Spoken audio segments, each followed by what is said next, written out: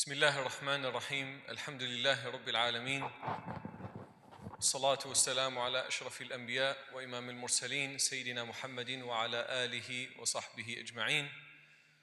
First of all, Assalamu alaikum wa rahmatullahi wa barakatuh. Welcome, brothers and sisters. Thank you so much for making the time and attending this conference. We are so honored today and delighted to have with us Dr. Shaykh Hatem Al-Haj. Shaykh Hatem Al-Haj is one of the scholars that we really benefit from in United States. His contribution and his knowledge is, mashallah, is very significant. He's a senior member of AMJA. I myself, every time I am confused in a fiqhi matter or a shara'i matter, he is the first person I would call. So he's my mentor, he's a Shaykh for me as well. And Shaykh Hatem Al-Haj tonight, inshallah ta'ala. First of all, Shaykh Hatem, thank you for driving all the way from New Jersey. May Allah subhanahu wa ta'ala put this in your scale of hasanat. Shaykh Hatem Al-Haj today will be covering the fiqh of inheritance as we announced earlier. And there will be an opportunity for Q&A. Inshallah ta'ala, you can submit your questions. Brother Hussam, I think, shared with you a link, right? Yes, you are receiving a text message shortly where you can submit your questions. And inshallah ta'ala, try to only ask the questions that are related to the subject. So inshallah ta'ala, we would like today to capitalize and focus on this subject, the fiqh of inheritance. Again, Jazakallah khair, Shaykh Hatem. Shaykh Hatem Al-Haj, not only he came and we are blessed to have him, he brought with him few shuyukh as well. Shaykh Muhammad Shinawi also is visiting with him. May Allah subhanahu wa ta'ala reward him. I think he is in the office. And other shuyukh. Here is it, Shaykh Muhammad Shinawi. I was looking for you. Actually, we were hoping, few months ago, we were hoping to host Shaykh Muhammad Shinawi for one of the conferences and didn't work out. And today, MashaAllah, Shaykh Hatem Al-Haj came and brought with him few shuyukh. May Allah subhanahu wa ta'ala reward you, Shaykh Muhammad, and the rest of the guests who came with Shaykh Hatem. May Allah subhanahu wa ta'ala reward you for visiting. May Allah subhanahu wa ta'ala reward you for coming. Barakallahu fiqh, Shaykh Hatem. So inshallah ta'ala, you can start, Shaykh. Bismillah, alhamdulillah, salatu wassalamu ala rasulillah wa ala alihi wa sahbihi wa man wala. Thumma amma ba'd, to proceed. So, we've been in communication about this particular seminar for several months, and alhamdulillah that I'm here to be with you, and it's a beautiful community, a beautiful masjid, mashallah, as well. Today, inshallah, we will go over fiqh al-mawarith, but what do we mean by this? How do we go over fiqh al-mawarith in one day or like an afternoon? It depends on how we approach it. It depends on how we approach it, because it will take about 15 hours to be fair to the subject, and we have about 4. So I thought about this, and my objective will be to demonstrate to you the coherence of the system, the beauty and the coherence of the system. That's a benefit that matters to all of us, regardless of how advanced we are in our pursuit of knowledge. We always want to appreciate the beauty of the laws and the beauty of fiqh, the beauty of sharia, the divine prescription for humanity. So we wanted to show that. We also, another objective is to give some practical tips, like real practical tips for people to make use of. Not just to marvel at the beauty of the Sharia, but also to make use of these practical tips. And mainly that will be in how we approach the estate of the deceased and what goes out, what should be prioritized in terms of the rights of others and so on. And then we will also do a refresher. You've heard, I have some of the mashayikh with me here. And I'm expecting that some of you also will be familiar with the topic. So this will be a refresher for them or an introduction. to give some of the basics of the topic so that we will have the interest and motivation to study it in depth thereafter. I have summarized this topic for imams at an Amja workshop maybe a year and a half ago or 2 years ago, and you will find this summary online. So if you put in my name and you put in Mawarith, you will have two different sort of approaches to the topic. I did it during my commentary on Umdat al-Fiqh. It's a commentary in a book called Umdat al-Fiqh. And you will find on my YouTube channel about 14 hours of instruction on Mawarith if you're interested. And I can also send the material to Shaykh Yasin Allah Fadhu, and he can share it with you in terms of the written material. And then the 6 hours that we did like about 6 hours at Amja going over it, but it was meant to be for imams, so it meant to be for people who are already familiar with the topic, so it would be a good refresher as well if you're interested in that. Today, inshallah, we will try to do whatever we can, but inshallah, it would be beneficial. I hope so. So when it comes to the estate of the deceased, when someone dies and they leave behind an estate, what should we do with it? So the first thing that will go out from the estate or the tarika would be the funeral expenses. And certainly you may, so this is Hanbali based, just to familiarize you with the sort of the basis of this particular material or discussion. It's the Hanbali madhab. I will point out the differences, the major differences. When there are differences, I will point them out, but not in great detail, because I can't make this a comparative sort of session. So this is Hanbali based. We'll point out the major differences when there are differences. The good thing about this discussion is there are not that many differences. But particularly when we talk about Mawarith, there aren't that many differences. It's not like the other branches of fiqh. This is the branch of fiqh that has the least disagreements. Basically, there are disagreements, but it is the branch of fiqh that has the least disagreements, because they say that Allah took it on himself to address it in detail. You will have verse number 11 and verse number 12 of Surah An-Nisa and verse number 176 in Surah An-Nisa. Just 3 verses give you the bulk of the al-Mawarith, or the laws of inheritance in Islam. So when we say funeral expenses go out first, this will be a subject of disagreement. This is the Hanbali position. Some people will consider the debts to be a priority over the funeral expenses. So let's say funeral expenses will go out first. The deceased left $60,000. Funeral expenses could be like $5,000 or $8,000 nowadays. So preparation of the body, and burial, expenses of the burial, and everything will go out from the estate of the deceased first, based on this Hanbali viewpoint. Next to this, after the funeral expenses, would be debts. And when we talk about debts, so we have a clear dichotomy when it comes to like sort of an ontological classification of basically existences. We have the creator and the creation, right? That's it. We have this clear-cut dichotomy. So as Sunni Muslims, we recognize the difference between the creator and the creation. So you're either indebted to the creator or to the creation. Nobody argues that whatever debts you owe to the creations, these will go out from your mirath.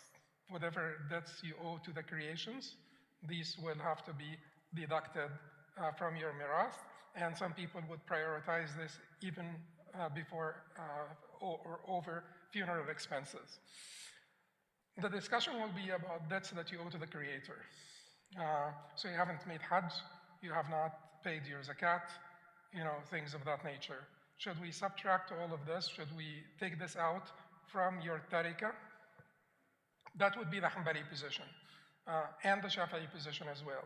The Hanafis and Malikis, they view this differently, and they don't think that you need to basically pay for Hajj unless someone made it a wasiyah, unless someone included it in his will or wasiyah that someone will go to make Hajj on my behalf, and you'll pay someone to make Hajj on my behalf. Or someone said that you will pay my zakat, for the last 5 years or something of this nature. But if people did not do this, then the Shafi'is and Hanbalis will still say, no matter what, the debts that they owe to the Creator will need to be taken out from the tariqah. Tariqah is the estate, so would need to be taken out from the tariqah before anything else, before the wasiyah, before the division of mirath, before everything else. So sometimes, sometimes you would have the flexibility to basically adopt different positions. If someone left, young kids and they didn't leave that much, so to take out, money for Hajj and to take out money for Zakah and to take out, it may leave them very little. So in this case, you can adopt the Hanafi and Maliki position. And in other cases where someone leaves like a, huge estate or something, then at least to relieve him from some of the burden, you want to pay off his debts to the Creator.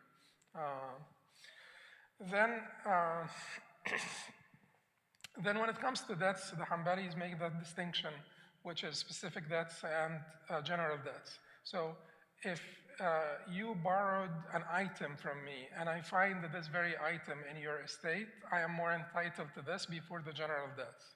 Like if you borrowed my car and or something, any item that I find still existent, and before everybody else gets paid their dues, I get that particular item. I take that particular item from the estate because I found my item, in its same condition.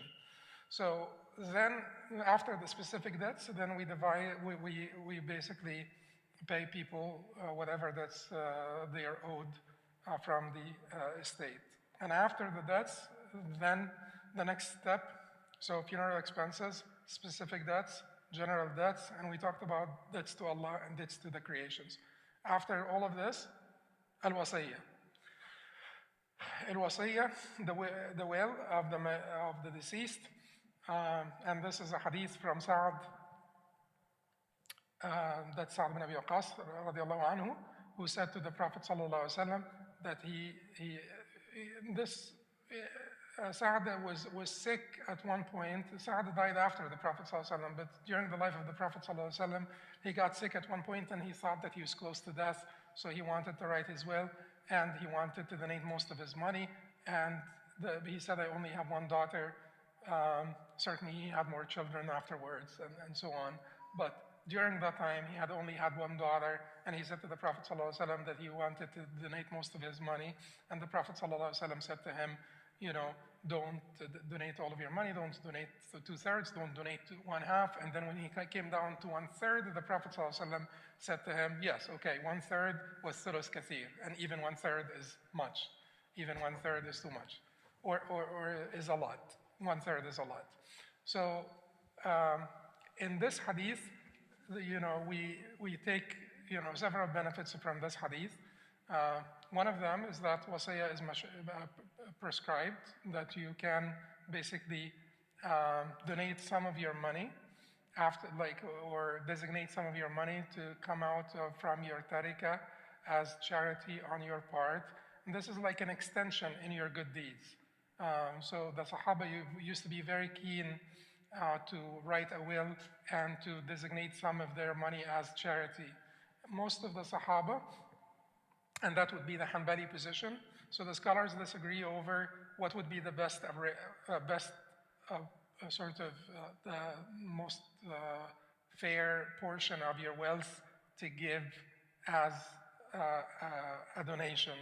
Is it 1/3, like Sa'd did, or because the Prophet ﷺ said 1/3 is a lot, should it be less than 1/3? Should it be 1/4? Should it be 1/5? In the Hanbali position, it's 1/5. And they say 1/5 because of two reasons. One, the Prophet said 1/3 is a lot. Two, most of the Sahaba would basically give away 1/3 of their inheritance in charity for charitable reasons. It doesn't have to be charity, 1/5. So it doesn't have to be charity, by the way. Your will can be, a gift to people, or like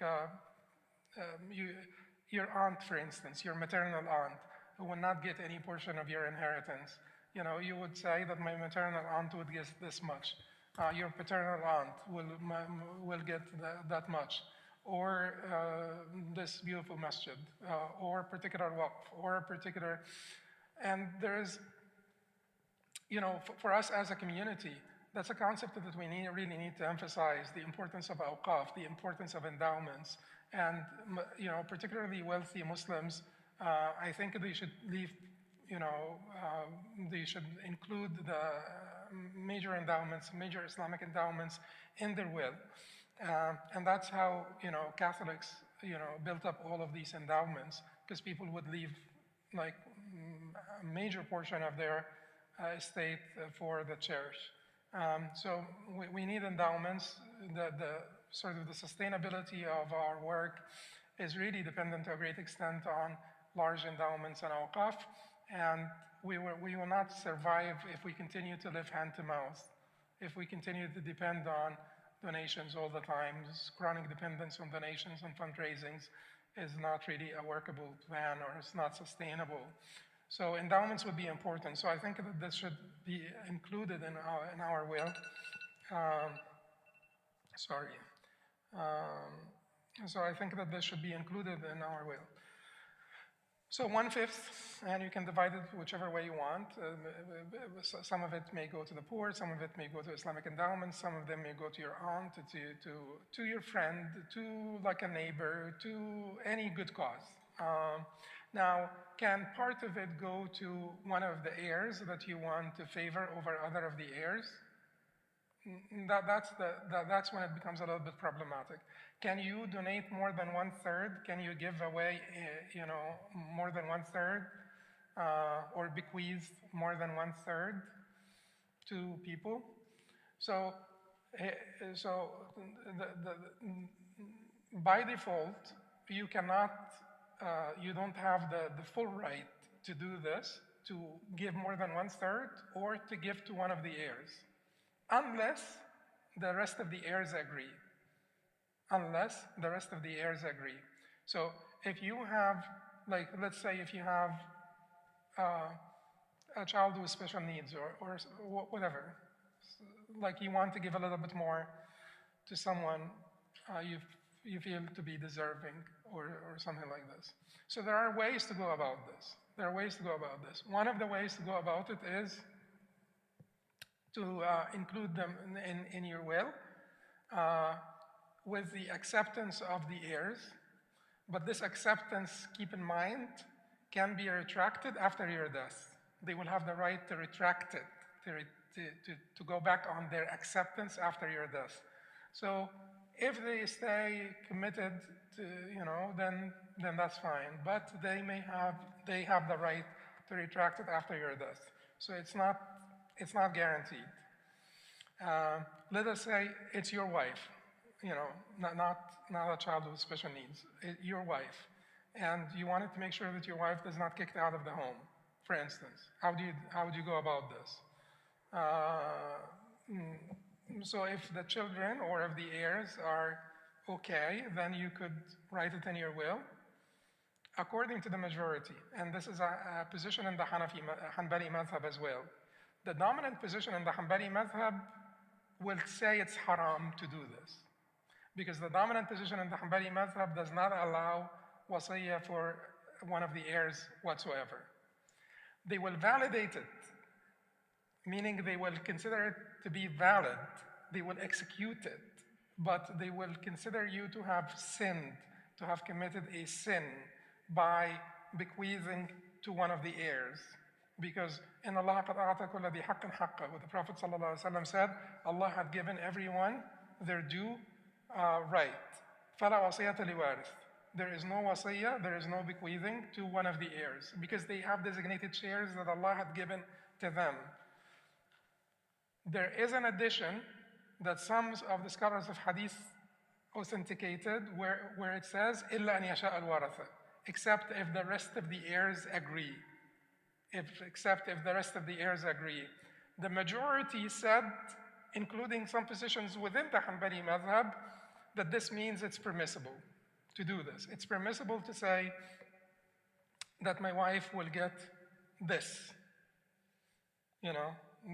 this property. It is, whether it's within the 1/3, more than the 1/3, it's half of your money. Okay, it's permissible, but the heirs will have to agree. And the heirs will have to agree until the division of the estate. If they retract their agreement, if they retract their acceptance, they have the right to retract their agreement or acceptance. Okay, so what else can you do? The other thing that you can do is to do it in your life, to basically transfer ownership in your life. And that will be, if it is not in the sickness or the illness of your death, if it is not in your terminal illness, then it will be binding, because you've transferred the ownership of part of your property in your life, not in the illness of your death. One other thing you can do is to make it an endowment, to make it a waqf, to make the house itself a waqf, and to say that the first beneficiary of this waqf is my wife, then so and so, and then the rest of the heirs, then poor people, and so on. But keep in mind that once you've made something a waqf, no one has any control over it anymore. It becomes the property of God. And then, yes, you could designate the beneficiaries, but it will not be sold. It will continue to be there for the benefit of whatever beneficiaries you have chosen. But you could make the beneficiaries, like you could choose the beneficiaries as you wish, because we do respect, the condition of the waqif. So you could choose your beneficiaries as you wish. You could say, as long as my wife is alive, she will be entitled to the use of this property or this house. Thereafter, these are going to be the beneficiaries. Thereafter, the poor will be the beneficiaries. Or you could say, my kids will be the beneficiaries thereafter, and the descendants until the day of judgment will be the beneficiaries. And that's how, like if you go back to Muslim countries, you'll find some endowments that are 500 years old, 600 years old, and so on. Sometimes they take good care of them, so they keep them sustained. Sometimes they don't take care of them, so they become ruins. Anyway, so these are the ways that you can basically manage to give one of your heirs a little bit more. It has to be done in your life, or made a waqf, and if it is made a wasiyah, then it will be dependent on the continued acceptance of the other heirs until the division of the estate. Okay, and so it says here it's preferred for one who leaves wealth behind to bequeath 1/5 of his estate. And bequests are valid for the benefit of anyone who is eligible to receive gifts, and for the fetus in the womb if it becomes known that he or she was present in the womb at the time the bequest was made in his or her name. So, to summarize, because there is a lot of talk about al-wasiyya, so you could bequeath to anyone, you could, and anyone can make a bequest. Anyone can make, they even allow the children to make bequests. Children cannot give anything away to people, right? Shara'an, children are not allowed to give away their wealth. Why? Because we as a community are there to protect their wealth until they grow up. So if a child, for instance, says, I want to give half of my wealth away, we will not allow him to do this. If a child says, I want to give $10,000 away to this person or to that person, we will not allow him to do this. Even if his guardian approved it. As a community, we will not allow it. But then if a child basically, so things that have pure benefit for the child, yes, his acceptance of gifts will be valid. So a child can accept a gift. A child cannot give. So you have like an orphan who has money, and then this orphan who has money wants to give away some of his property. What's wrong with that? Well, we don't trust that he is making the right decision. We will wait until he is competent, financially. Like it's not only blue, it's not only puberty, but it is rushd. That's competency, financial competency. And once he reached the point of financial competency, we will allow him to do whatever he wants. But for the time being, no, we don't trust that he will do the right thing for himself or herself. But a child can bequeath. What is the difference? Because the bequest will not cause any harm in his life, but it will bring about benefit after his death. Because the discerning child, does he get rewarded for good deeds? A discerning child who comes and prays, does he get rewarded for this? A discerning child who does any act of kindness, does he get rewarded? Of course. The only thing so he gets the pen writing for him, not against him. يَكْتُبْ مَا لَهُ لَا مَا عَلَيْهِ. The pen writes for him, not against him. So he does a good deed, it gets written for him. So a discerning child, a 10-year-old who says, I bequeath this part of my wealth to my maternal aunt, he will get rewarded for this. It will not benefit him because it's dependent on, it's a bequest, it's a will. It's not transfer of ownership during his life. It gets transferred after his death. So it will continue to be his money until he dies. And after he dies, it doesn't hurt him that his aunt gets this much money or whatever. So we allow that. We allow people who are interdicted, mahjur ali, we allow them to bequeath. Why? Because it's a benefit without harm to themselves in this life. So that's the musi, because wasiyya has the musi, that's the stator, the musa lahu, that's the legatee, the recipient, and al-musa bihi, that is the bequest itself or the property that you're bequeathing, and al-musa ilayhi, that's the executor of the will, the executor of the will. So now we talked about the stator, the legatee. Legatee could be anyone, even like a fetus in the womb. If we are sure that, so someone can bequeath to the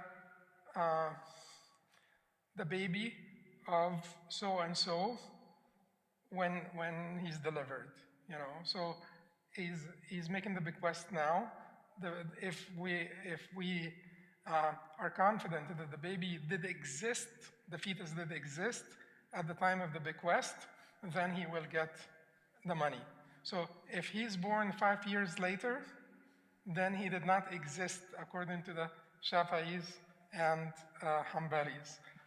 If he's born more than 2 years later, he did not exist according to the Hanafis. The Malikis, they have their own. It depends, but it could be many, many years. But at the end of the day, the laws in our countries nowadays, they go by 1 year. So the longest duration of pregnancy, that's the position of Muhammad ibn Abd al-Hakam. That's what the laws go by in most of our countries. It's 1 year. the longest duration of pregnancy. So if you deliver within the year, then we would be confident that you were existed, that you could have existed, during when the bequest was made. And then you have the testator, the legatee, the property itself, that you're bequeathing. It could be anything, even things that are not owned by you. You bequeath birds in the air that belong to you. So you bequeath things that are not deliverable. You bequeath things that are non-existent. You bequeath things that are undefined, غير معين, undefined.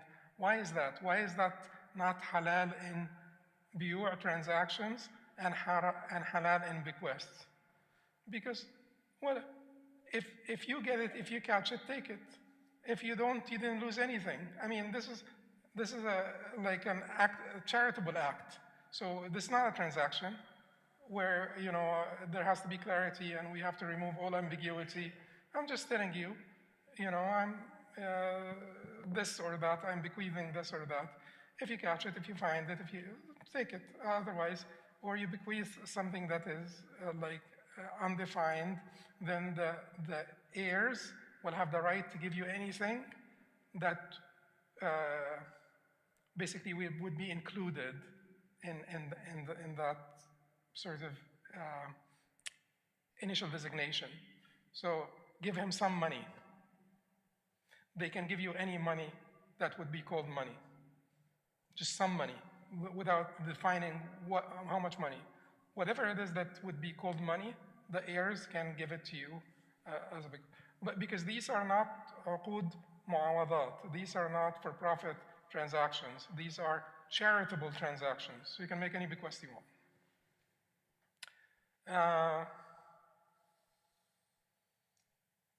Okay, so that is basically wills in general. So we said preparation, that is tajhiz al-mayyit, for funeral expenses. Second to this, specific debts. People who find their property in your estate, they take it. After this, general debts, everybody that you owed money, they get their money. After this, we execute your will. And after this, and we said that the heirs will determine if your will is not really compliant with being within the 1/3, and for non-heirs, if it is within the 1/3 and for non-heirs, then your heirs have no right to block it.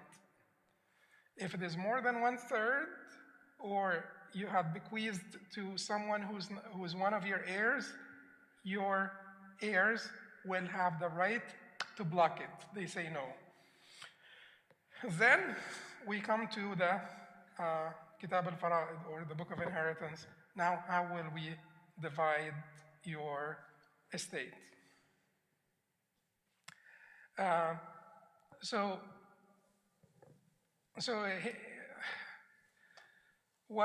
There are usually things that are called asbab and things that are called mawana and conditions and pillars and things of that nature. So what are the asbab, the causes of someone being entitled to a portion of the inheritance? What are the causes? How could you become entitled to a portion of the inheritance? 3 only. So one of them is al-nasab or al-qaraba. The other one is al-nikah. And the third one is al-wala. So this would be being a relative, family bond.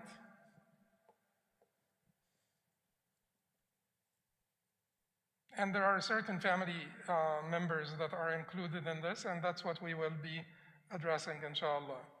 The second is marriage.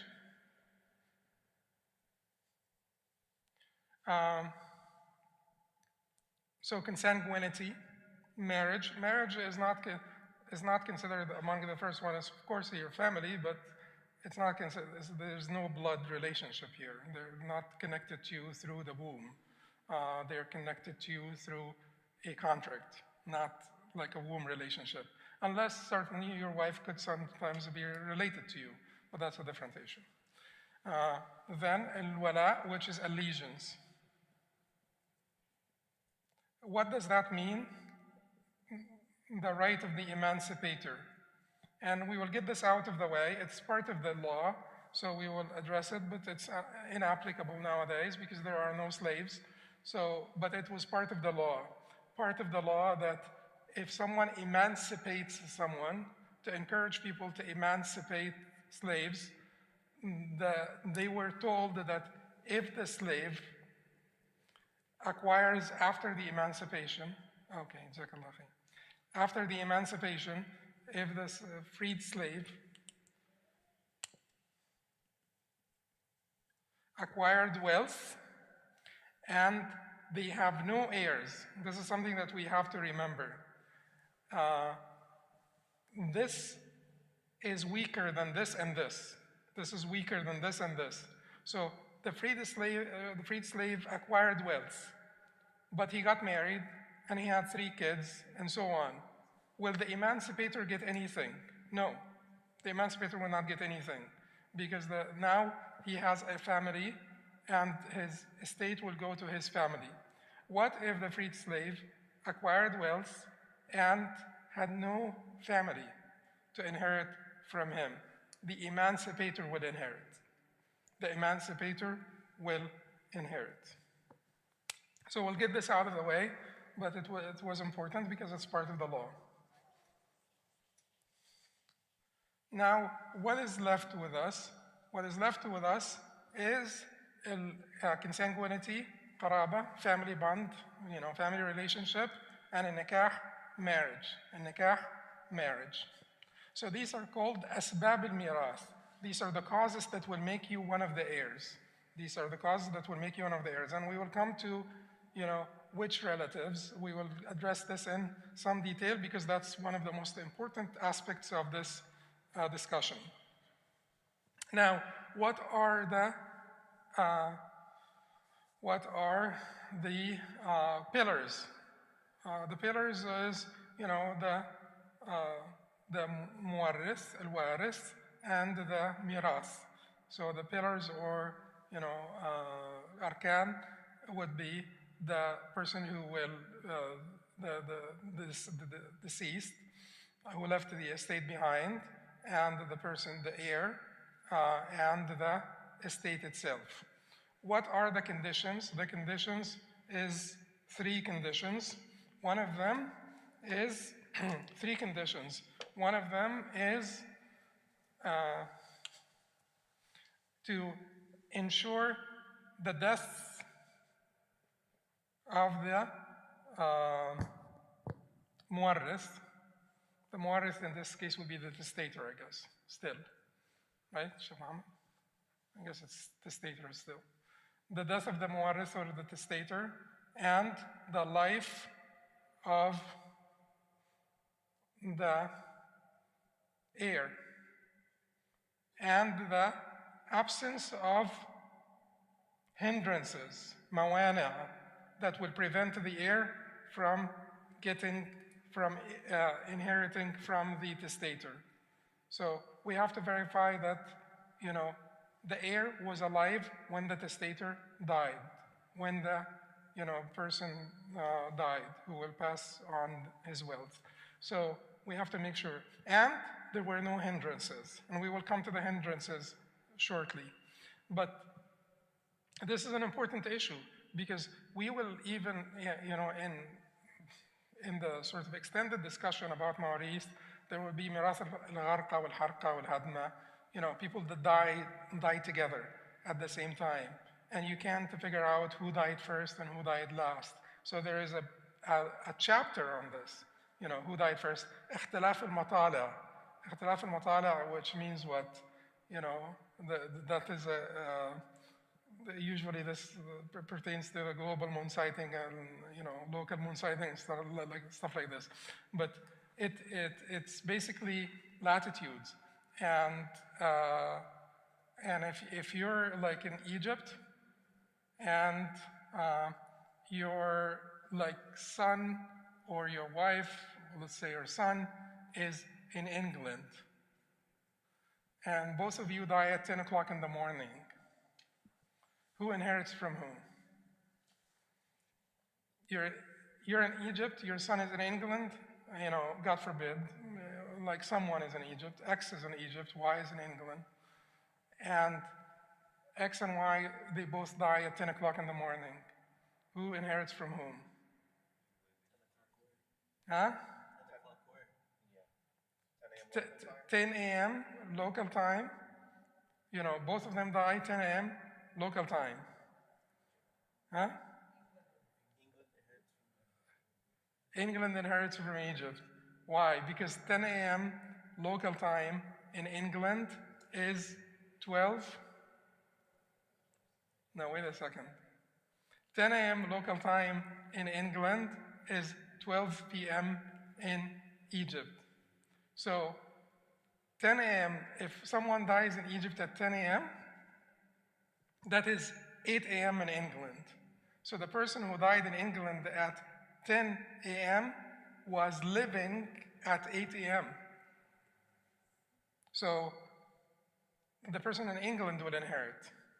So westward will inherit if they die at the same time. Anyway, it's just like a trivia. But so we have to verify the death of the testator, the life at the time of the death of the testator, that the heir was alive and there were no hindrances for the inheritance. And what are the hindrances for inheritance that we know of? There are 3 hindrances, nothing else. قتل ورق واختلاف ديني فافهم فليس الشك كاليقين. قتل ورق واختلاف ديني. Murder, slavery, and اختلاف دين, which is the different religions, being of different religions, difference in religion. The problem, murder, if you kill someone, you don't inherit them. So that's easy. The problem with slavery is the slave is owned, so the master will take the money.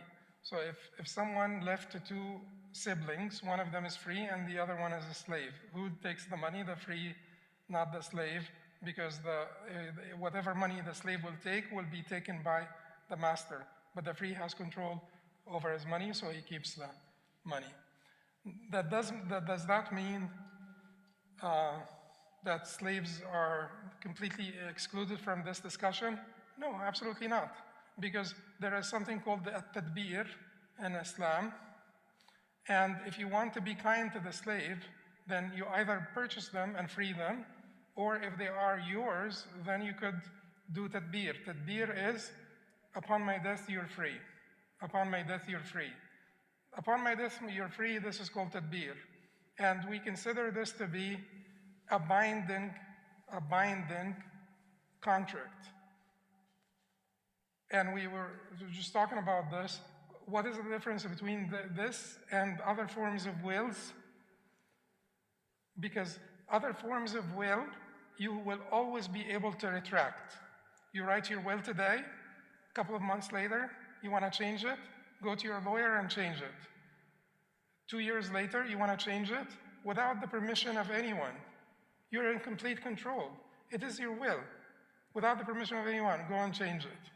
But tadbir, which is like a will to some extent, upon my death you're free, you can change it. You can't retract it. Okay, so, and that is because of what? تشوف الشارع إلى الحرية. تشوف الشارع إلى الحرية. تشوف means the keenness, eagerness. شارع, the lawgiver. حرية, liberty. So it is the lawgiver's keenness, eagerness for liberation, liberty, emancipation. Then difference in religion. Difference in religion, and that's something that we come across quite frequently here. and people ask a lot of questions about it. So the Prophet ﷺ said, لا يتوارث أصحاب ملتين شتى. Two people from the two different religions will not inherit from one another. And then we have a disagreement whether Islam is one religion and everything else is another religion, or every religion is a religion by itself. That's a different issue. But in general, Muslims and non-Muslims, can they inherit from one another? No. The default is no. Okay. There are a couple of things that we need to say here. One of them is,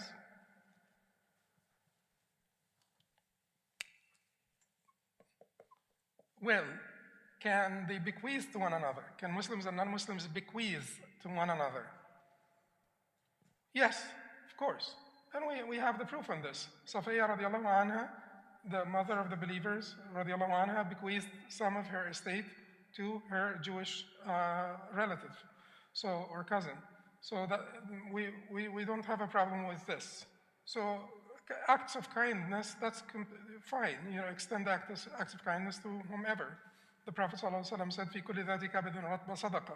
There is a reward in kindness you extend to every living being, every living creature. "Fi kulli dhati kabidin ratba sadaqa." So that includes every living creature. Living creature. Okay, so you could bequeath to a non-Muslim. You could bequeath to a non-Muslim. Can a non-Muslim bequeath to you? Of course. And then in this case, like someone, like a convert, for instance, their dad passed away, their dad gave them, whatever, part of their wealth, they bequeathed whatever. Most of what is happening here in America belongs to this. It does not belong to fara'id. It does not belong to mawarith. Because mawarith, the difference between wills and mawarith are what? Mawarith are predetermined by the law. But here in America, I said America, right? Well, that's fine. My Egyptian thing. So here in America,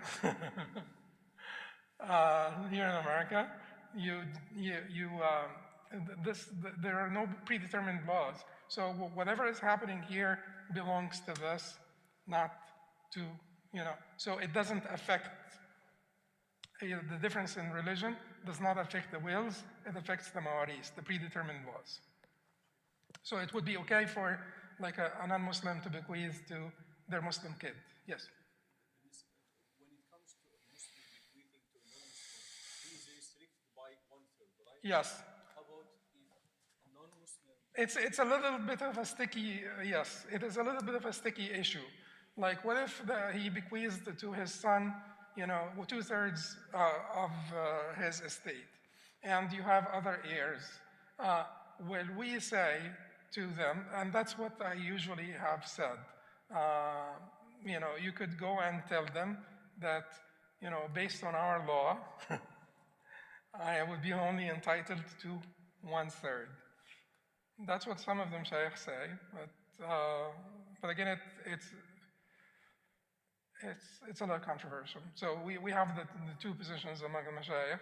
Some of them say that you go and tell the rest of the heirs that based on our deen, he bequeathed to me, and I'm entitled to 1/3, and get their approval or acceptance. If they accept it, you can take whatever they have accepted. And if you are the only heir for the non-Muslim deceased, let's say your father died, non-Muslim father died, and you are the only son, then there are no heirs to say no. Then you can take it all. you take everything? Yeah. No heirs to say no, to bar you from taking more. Yeah. Well, yeah. So then these are the mawana of the earth. These are the mawana of the earth. What would be next is to discuss who are the heirs.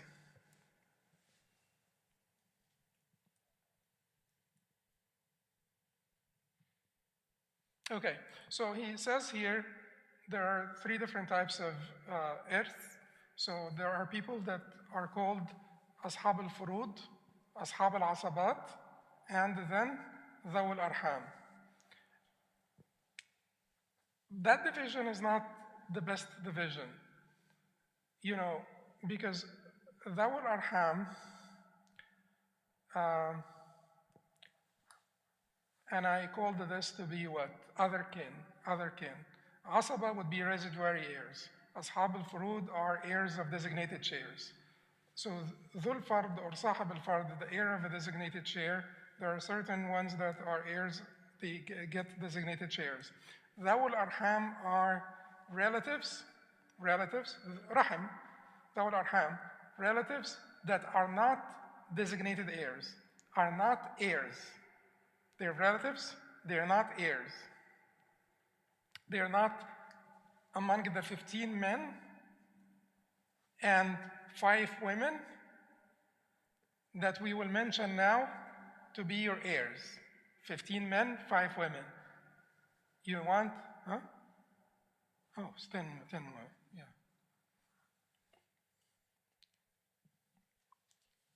Of course, 10. So 15 and 10.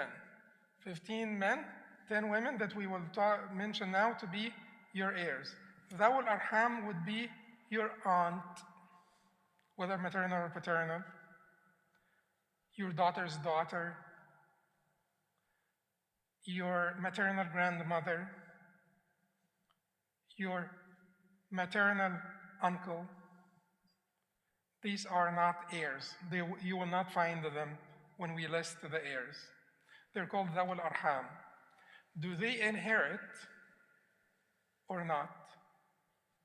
Okay. So the Prophet ﷺ said, "Al-Hiq al-fara'ida bi-ahliha fama baqiya fali-awla rajulin dhakar." So give the designated shares to those entitled to them, and whatever is left will be for the closest male relative. The closest male relative. So when we divide the estate, we will look for people who have designated shares. Designated shares. Then we look for the residuary heirs. Look for people who have designated shares, then look for the residuary heirs. We did not find people who have designated shares. We did not find residuary heirs. Then the Hanafis and Hanbalis will say, you basically make Dhawul Arham inherit. You allow the other relatives, the maternal uncle, you allow them to inherit. And there is a particular formula. Someone left, and because we will talk about this and we will not come back to it in detail because it's such a long story. But someone left 3 paternal aunts or aunts, depends on where you're from. 3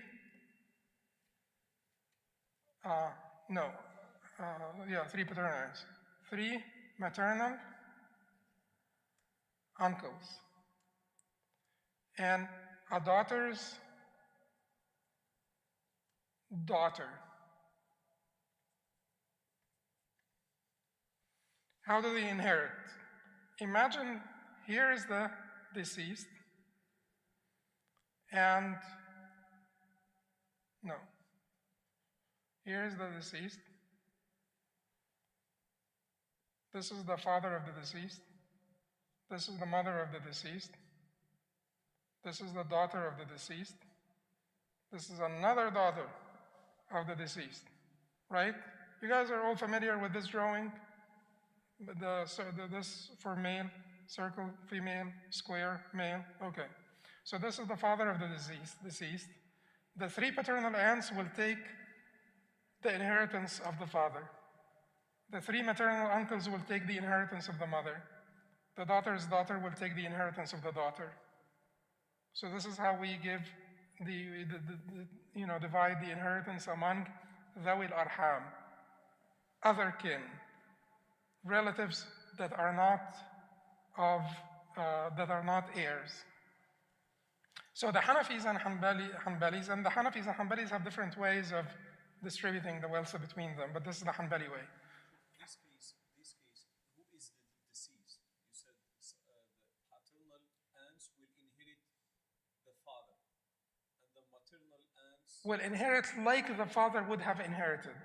The father is like the father would have inherited. And the maternal uncles will inherit the share of the mother of the deceased.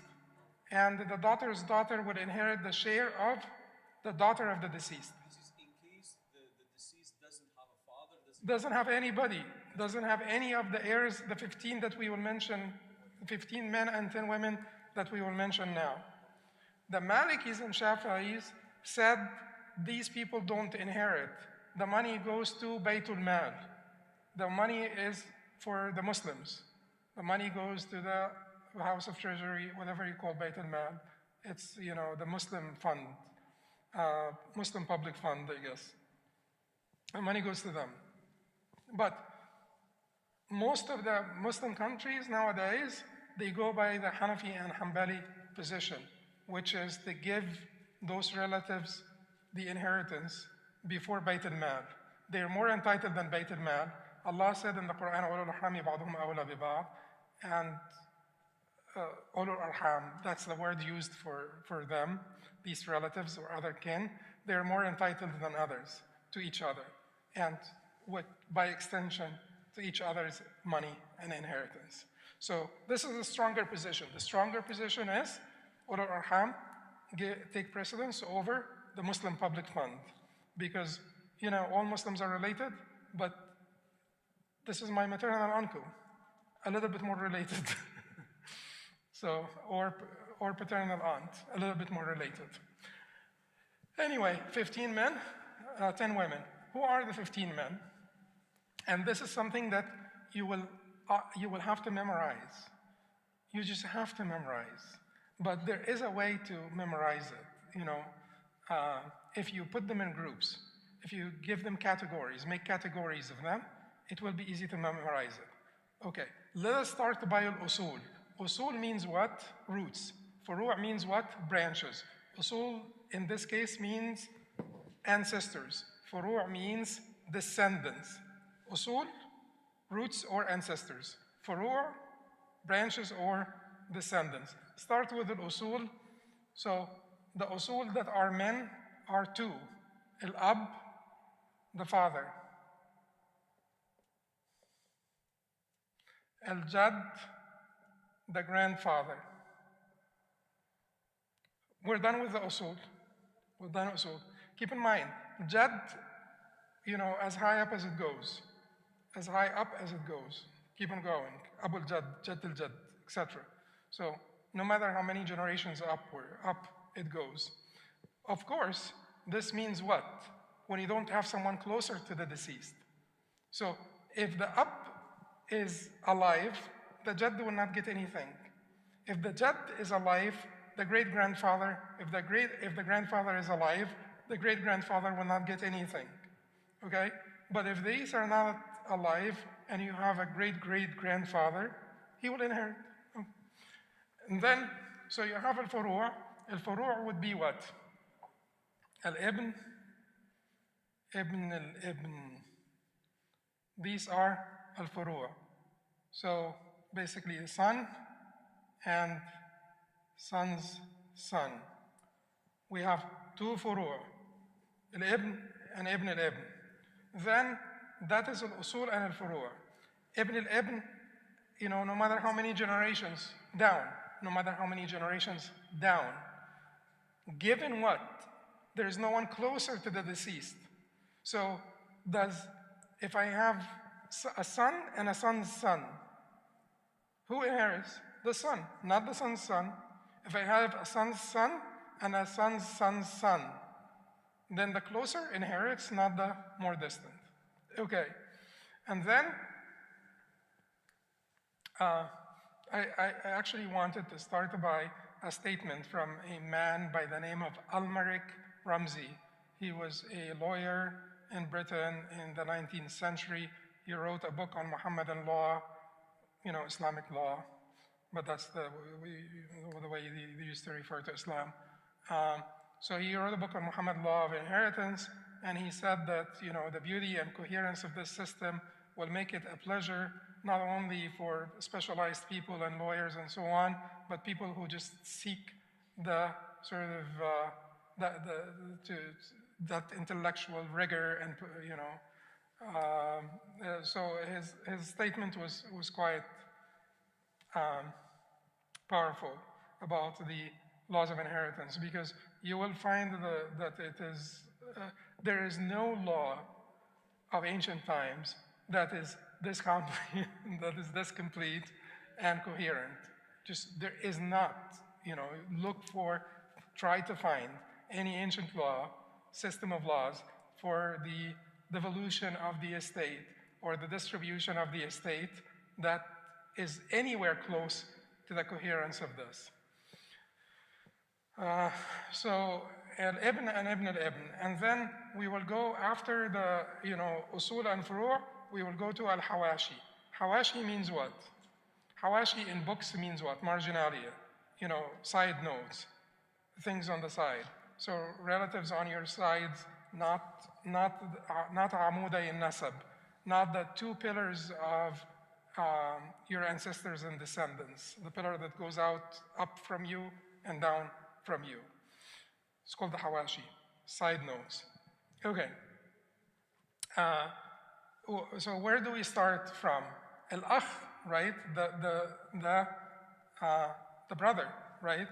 So how many types of akh do we have? How many brothers do we have? We have 3 different brothers who will inherit from you. 3 different brothers.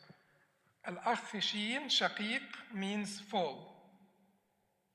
Al-akh li'ab means what? Paternal half-brother. Paternal half-brother. So your father's son who doesn't share the same mother with you. Al-akh li'um is maternal half-brother. Your mother's son who doesn't share the same father with you will inherit? Yes, will inherit. Okay, so now 1, 2, 3, 4, 5, 6, 7. And we will need a little more room here. So 8. Where do you go after the brother? Where do you go after brothers? Uncles. We're talking about men only here. We're talking about the 15 men who will inherit from you. We'll talk about the 10 women now. But after the brothers, you go to uncle. So you have 2 different uncles. Al-am, sheen, shaqiq. That is full uncle. So your uncle who shares the same same father and mother as your father. That is your paternal full uncle. Paternal full uncle. That is your paternal uncle who shares the same mother and father like your. And then we have al-am li'ab. Al-am li'ab, who is the paternal half uncle who shares the same father with your father, but not the same mother. What about the paternal uncle who shares the same mother with your father? He's not among these. He's not among these. We're talking here about the heirs that will inherit by al-fard and al-ta'sib, that who have designated shares or residuary heirs. Take the rest. Designated shares, they have, the Quran said, they get 1/2, 1/3, 1/6. And we will talk about, the different designations. Now, number 10 would be what? Ibn al-Am. I'm sorry, I always forget the Ibn al-Akh. I don't know why I always forget Ibn al-Akh. So here, I'll have to okay, what am I going to do now? Let's put this here as number 10, and this is number 11. After al-Akh here, number 8. Anyway, I needed more room. So this is Ibn al-Akh. That's your nephew. shaqiq, ab. So that is your nephew.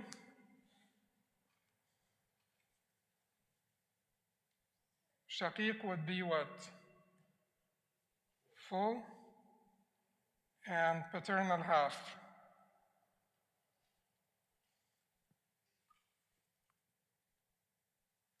So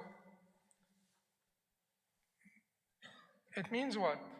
Your brother, who's your full brother, his son will inherit.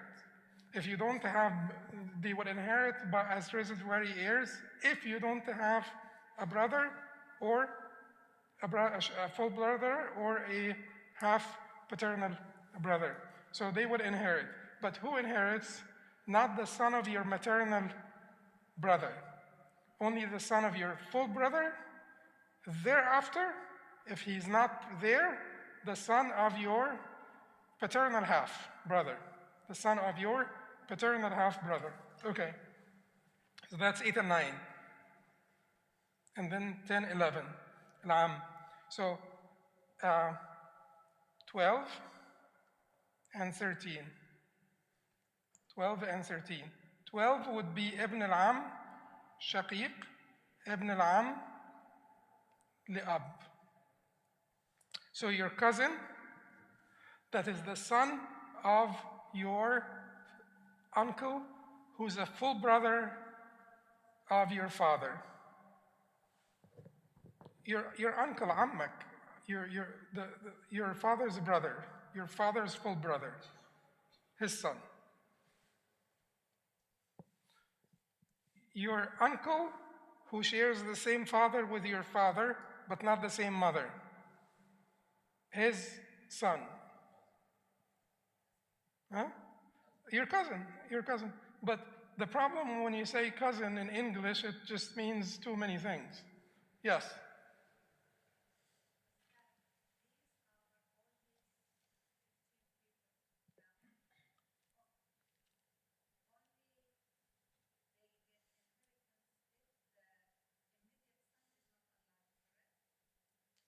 Okay.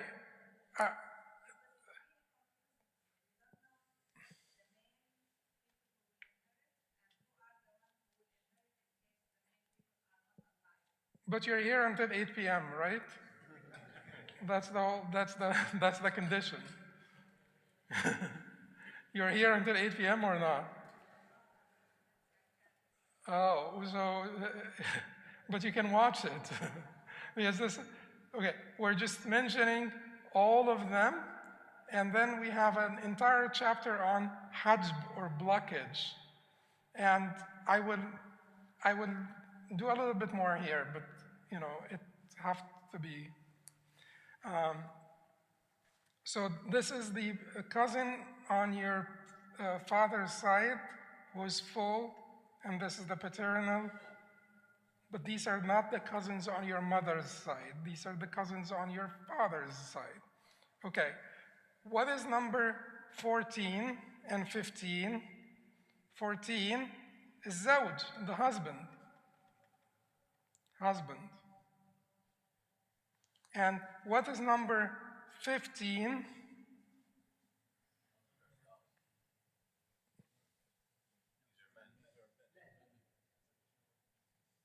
What is spouse? Like, spouse what? You know? Huh? You'll be killed if you say that. Anyway, then 15 is the emancipator, al-mu'tiq. 15 is the emancipator or al-mu'tiq.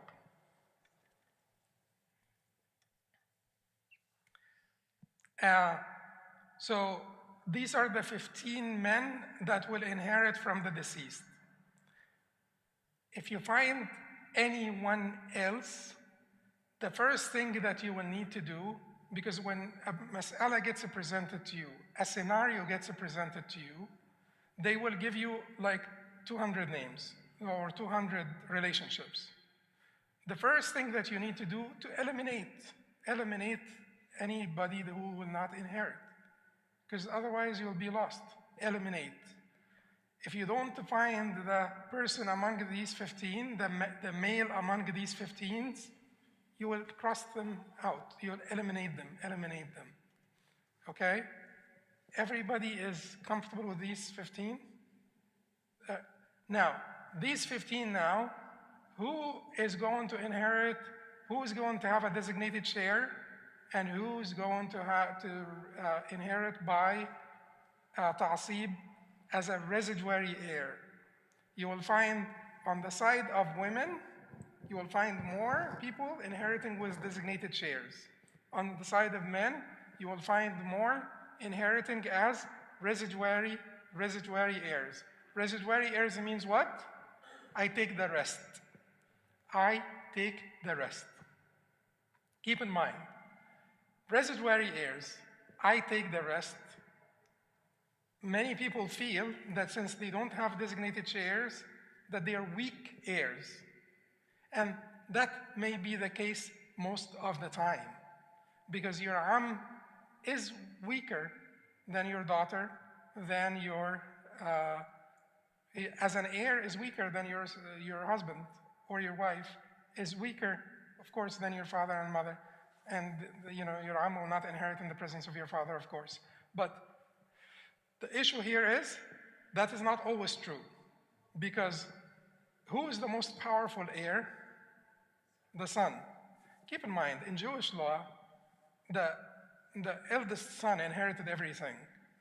So for people who have like some, whatever tendencies, in the ancient laws, the eldest son was always prioritized. Not only the son, but in particular the eldest son. There are nuances, and I'm not like a scholar in Jewish law. There are nuances, but this is basically a generality, that the eldest son was favored. So the daughters, the daughter inherits half of the son, and we know that. It doesn't mean that women will always inherit half of their male counterparts, because in certain scenarios they don't. In certain scenarios, the father and the mother would inherit the same thing, 1/6, 1/6. If there is like a male child, then the mother and the father would both inherit 1/6, for instance. So it's not always the case that women are inheriting half, but so it is not femininity that is halving their inheritance. It is basically the system. Holistically, when you look at the system, you will recognize its fairness, because if that male child is required to spend on his wife, and the female child is not required to spend on her husband, if that male child is required to spend on his sister and not vice versa, then certainly we're having a system that is holistic and holy as well. So it is basically your inability to grasp the full picture that will make you sort of have doubts. But if you grasp the full picture, where during those times, this was actually like a very outlandish idea to give women this much money, because they were also less capable than their male counterparts in less capable in growing of growing and this money and growing this wealth. So from a communal perspective, this was quite an outlandish idea. From an individual perspective, this was also an outlandish idea. From the contextual perspective, Arabia during this time, this was an outlandish idea. But it's certainly the wisdom of the Creator subhanahu wa ta'ala, because Sharia أساسها ومبناها على الحكمة ومصالح العباد في المعاش والمعاد والعاجل والآجل والآجل وهي عدل كلها ورحمة كلها وحكمة كلها ومصالح كلها. Imam Ibn Qayyim rahimahullah said that the Sharia is based on wisdom and the benefits of people in this life and the one to come. It's all about justice, all about mercy, all about wisdom, and all about benefits. So certainly this recognized, the divisions recognized responsibilities, because rights and responsibilities come hand in hand. And then when you require, basically when you burden people with more obligations, then you ought to give them more rights, and so on. But among these 14 people, or 15 people, yeah, that hurts. But among these 15 people, who will inherit by ta'sib as a residuary heir, and who will have a designated share, and who will have both? Who will inherit as a residuary heir? I take the rest. Who will have a designated share? We said men, few of them will have designated shares because they mostly inherit as residuary heirs. So who have designated shares here? No, absolutely not. الأخ لأم الزوج. That's it. These are the two people who will inherit. الأخ لأم is the maternal half-brother. The husband. These are the people who will inherit, who will have designated shares, but they will never be asaba. They're not residuary heirs. Asaba means what? Asaba means people who encircle you, people who surround you. Surround you, and why are they inheriting? Rights and obligations come hand in hand. Those are called al-aqila. These are the people who will be responsible to bail you out if you commit, if you kill someone by mistake, and we have to pay your diyah. Who's your aqila that will bail you out, that will pay the diyah on your behalf, or that will participate with you on paying the diyah, depending on the madhab and stuff, whether you will be part of it or not part of it. But who are the people who are responsible? These are the people that will pay your diyah. So they were given from your mirath. They will have to pay your diyah. They'll have to pay you, bail you out. So rights and obligations, they come hand in hand. The maternal half brother will not bail you out, will not be of the aqila. The zawj is not from the aqila. These are not asabat either. They're not residuary heirs. They will not take the rest. They will not take the rest. They will get their share, and we don't see them back for the rest. Who will inherit by both ta'sib and fard among these? So we have people who inherit only through ta'sib, that's most of the males, only through fard, that's most of the females, fard designated share,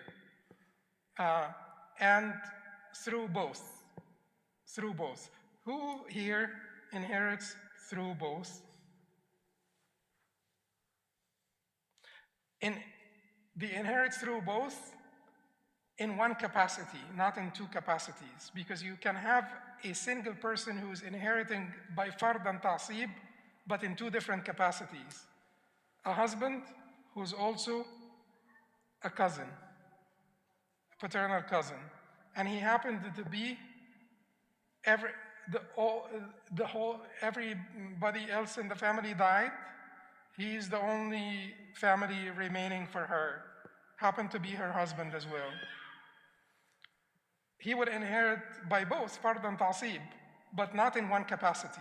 In his capacity as husband, he would inherit by fard or designated share. In his capacity as a cousin, he would inherit by ta'sib or as a residuary heir.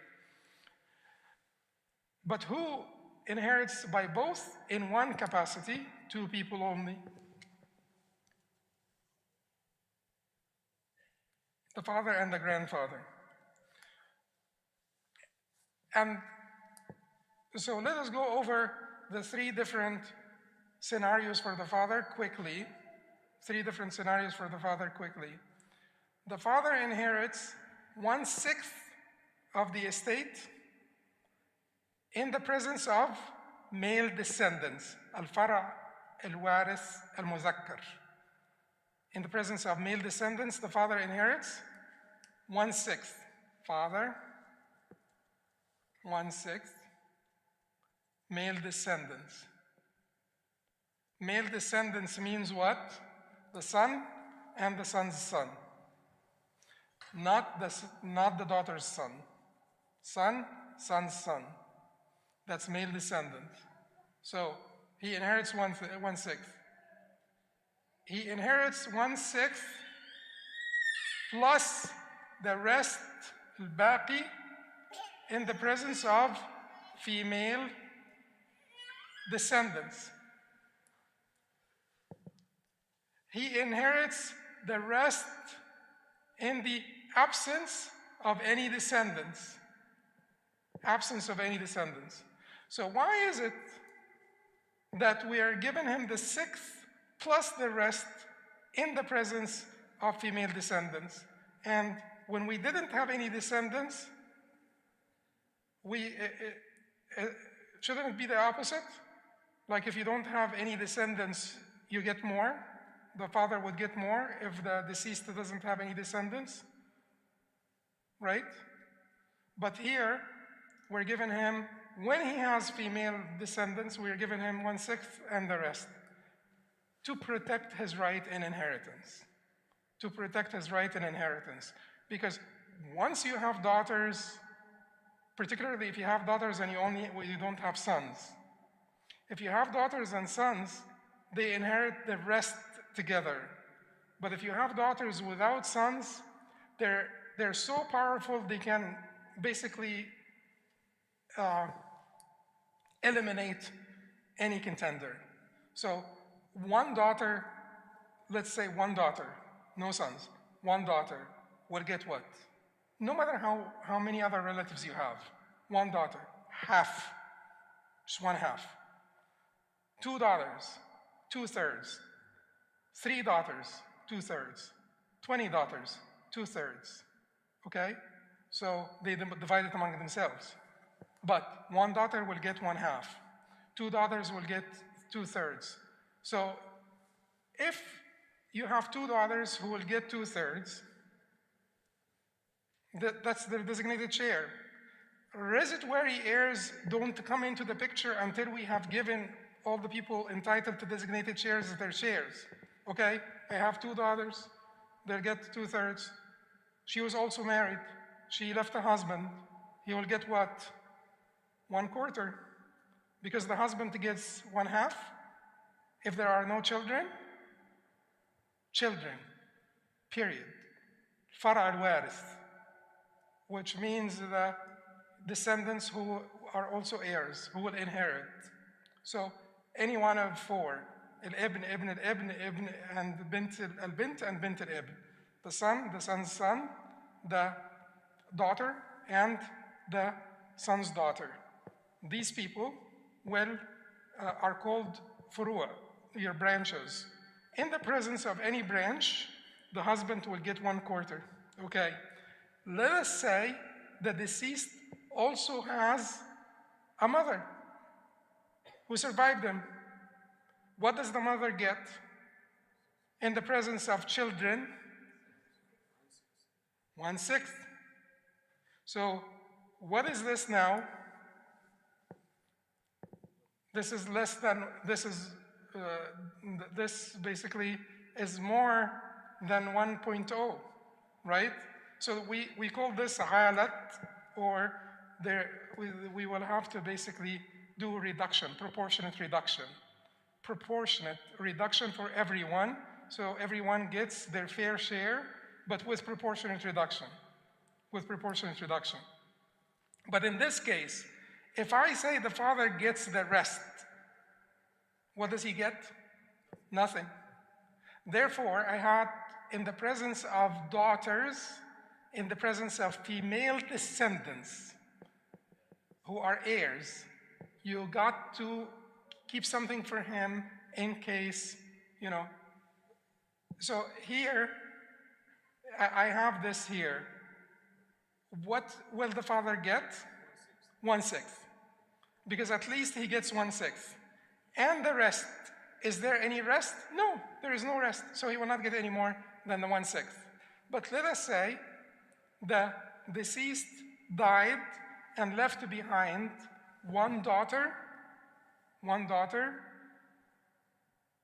a husband, and a father. So what does he get, the father in this case? So half for the daughter, 1/4 for the husband, then that is 3/4. The father will get 1/6 plus the rest. What is the rest? So yeah, like when you have 6 and 4, it will be 12. So okay, so let's do this. So I have 1/2 for the daughter, 1/4 for the husband, and 1/6 for the father. When you see 4 and another number, go to 12. So 12 divided by 2, 6. 12 divided by 4, 3. 12 divided by 6, 2. 6, 3, and 2. 9, 11. So 11 of 12 shares. Then he will get 1/6, 2 shares as a designated share, and he will get 1/12. He will get 1 sahm of 12 by ta'sib as a residuary heir. So how much he gets at the end of the day? 3 out of 12. How much did the daughter get? 6 out of 12. How much did the husband get? 3 out of 12. 3 out of 12.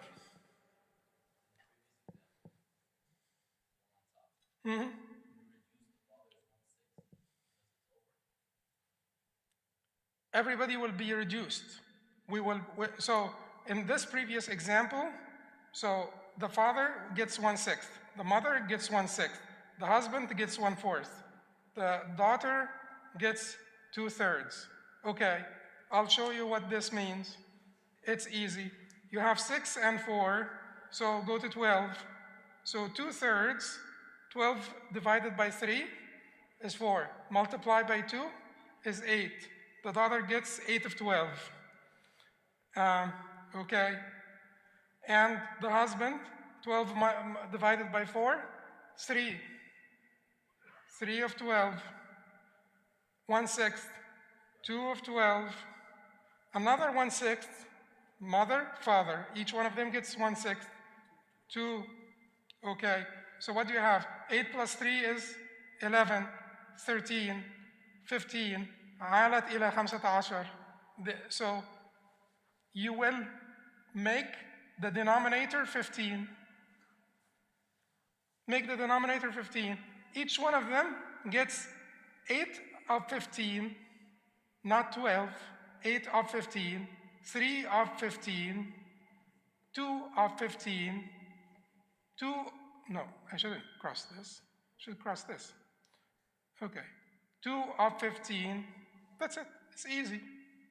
And is it fair? Proportionate reduction? Yeah. And instead of everyone getting, 3 of 12, 8 of 12, it's 8 of 15, 3 of 15, 2 of 15, and so on. How much time do we have? It's Asr time. We should stop here. Okay. Resume afterwards. Inshallah.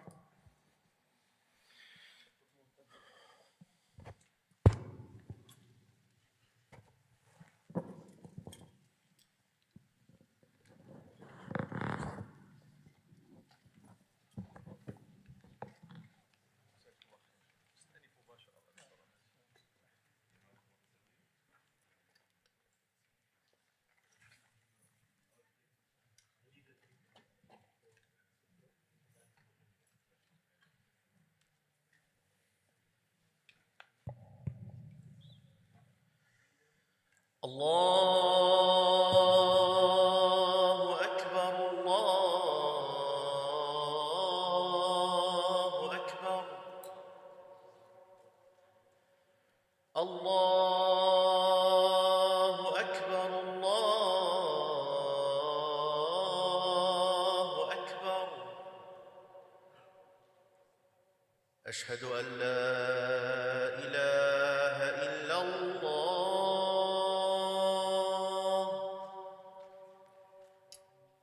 أشهد أن لا إله إلا الله. أشهد أن محمدًا رسول الله.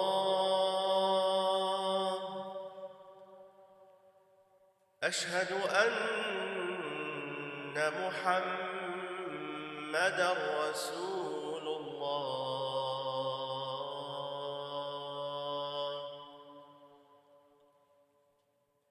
حي على الصلاة.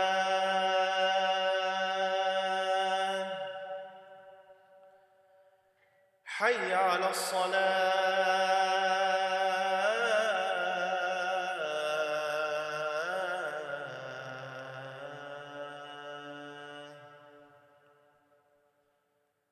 حي على الفلاح.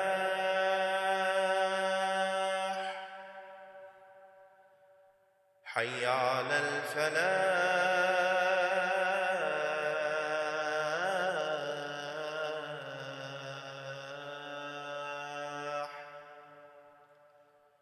الله أكبر، الله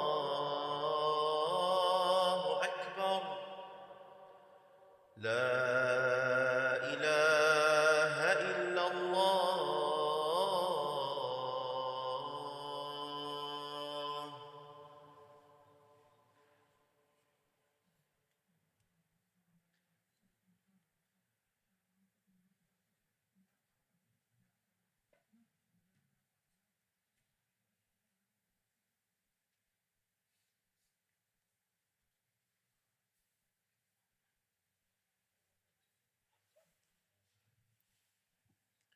الله أكبر، الله أكبر. أشهد أن لا إله إلا الله. أشهد أن محمدًا رسول الله.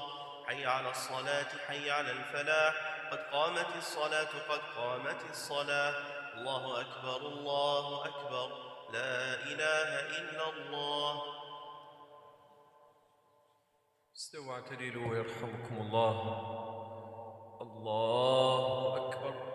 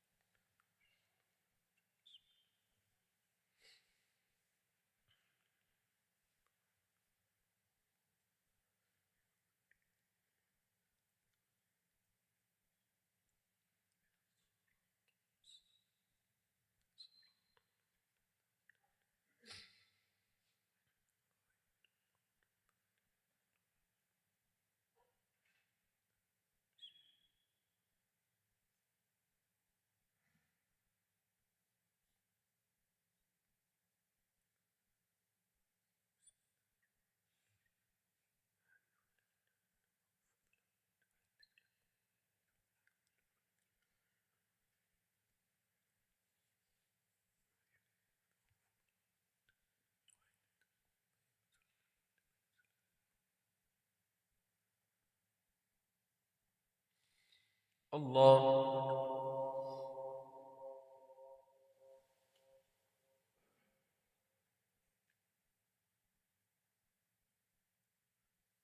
سمع الله لمن حمده.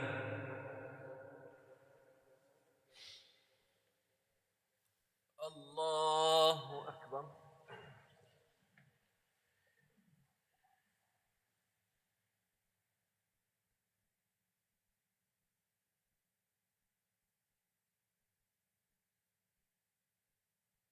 الله أكبر.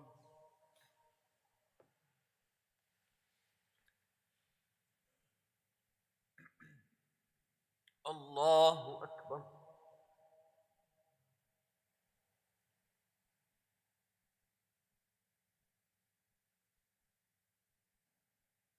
الله أكبر.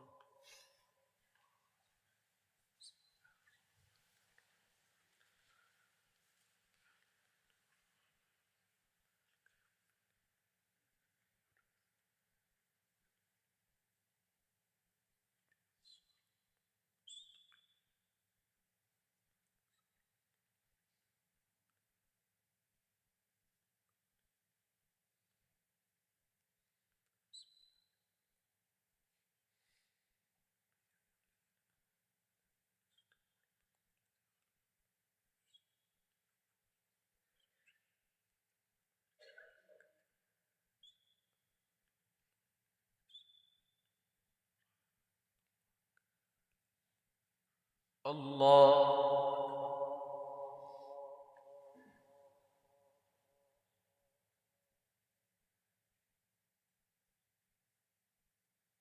سمع الله لمن حمده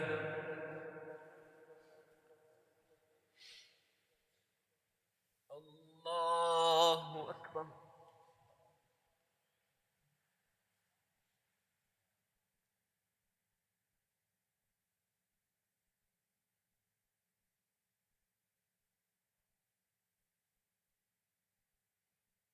الله أكبر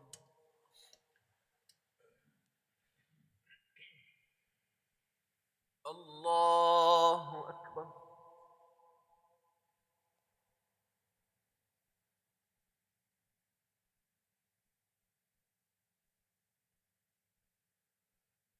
الله أكبر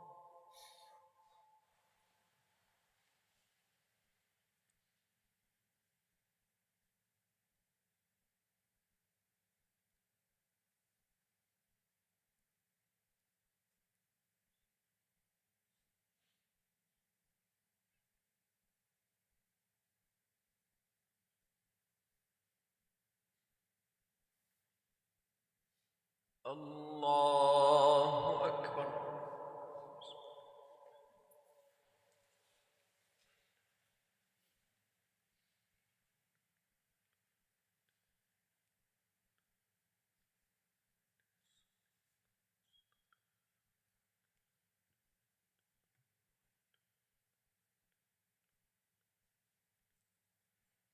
الله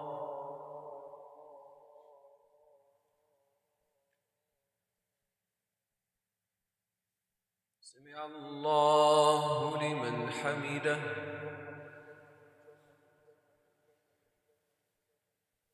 الله أكبر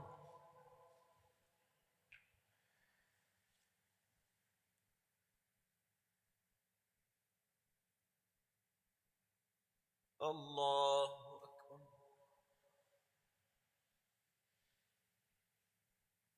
الله أكبر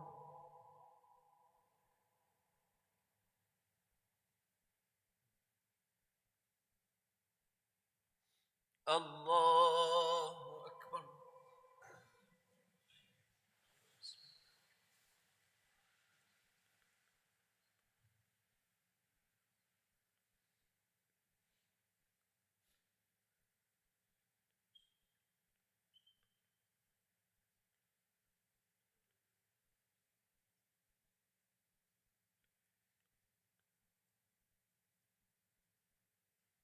الله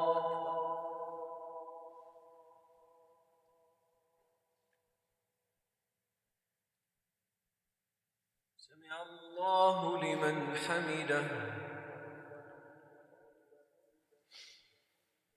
الله أكبر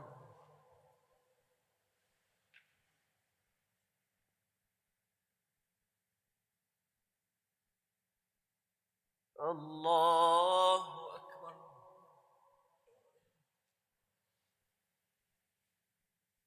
الله أكبر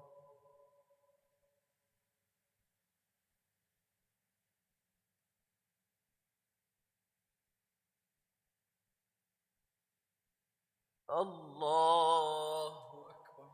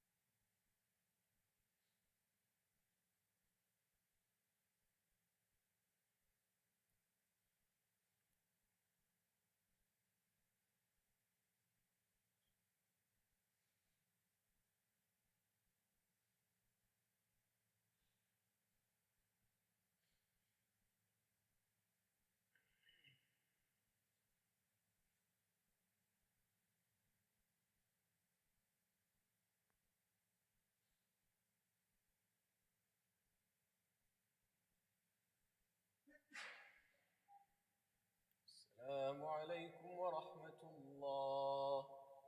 السلام عليكم ورحمة الله.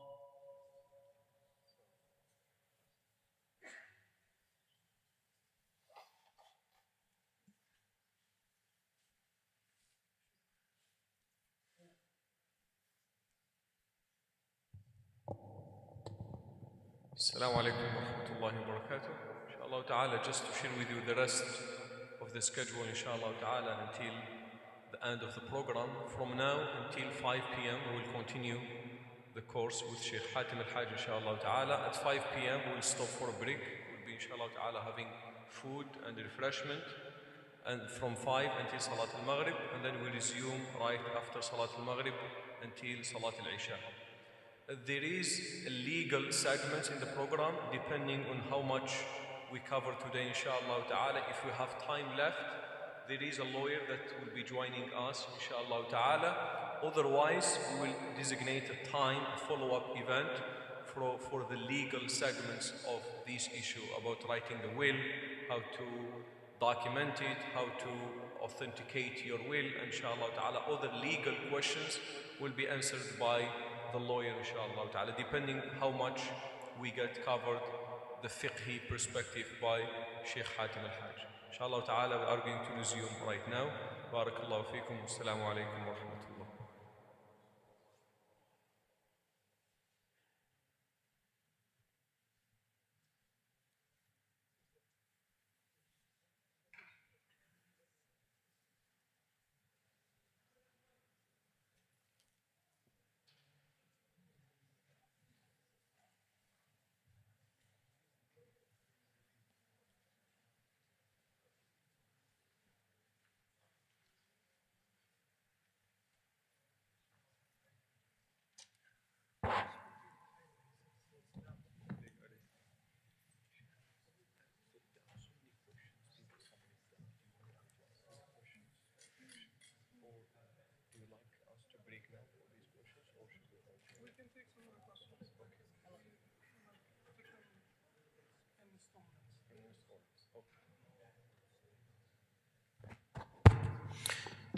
Assalamu alaikum. Inshallah ta'ala, I will be getting few questions, inshallah ta'ala, that are submitted online, and we will answer some questions, inshallah ta'ala, then we will continue.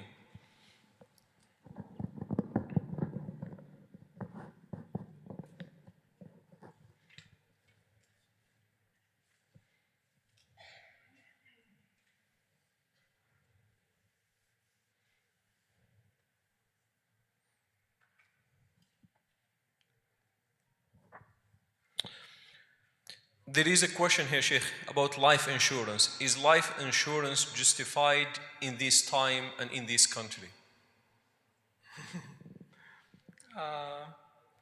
Okay, it's a little bit unrelated, but the life insurance issue, in general, when it comes to insurance, the prohibition of insurance is not as severe as the prohibition of riba.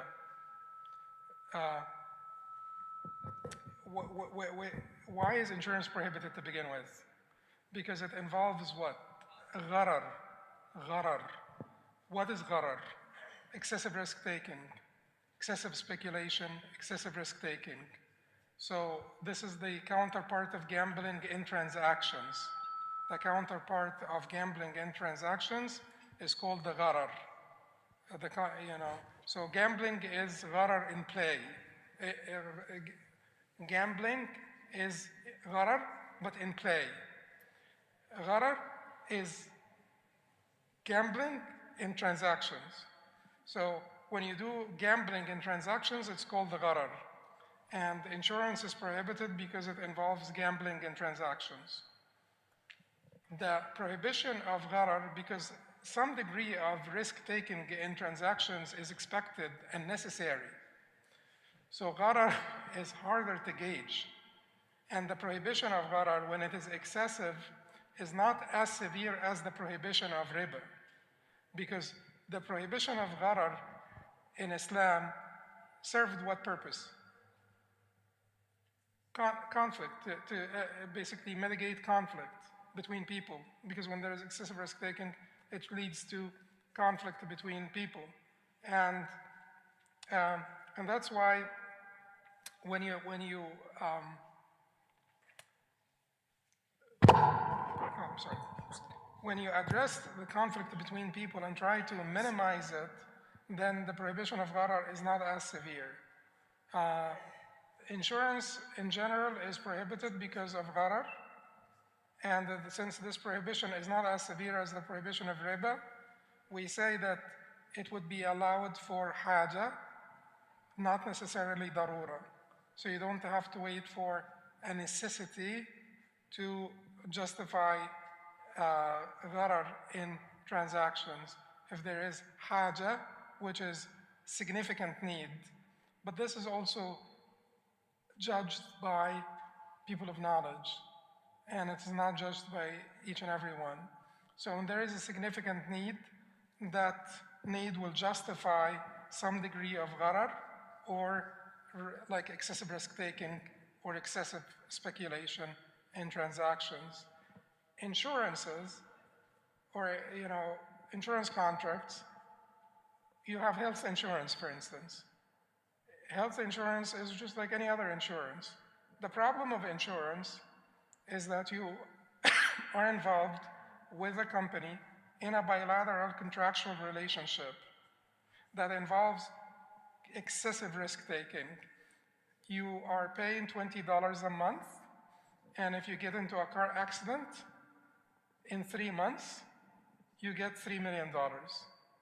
You're paying $20 a month or $200 a month, and you continue to pay for the rest of your life and get nothing out of it because you didn't get into a car accident.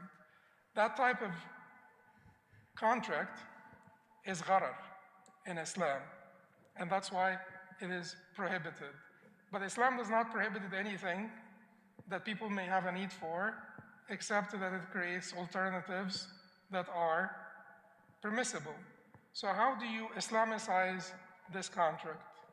How do you Islamicize insurance in general? By making that company, that insurance company, a co-op.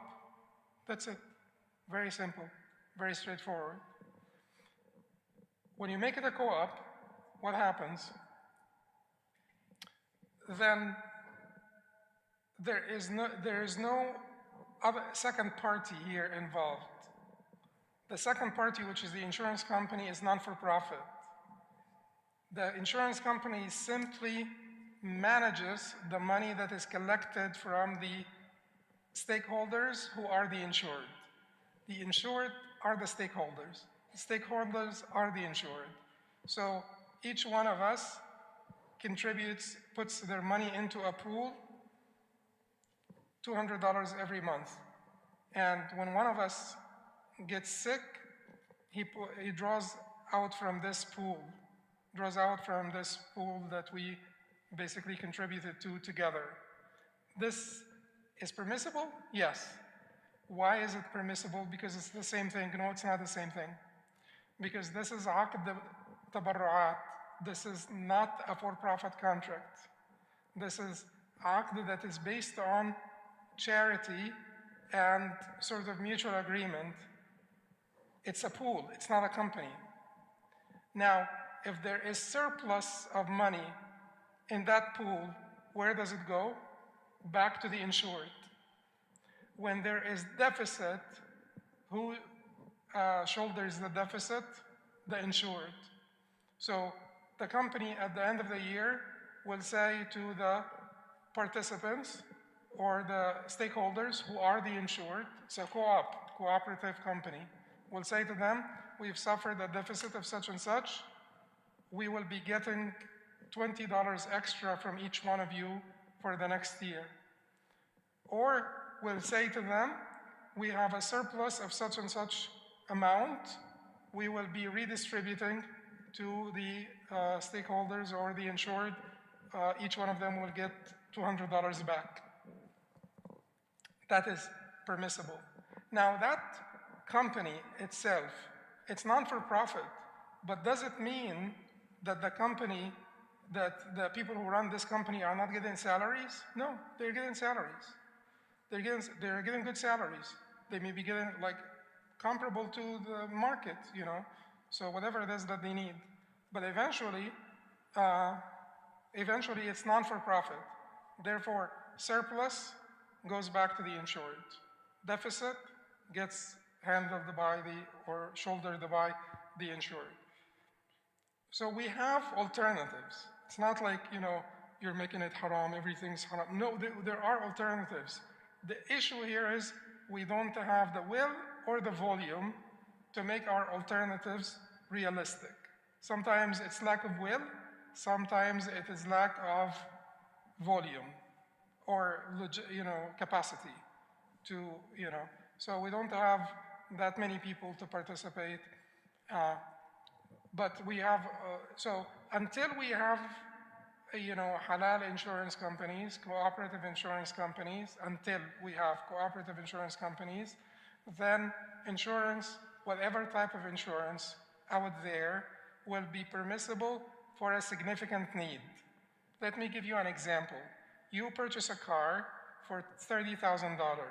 All you have in the bank, you know, after you've purchased this $30,000 car, all you have in the bank is $20,000 or $30,000.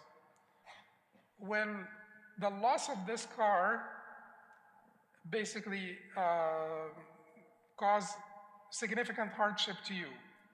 Yes, then there is a need for you to have a comprehensive insurance on your car. Of course, the liability insurance, everybody needs it because you're not going to drive otherwise. Comprehensive would be needed by you if you are a millionaire and you go, you have like $1 million in the bank and you go buy a $20,000 car. Will the loss of this car cause immense hardship to you? No, probably not. Therefore, you don't need the comprehensive. You don't need the comprehensive. Likewise, in general, insurance, if we have the halal insurance, everybody could get insurance. They don't have to have a need for it. If they want it, they get it. It's halal. If we don't have the halal forms of insurance, which many Muslim countries have them, by the way. So in Malaysia, they have them. In Jordan, they have them. In many Muslim countries, they have these types of cooperative insurances. Here in America, there are some cooperative insurances as well. So if you don't have halal ones, then it depends on the need. Health insurance, everybody needs it. You know, there are certain types of insurance, liability insurance, of course everybody needs it because you're not gonna drive. Comprehensive, many people need it. Life insurance, you know, AMJA has issued a declaration last year or the year before saying that life insurance would be permitted for people who would otherwise fear from true hardship for their survivors. Like, you know, people who don't have the luxury of extended families that can take care of their kids after them, and they fear from a true hardship that their survivors may face upon their death, they may be allowed to have it. Now, the life insurance that your employer gives you without your participation, everybody says this is halal. You know, most people, not everybody, but most people would say this is not a problem because it's, you know, some money that people are offering you without your participation. That's fine.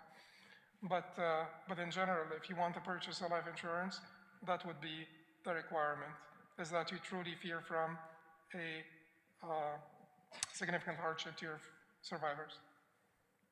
Sheikh, can we consider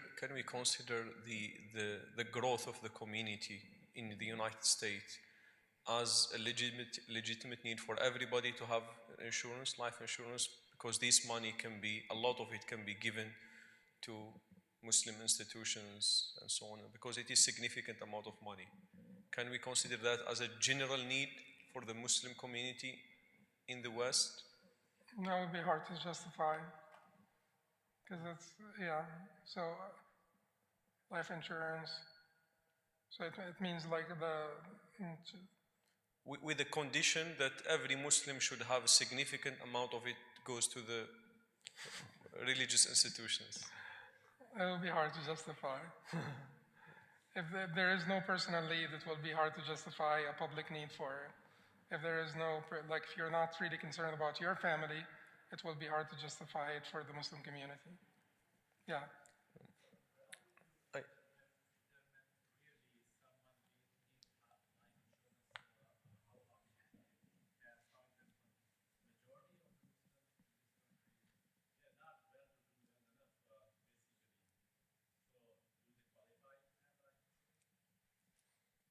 It will have to it's based on multiple factors. Like some people have life insurance through their employers.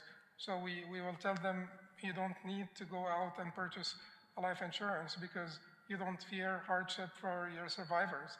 You have life insurance through your employer. Some people are wealthy enough. A lot of Muslims here in this country are wealthy, by the way. No, they're you know, the we're above average when it comes to the. So anyway, those people will not need the life insurance because they're wealthy enough. They don't fear for their survivors. There is some degree of subjectivity, of course. There is some degree. The whole religion has areas where there is a degree of subjectivity. When we tell women don't wear attractive colors outside, is there a degree of don't wear anything that is attractive in and of itself? Because part of the conditions of hijab is to not grab attention, repel attention, not grab attention. Isn't it subjective to some extent? Would we be forcing women to not wear, certain colors or numbers? Just give them a catalog of different numbers and say these numbers are okay, these numbers are not okay. We're not going to be able to do this. So we will leave it to the inner compass, conscience, mindfulness of God. So don't wear something that will grab attention. So she will have to determine, and you will also have to determine if your kids will be in distress after you. There is some subjectivity that we can't avoid. Some subjectivity we cannot avoid. Sheikh, there is a question about life insurance and inheritance. It's connected. Should we Okay. ask it right now? The question is, if I have a beneficiary, my wife, and I die, and she receives the entire amount, should she distribute it as if it is my money and part of the inheritance, or this is her money because I never owned the money? Okay, so that was an issue that was debated inside Amja a lot when it comes to the beneficiaries of the life insurance. I believe that you could determine your beneficiaries. Not part of inheritance. No, because it has not been owned yet by you. So life insurance can be determined by the policy, what they call it? Policy holder. The policy holder. Yes. Yes. You could determine your beneficiaries.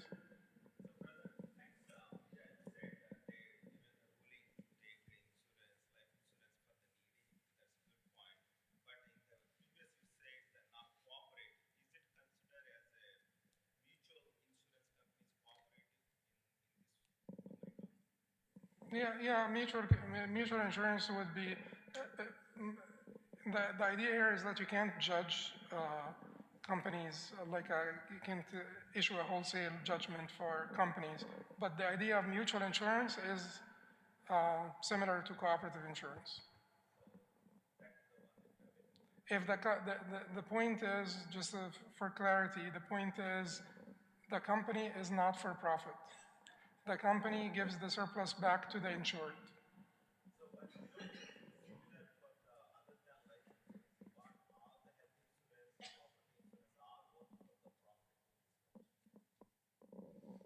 So if the company is for profit, then that is conventional insurance, and that is what is prohibited in Islam, and it would not be permissible unless there is a significant need for it.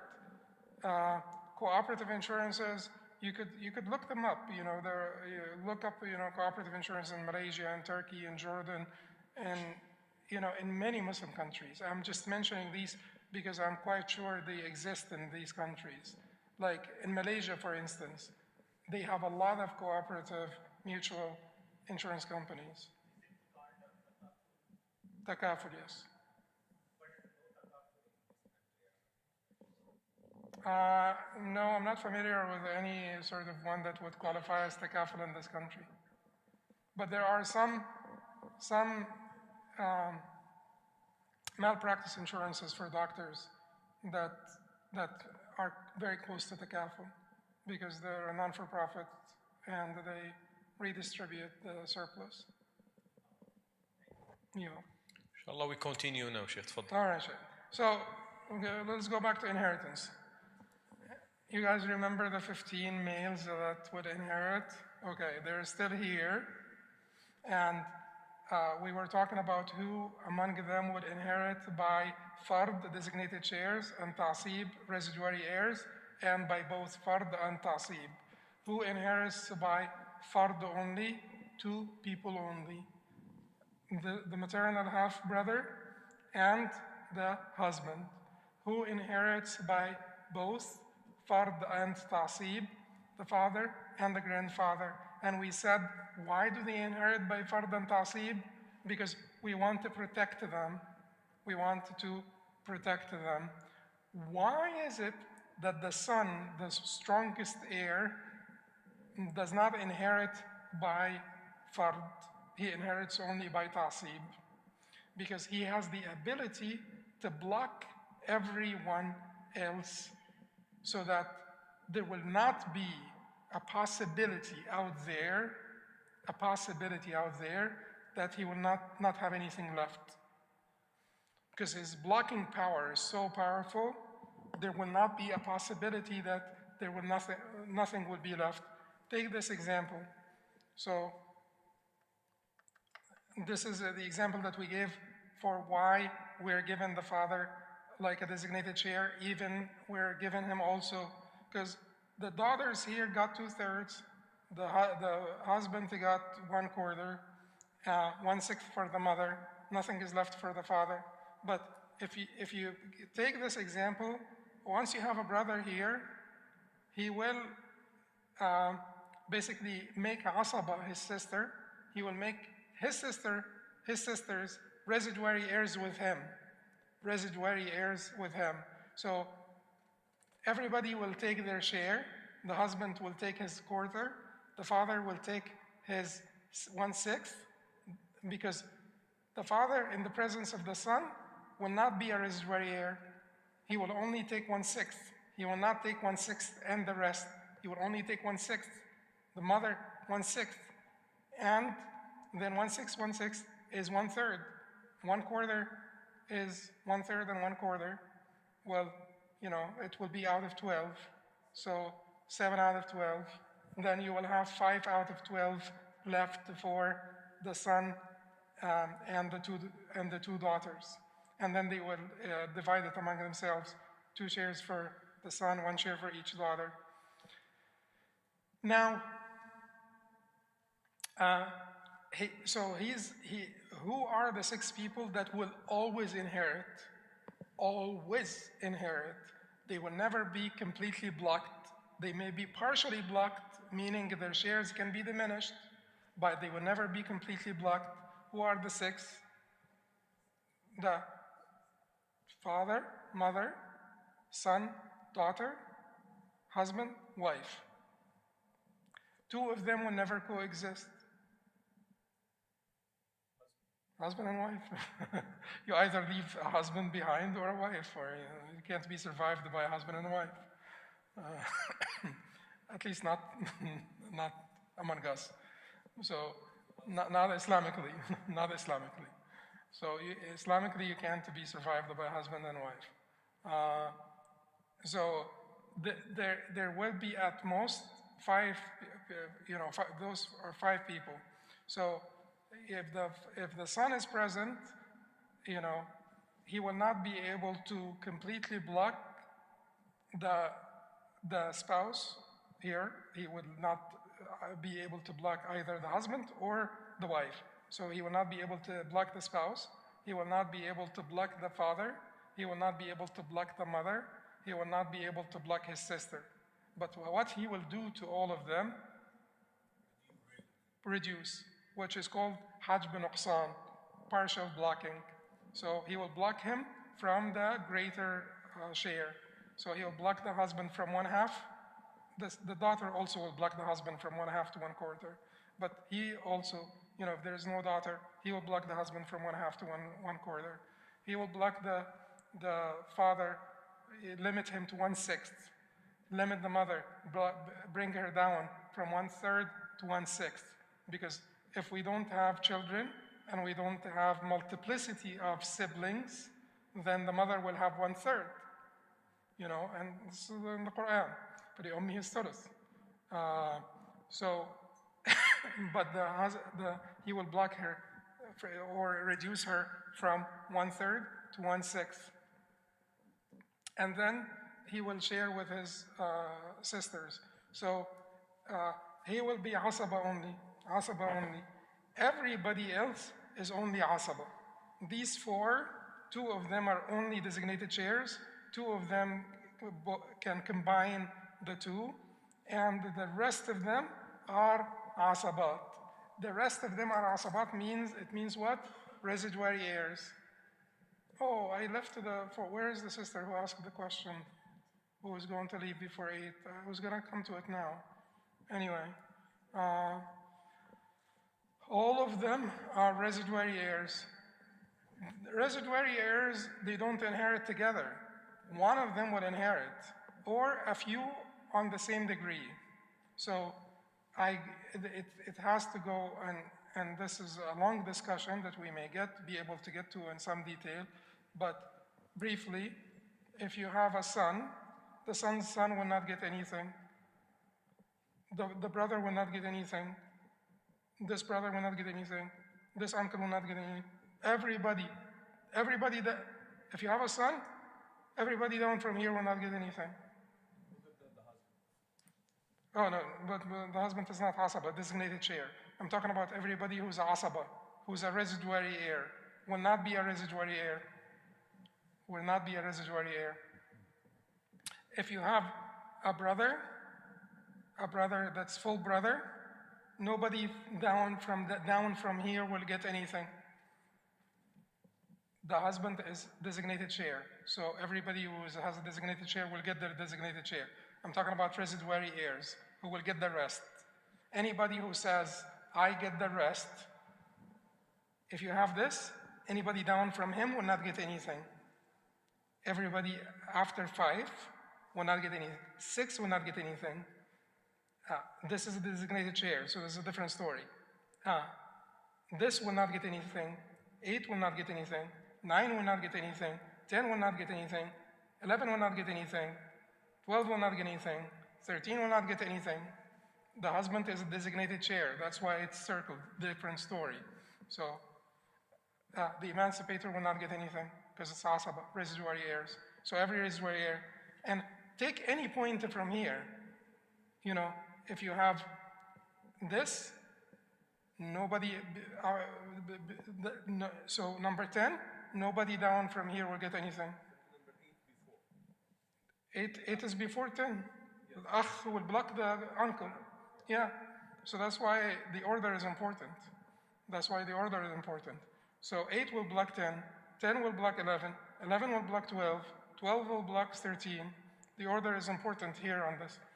And, okay, so if you have a full brother, the half paternal brother will not get anything. If you have a half paternal brother, that's number 6, right? The number 8 will not get anything, even though he's the son of the full brother. But the half paternal brother is stronger than him. So you're survived by your half paternal brother and the son of your full brother. Who inherits? And there is extra after all the people with designated shares got their designated shares. And now you have your half paternal brother and the son of your full brother. Who gets the rest? Half paternal brother comes before the son of the full paternal brother. So now you've been survived by, so the closest one to you, given these numbers, is three sons of your paternal brother. 3 sons of your paternal brother. Who inherits? All of them. Because how do you distinguish between them? How do you distinguish between people in general? There are 3 considerations. 3 considerations. One is called al-jiha. Jiha, well, if you translate this, would be direction. The second is called al-qurb, proximity. The third is called al-quwwa, strength. The third is called al-quwwa, strength. So when it comes to ta'asib, the only thing on this that, I started from here when I said look down, because this jiha this direction is the strongest. Descendants, they beat ancestors. So descendants, that is al-fara, al-warith, jihat al-bunuwa. Bunuwa would be filiality. Jihat al-bunuwa beats everything else, even the ancestors. Will he completely block the ancestor? No, because the father would always have something. So that's why we're giving him 1/6 as a designated share, because the son beats him in ta'asib, as a residuary heir, beats him. But we will keep 1/6 for him as a designated share. Okay? So, al-jiha, direction. Bunuwa, first. Ubuwa, second. Third will be jududa and ukhuwa at the same level, which is grandfathers and siblings on the same level. Which siblings? The full and the half paternal. The half maternal is a designated share, is not competing as a residuary heir, and will not inherit in the presence of the grandfather. Will be blocked by the grandfather. The half maternal is, blocked by many people because it's kalala, so if you don't have a descendant or male ancestors, if you don't have descendants, period, or male ancestors, then it's kalala, and this is when the half maternal will inherit. But, so bunuwa first, ubuwa second, bunuwa filiality, ubuwa paternity, third, grandfathers, these are the paternal grandfather, and brothers. We put them together as third. Why? Because I'm Hanbali. And the dominant position in the Hanbali madhab is that it's complicated. It's a big story how grandfathers and brothers inherit together, but they don't block each other. This applies also to Malikis and Shafi'is. What did the Hanafis say? And keep in mind, it's not only the Hanafis, it's also a position within the Hanbali madhab, but not the dominant one. So the Hanbali madhab has 2 positions, one like the Hanafis and one like the Malikis and Shafi'is. The dominant one is like the Malikis and Shafi'is. So, but what did the Hanafis say? The Hanafis don't have jiha called the jududa. Jududa is like ubuwa. The Hanafis consider the grandfather to be like the father in this sense, which means what? In the presence of a grandfather, the siblings will not get anything. The grandfather will block the siblings, according to the Hanafis. And it makes the inheritance laws much easier for the Hanafis. Because if the grandfather blocked all the siblings, then it will be much easier from here on. Then, after this, after Jududa and Ukhuwa, Umuma, uncles, and follow the same order. Uncles come after the Ikhwa. And then Abna al-Umuma, the children of uncles. And then uncles and the children of uncles is basically all the way. But it recurs in this order. Uncles and their children. Further uncles and their children. Farther away. Uncles and their children. And how do we do this? Okay.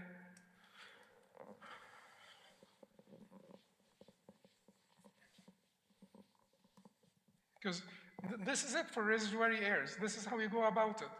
So here you are. This is your father. This is your mother. This is your grandfather. This is your grandmother. This is, whatever. Your father's grandfather. So there you are. Or actually, let's make them a little bit more. Yeah.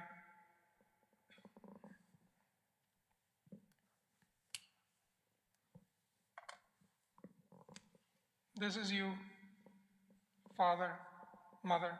Okay. So, this is your father, right?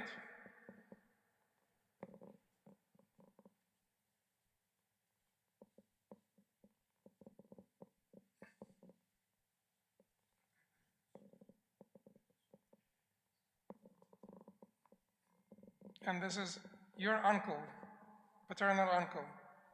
And your paternal uncle kids coming down from your paternal uncle, okay? This is your grandfather, and this is the brother of your grandfather. And then you have the kids of the brother of your all males, because here this is residuary heirs, talking only about males now. Okay. Like, do you remember this example when we said you have 3 sons of your brother, and we said they will all inherit? What if there are 2 sons and 1 sister? The 2 sons only inherit, because this is not now we got after the sisters, after your sisters, nobody after that, lower than that, no women lower than that will inherit, because no designated heirs, and they will not be residuary heirs. We will not require them to bail you out when you kill somebody by mistake. So now this is your great-grandfather, and this is the brother of your great-great-grandfather, and these are his kids.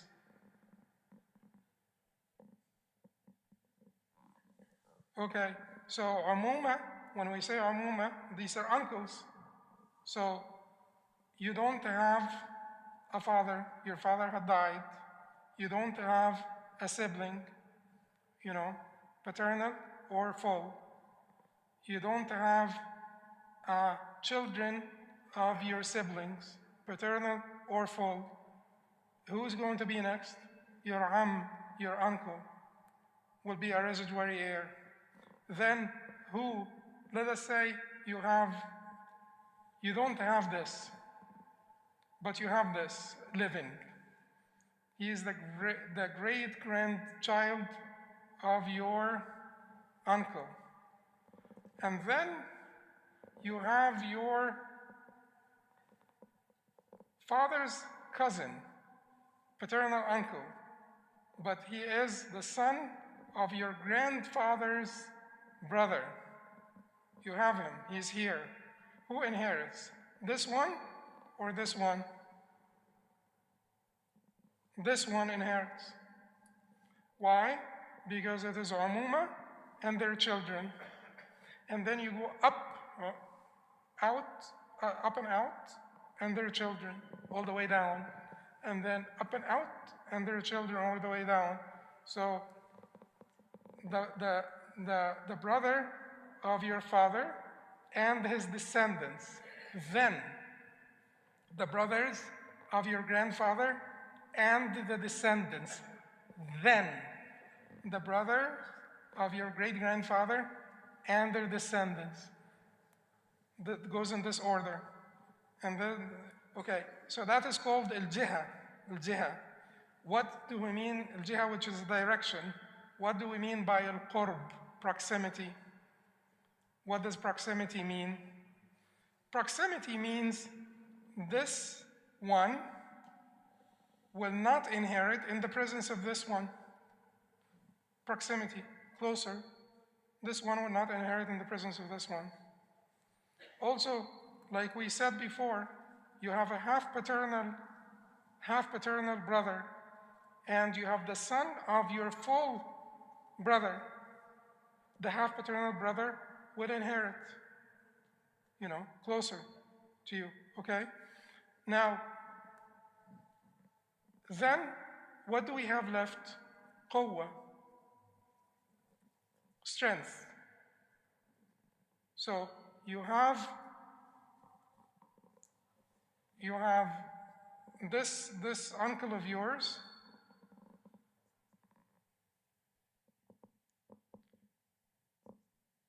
There are two uncles. One of them is your father's full brother, and the other one is your father's half-paternal brother. They're different directions or the same direction? Jiha, same. Proximity, same or different? Same. Strength. Okay, the full brother of your father will bar the half-brother and will take everything. Because it's لِأَوْلَى رَجُلٍ ذَكَرٍ. It's the closest male relative.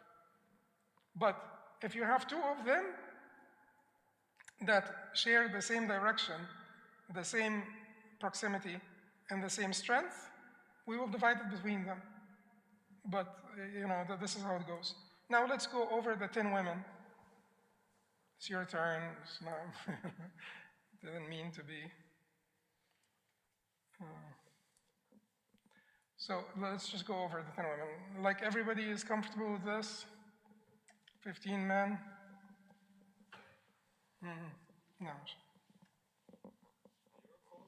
Scholars mention about the eternal half-brother, wisdom of why he in particular gets designated chair? Because he's not a residuary heir, and he's still close enough to get a designated chair. Like, it is to recognize the proximity.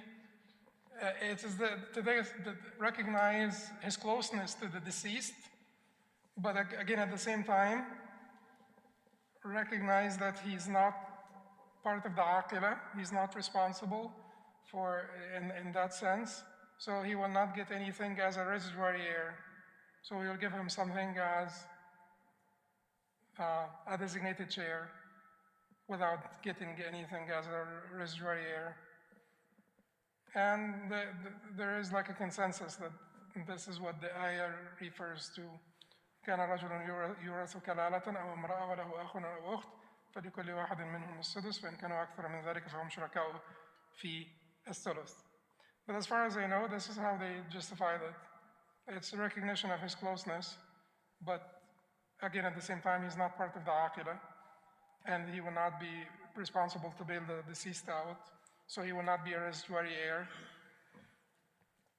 He will not get the rest. Yeah. Anyway, and at the end of the day, there are some things that we have to say, سمعنا وأطعنا, because some things we may not be able to wrap our heads around them quite completely. So we look for wisdoms, and at the end of the day, we say سمعنا وأطعنا. But certainly looking for wisdoms is important because that's how you show the coherence of the system. The 10 women.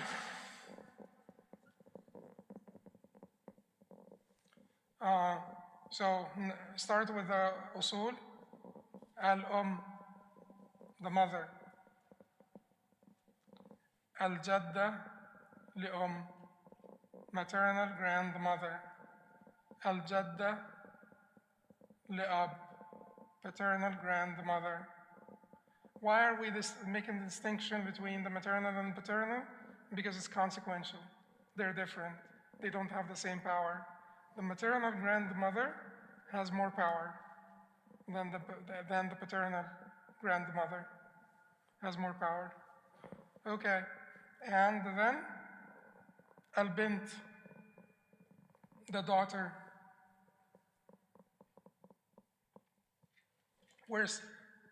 The fact that we're starting by al-usul does not mean that the usul are more powerful than the furu'a. The furu'a are more powerful than the usul. It's just that you don't want to start by the branches before the roots. Start by the roots in the order. But who has more power?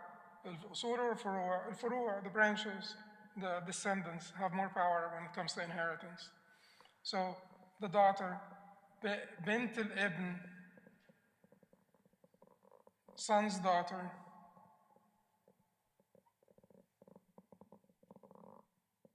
Okay, so we have 1, 2, 3, 4, and 5. Then we have 3 sisters. Al-Ukht al-Shaqiqa, that is the full sister. Al-Ukht al-Ab, that is half paternal or paternal half sister. Paternal half sister. Yeah, Sheikh Muhammad always, helps me with with the English.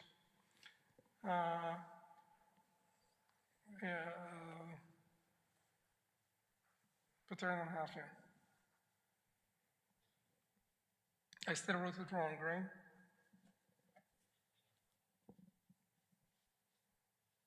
Paternal. Don't worry, Sheikh. We're all about the clear family. No, I always like to be corrected. There's no problem whatsoever. So al-ukht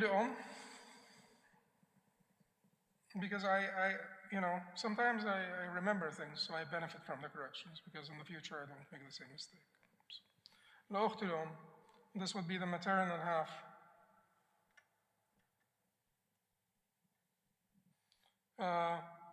Then what is that now? 1, 2, 3, 4. Wait a second. Okay. 4, 5, 6, 7, 8. Who are the 2 that are left? Zawja is the wife. Al-Mu'tiqa is the female emancipator. Female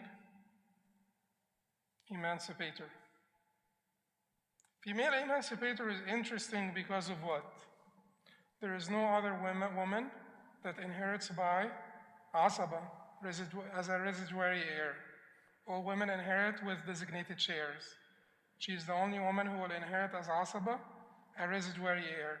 She gets the rest, the female emancipator. She gets the rest. But also the emancipation thing is so weak, because if we don't have any other, if nobody else is there, they would inherit. If nobody else is there, they would inherit. Will we give them, will we put them before a rad or after a rad? We will put them before a rad as Hanbalis. Shafi'is will put them after a rad, which means what? Like I have,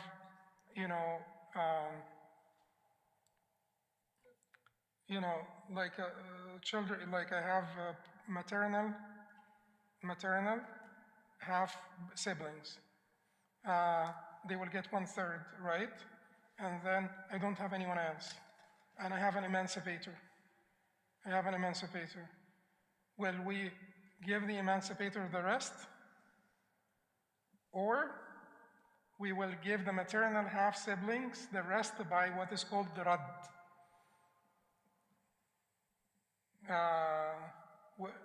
Hanbali said you give it to the emancipator. Shafi'i said you give it to the maternal half-siblings. So the emancipator anyway is pretty weak, but it is there, and it is to encourage people to emancipate because they know that, at some point they may be entitled to something. And it creates also this type of allegiance between the people and and this allegiance was also helpful for the slaves themselves, because the slaves used to be attached to the tribes.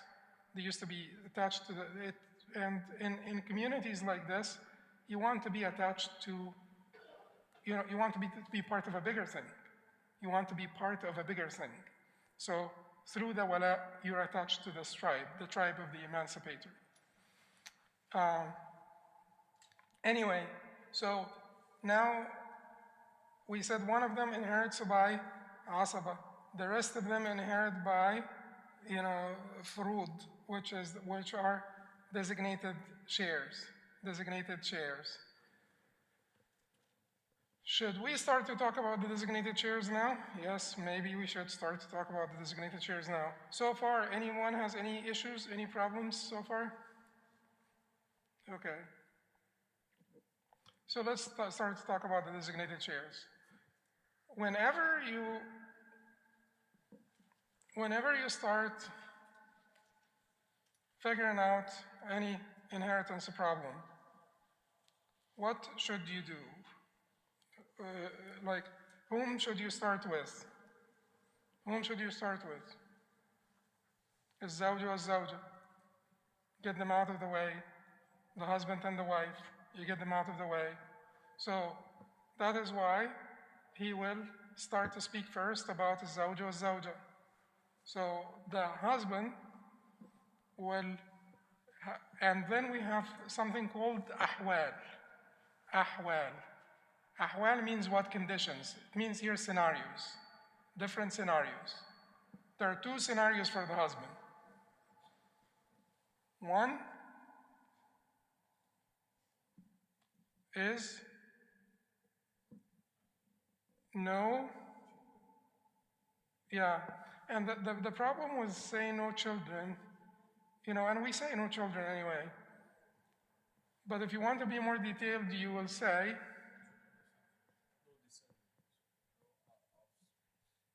so مع عدم وجود الفرع الوارث.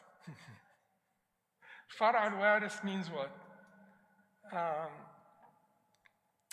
Descendants entitled to inheritance. Because when you say descendants, and I have 3 daughters and a son, by the way, so I'm not I have 3 daughters and a son.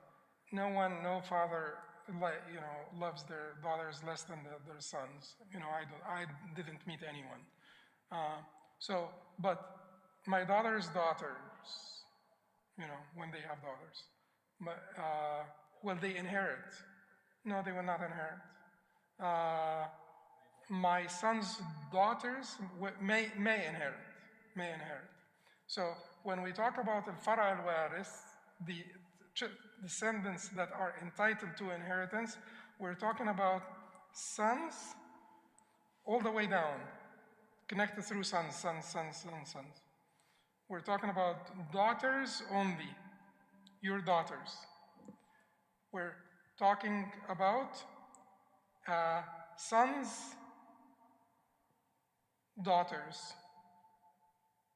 So I have a son, he can inherit. Of course, son and a daughter. My son and my daughter will always inherit. Son's son, ibn al-ibn. This is how they usually say it. Ibn al-ibn, bint al-ibn. 2 males, 2 females. Son, son's son, daughter, son's daughter. So ibn al-ibn, no matter how many generations down. And then bint al-ibn means what? it is bint al-ibn and bint ibn al-ibn and bint ibn ibn ibn al-ibn and bint ibn ibn ibn ibn ibn al-ibn, because as long as there is an ibn coming from an ibn, then you could call it an ibn. But not bint al-bint, and not bint bint al-ibn, and not bint ibn al-bint. Getting confused? No. So it's all males coming down from the son. It's the daughter, the immediate daughter. And so this would be the son and the son's sons. This is 2 of the 3, 1 and 2 of the 4 daughters. Bint al-ibn is the daughter of your son, the daughter of your male grandson connected to you through males, the daughter of your male great-grandson connected to you through males. That's bint al-ibn, okay? So I don't have al-far' al-warith. I don't have heirs entitled to inheritance. I don't have heirs entitled to inheritance. The husband will get 1/2. I have far' warith, far'un warith, descendants entitled to inheritance. The husband will get 1/4. The wife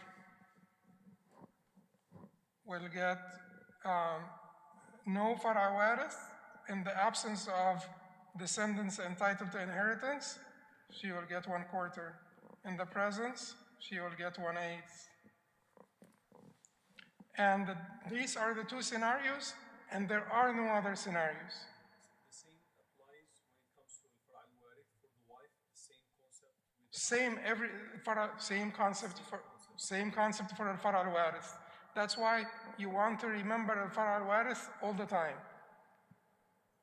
There's a question there. There's a question you have? No questions in the back? No. So the same concept applies to al-far' al-warith. It's the, Now, wife and husband, we talked about the wife and husband and ahwal. They're never residuary heirs. Do they get anything by rad? Rad is when you get the surplus redistributed. Like if there is surplus, they don't. They're the only ones who don't get anything by rad. What is rad? To redistribute the surplus. If you have 1 daughter, if you were survived by 1 daughter, what does she get? 1/2. She's the only one. What happens with the other 1/2? She gets it. Yeah, she gets it how? By rad. Rad means redistribution of the surplus. There is surplus, so she will get it. It will be proportionate, because if you have a daughter, if you were survived by a daughter and the mother, what does the daughter get? 1/2. What does the mother get? 1/6, right? Okay, what about the other 1/3? We divided between them based on their portions, based on their shares. We divided between them based on their shares. So remember when we said the denominator moved from 12 to 15? Okay, so the daughter will get 1/2, the mother will get 1/6, okay? So what denominator will you use? 6 is the denominator you use. So here, 6 divided by 6 is 1. 6 divided by 2 is what? 3. You're going to make the denominator now 4. So instead of the daughter getting 3 out of 6, she will get 3 out of 4. And instead of the mother getting 1 out of 6, she will get 1 out of 4. That's simple. Shaykh, The husband and wife, There are two questions about the share of the wife. Can we Yeah. ask them Yeah, before we yeah, move? yeah. The question here, how can I divide the share of the wife if I have multiple wives? This is called tazahum.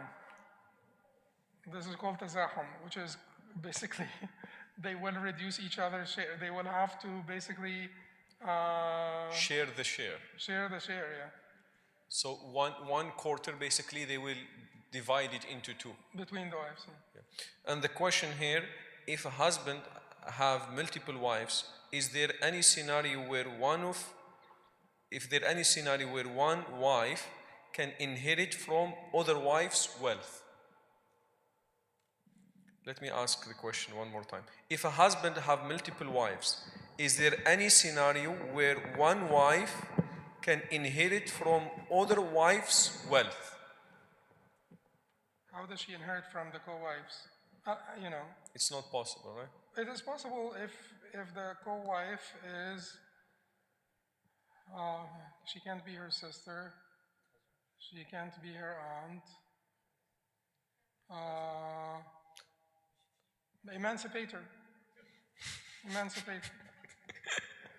But in general, that's not possible because wives are not inheritors of each other, right? Oh, of course. Yeah.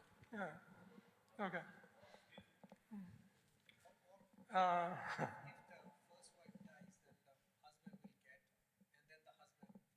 Oh, all right. Well, that's, yeah. Anyway, so at AMJA is the Assembly of Muslim Jurists in America, and I usually try to advise people to check out the fatwa and the declarations of AMJA. Yes.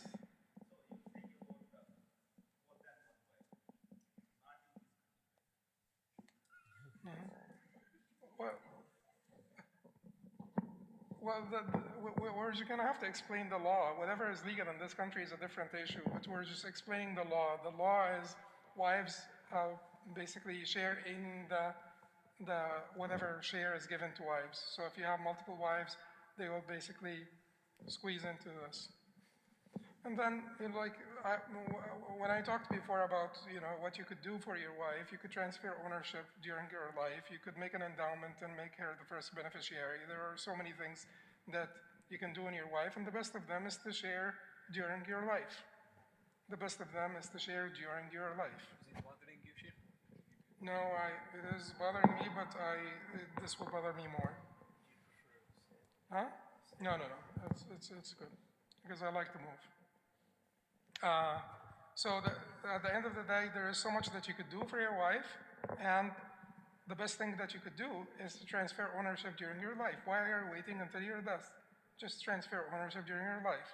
And I think that this is fair, reasonable, and we've been talking, one of the main concerns that AMJA has, and there are so many fatwa to serve with this purpose, is the stability of the Muslim family. And women have the same earning potential as men, almost the same, almost, not the same, but almost the same. 300 years ago, that was not the reality. 400 years ago, that was not the reality. When work meant, fighting, blacksmithing, sheep herding, farming, these types of jobs required a much greater deal of physical strength than most women can afford. Therefore, there was not the same earning potential. Now that they have the same earning, almost the same earning potential as men, then we will have certainly to consider this and try to motivate women to prioritize their family, And if you tell them, if you prioritize your family, you're not going to get anything more, then, good luck. See who's going to prioritize their families, and that will certainly be detrimental to the stability of the Muslim family. So if she stays for 40 years, and then you divorce her after 40 years, and you tell her goodbye, then it's very unlikely that her daughter or her niece or her neighbor will want to repeat the same sort of story. And then you will be basically, so when we talk about the fatwa needs to adapt to circumstances, that's what we talk about.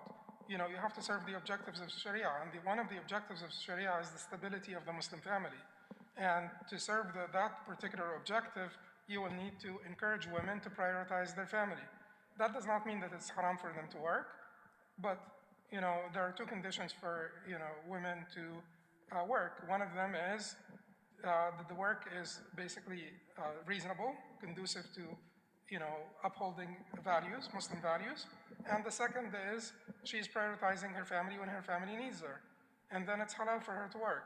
But if she wanted to prioritize her family and she doesn't get compensated for that, or that does not, we don't basically consider that sacrifice and compensate her for it, then it's very unlikely that that many women would want to repeat her story.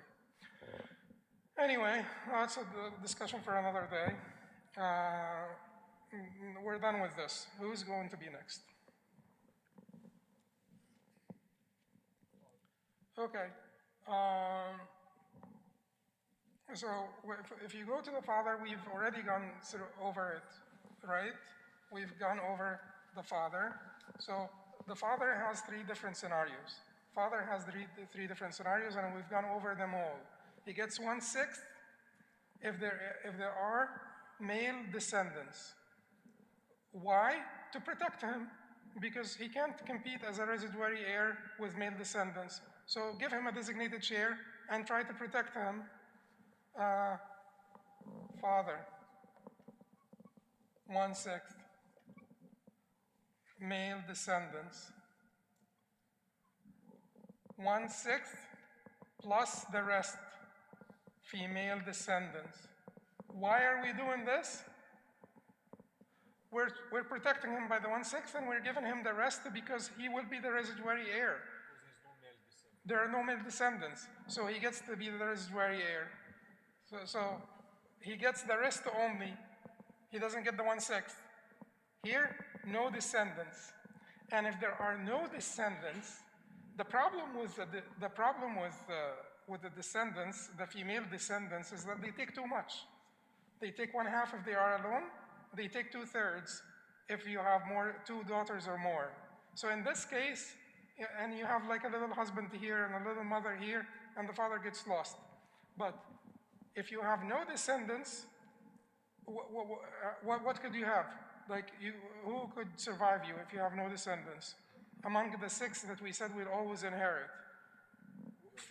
Your mother, your wife, or your husband, because the husband gets more. So what if you are survived by a husband and the mother? The husband will get and the wife and what else? The mother gets 1/6. So you still have 3. So 1/2, 1/6. Then you will have 3/6 for you'll have 1/3. 1/3 will be left. 1/3 will be left. Then it will go to the father as a residuary heir. So he got enough. There is a particular scenario that makes it a little bit problematic for the father. What is it? You have a zawj, a husband. You have a mother.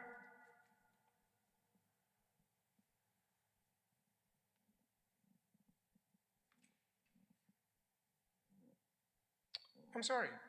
In the previous scenario, we made a mistake. Why did the mother get 1/6 in the previous scenario?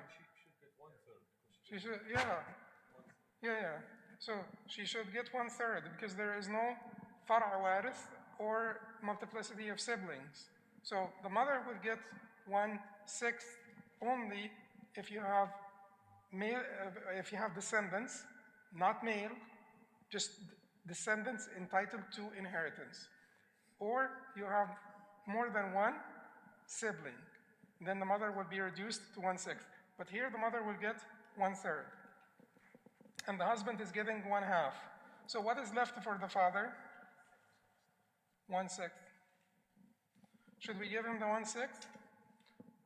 This is called al-Umariyya or al-Gharrawiyya. This is a particular mas'ala where Umar radiallahu anhu said no, this is not happening. Umar said that the husband will get his 1/2, the mother will get 1/3 of the rest, not 1/3. Of the rest after the husband gets 1/2, and the father will get the rest. What is the rest? 2/3 of the rest. So in this case, the husband will get 1/2, the father will get 1/3, the mother will get 1/6. Because honestly speaking, this child probably got his wealth through his father.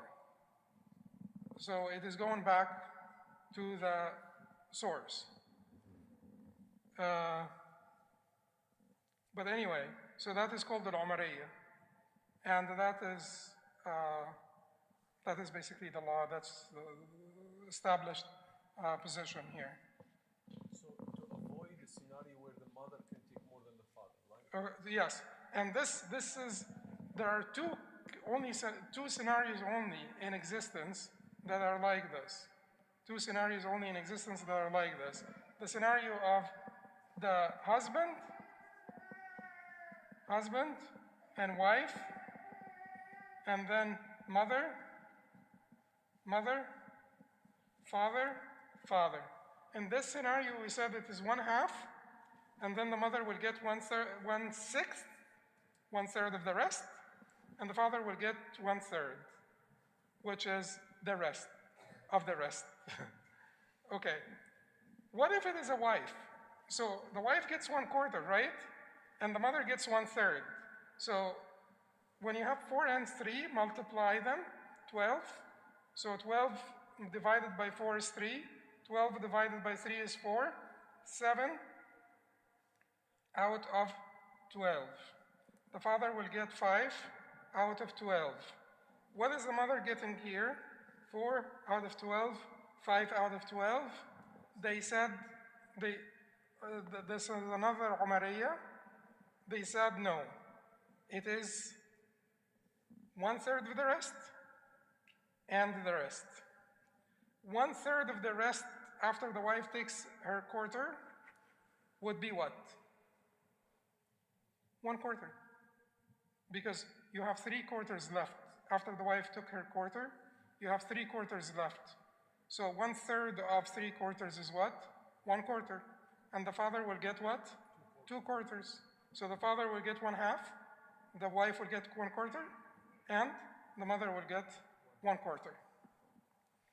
So, but in general, without al-Umariyat, we're having this, consistently there. And also, al-Umariyya does not affect the father, by the way, because the father is getting the rest. We say it is still the rest. It is still the rest. But we had to do a little bit of maneuvering so that the rest for him is not too little. These are the only 2 scenarios where we have to do a little bit of maneuvering so that the rest for the father, who is likely the source of the wealth of the child, is not too little. It's time for a break. Okay, inshallah. So we're up to the father. Should we take that? Can we ask after the break? So we have just half an hour for food, people to refresh, inshallah. And also Shaykh also need some rest. Barakallah fikum. Jazakumullah khair. So inshallah we can go to the lobby, inshallah ta'ala, help yourself, and then we resume right after Salat al-Maghrib. Barakallah fikum.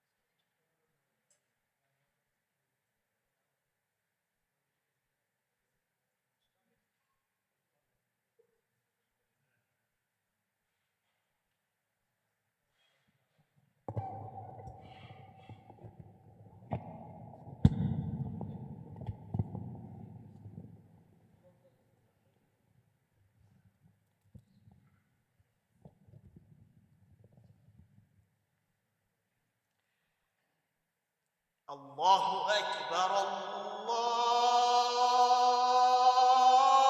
الله أكبر الله أكبر الله أكبر أشهد أن لا إله إلا الله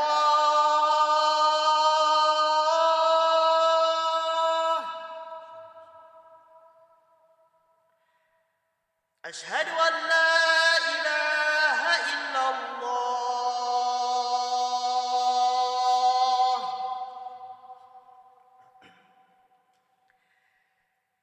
أشهد أن محمدًا رسول الله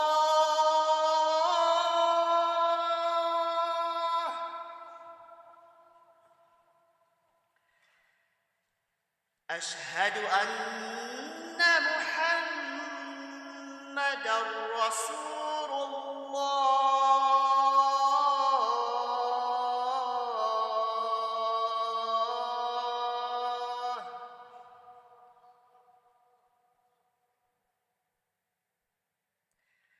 حي على الصلاة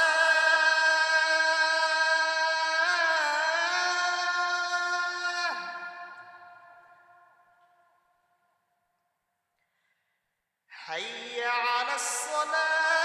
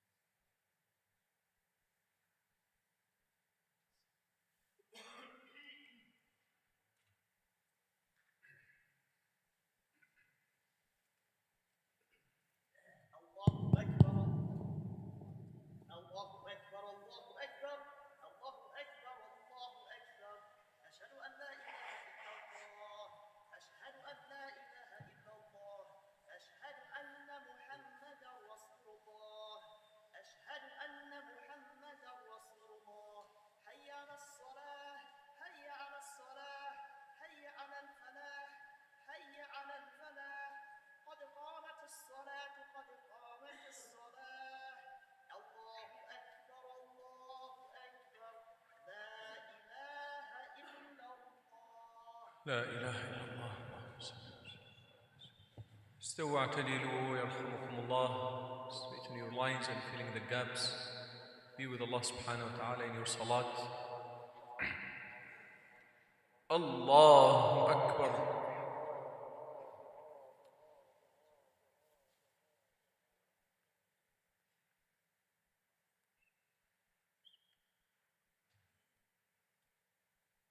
الحمد لله رب العالمين الرحمن الرحيم مالك يوم الدين إياك نعبد وإياك نستعين اهدنا الصراط المستقيم صراط الذين أنعمت عليهم غير المغضوب عليهم ولا الضالين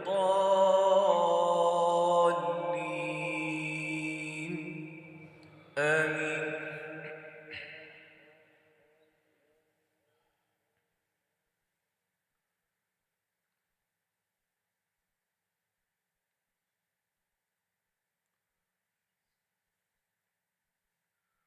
وله ما سكن في الليل والنهار وهو السميع العليم.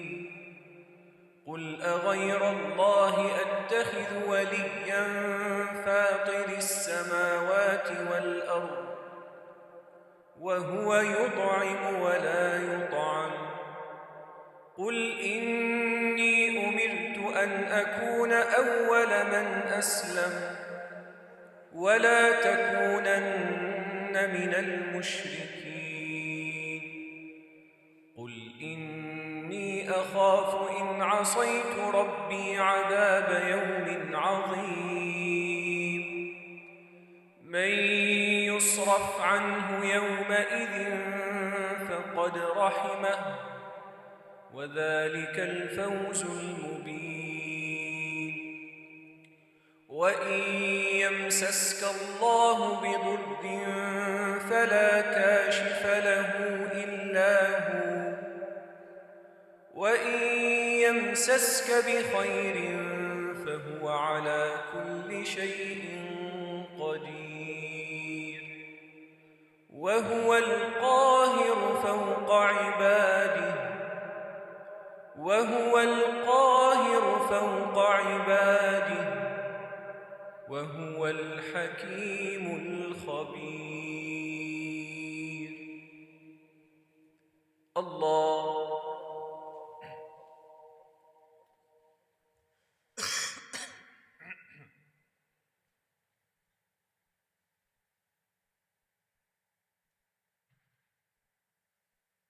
سمع الله لمن حمده.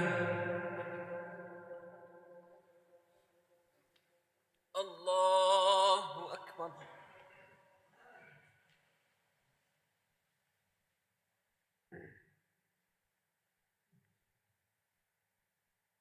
الله أكبر.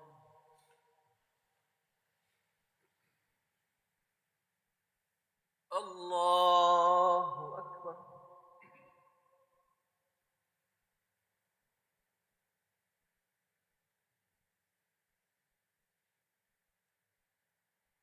الله أكبر.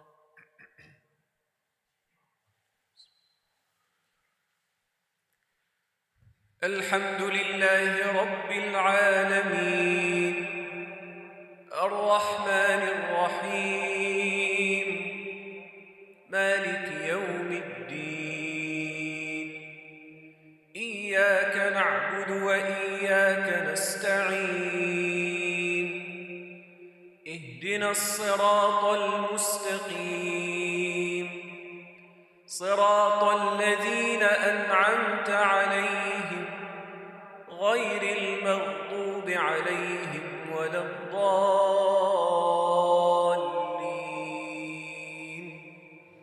آمين.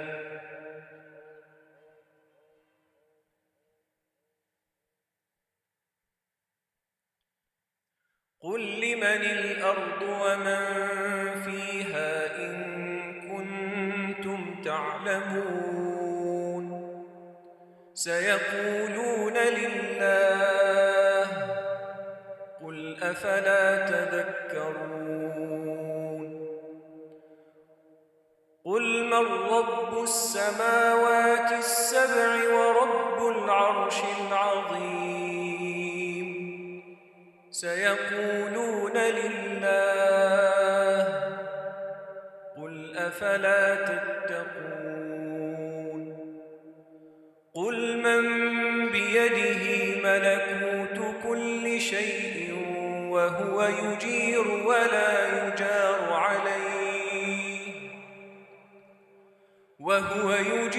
ولا يجار عليه إن كنتم تعلمون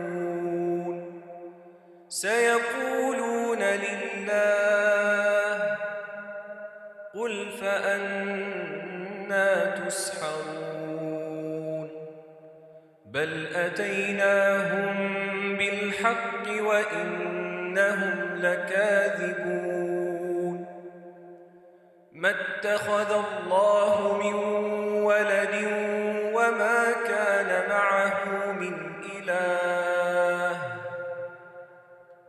إذا لذهب كل إله بما خلق ولعلى بعضهم على بعض سبحان الله عما يصفون عالم الغيب والشهادة فتعالى عما يشركون الله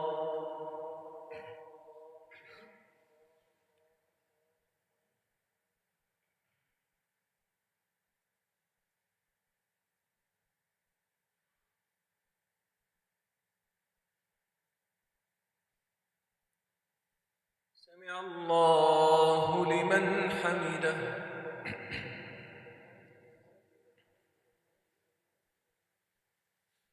الله أكبر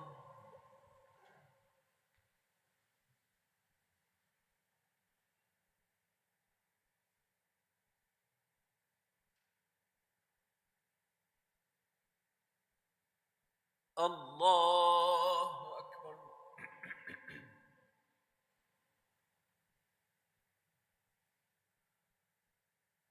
الله أكبر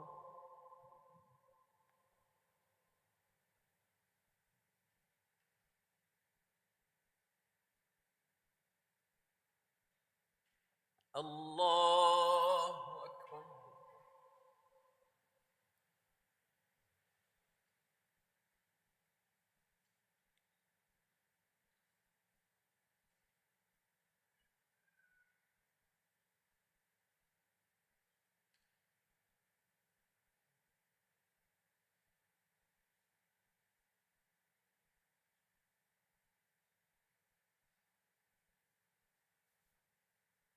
الله أكبر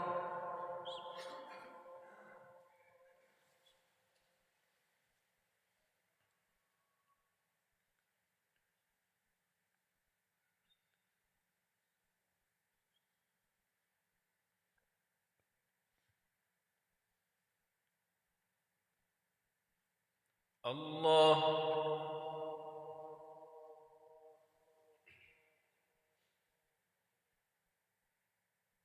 سمع الله لمن حمده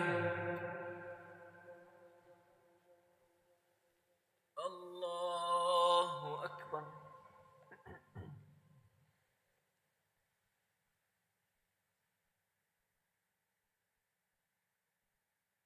الله أكبر الله أكبر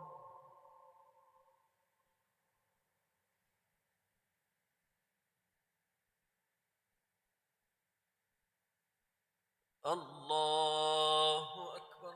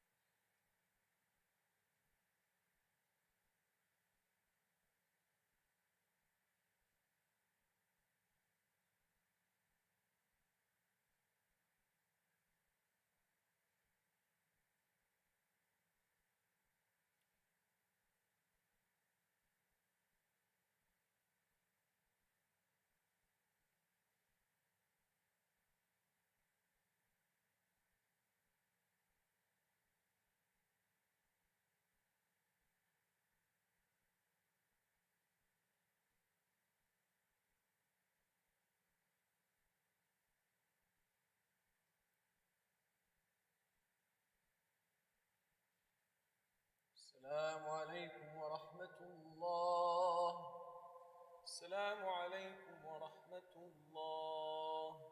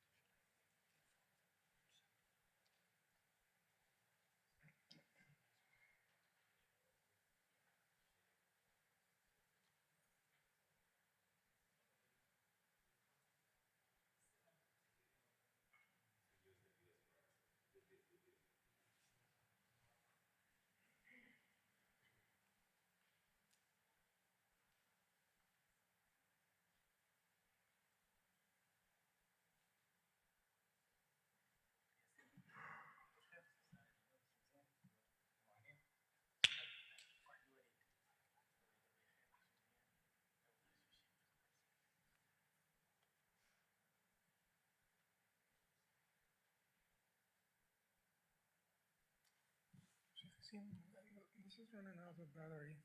Is there a charger for this? Yes.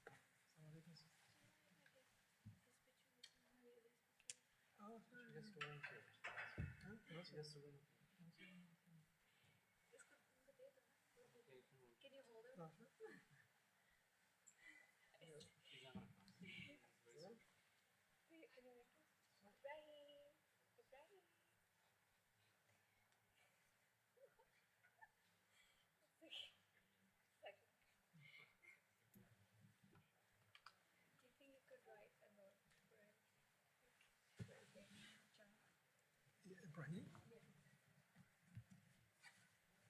In Arabic or English?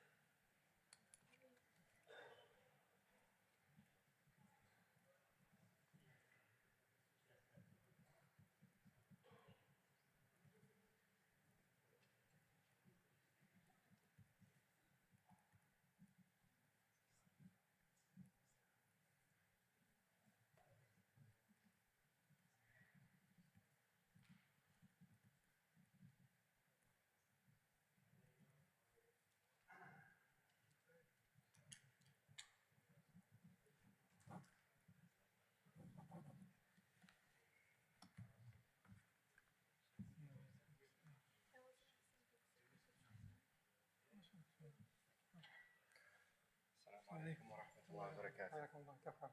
الحمد لله. I just want to say my salam. إن شاء الله، جزاك الله خير. اليمين أخي؟ ريان. ريان؟ ما Yes, شاء الله. it's nice to meet you. ربنا يكرمنا وندخل من باب الريان. إن شاء الله.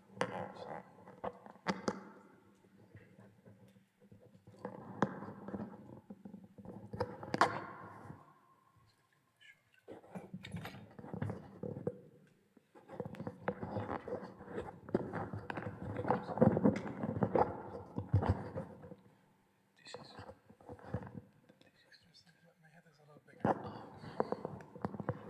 He's customized.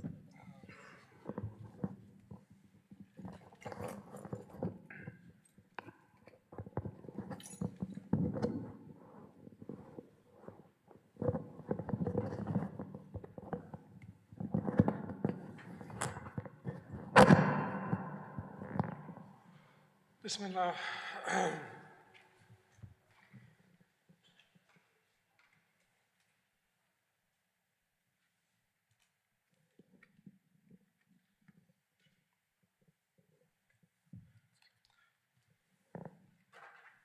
بسم الله الحمد لله والصلاة والسلام على رسول الله وعلى آله وصحبه ومن والاه. So I'll try to go a little bit quicker through the different ahwal or scenarios for each one of the heirs so that we get to the fun part of it, which is when you basically give me whatever problems or scenarios and we'll work on them together. Work on basically assigning shares together, because that's basically the fun part of it. And you feel that you actually get something out of it. So we're talking about the father, and we're done with the father, aren't we? We are done with the father. And the three different scenarios for the father. Now, he will tell you now that the grandfather will take the place of the father. So the same scenarios that apply to the father will apply to the grandfather. What are the scenarios? 1, 1/6. And this is in the presence of male descendants. 1, 1/6 plus the rest, 1, the rest. So the grandfather seems to be just like the father. What are the differences between the grandfather and the father? One of the differences, a major difference between the grandfather and the father is the father blocks the grandfather. The father blocks the grandfather. So the grandfather will not inherit anything in the presence of the father. The father is never blocked by anyone.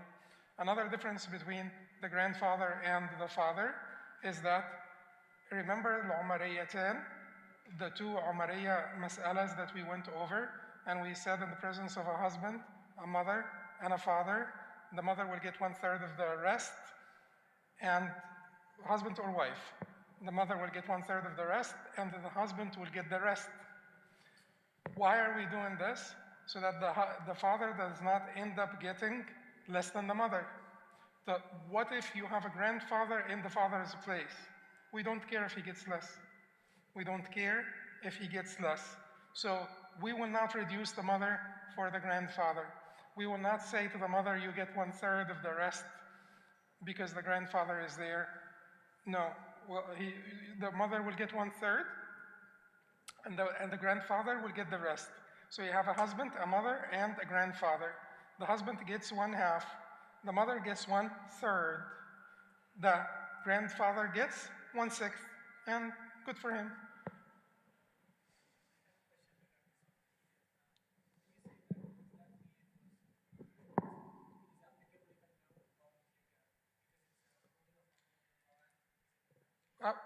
Everything is applicable now. It's all applicable now. So these are differences between the grandfather and the father. What is another big, huge difference between the grandfather and the father, according to the Malikis, Shafi'is, and the dominant position in the Hanbali madhab? The grandfather does not block all the brothers or the siblings. What does he block? He blocks the maternal ones, the maternal half siblings. He blocks them. They don't inherit in his presence. Does he block the full? No. Does he block the paternal half? No. So what happens in this case? What happens in this case when you have a grandfather and siblings? You will have two scenarios. We can actually just bring it down to one scenario, but here in the book, he will give you two scenarios. It will ultimately boil down to one scenario. You have a grandfather, siblings, and nobody else. Nobody else. Grandfather and siblings, no other heirs. So the grandfather in this case, if you have a father and siblings, you know, full brothers, a father and two full brothers, what does the father get? Everything. He blocks the full brothers. He gets everything, the whole thing. A grandfather and two brothers. What do the Hanafis say in this case? The grandfather gets everything and he blocks all the brothers. What do the Malikis and Shafi'is in the dominant position in the Hanbali madhab say in this case? They say no. The grandfather will not block the brothers. How did Zayd convince a big group of the Sahaba? This is a disagreement amongst the Sahaba. So who's saying, like Imam Abu Hanifa, the grandfather will block everyone? Big names. Abu Bakr, Mu'adh ibn Jabal, you know, Aisha, big names. So, but the majority of Muslim scholars to take the position of Zayd ibn Thabit. Zayd ibn Thabit was particularly praised by the Prophet ﷺ for his knowledge of fara'id. The Prophet said, وَأَفْرَادُهُمْ Zayd.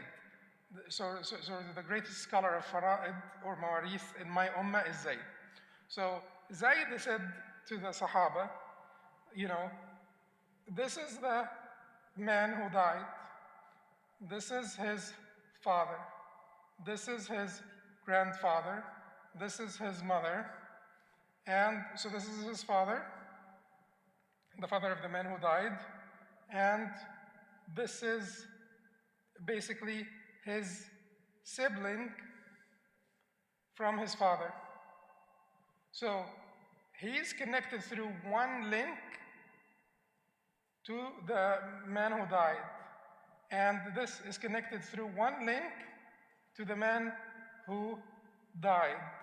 And it is the same link, the father. So the father's father, the father's son. Why are we giving the father's father and not giving the father's son? They're connected through the same link.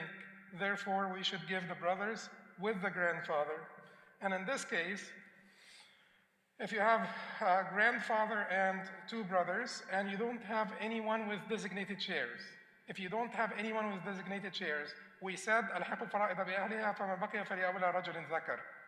Basically, give the designated shares to those who are entitled. Whatever is left goes to the closest male relative. Now, I don't have designated shares. What do I do here? I give the grandfather the better of two options. 1/3 of the inheritance, or I will make him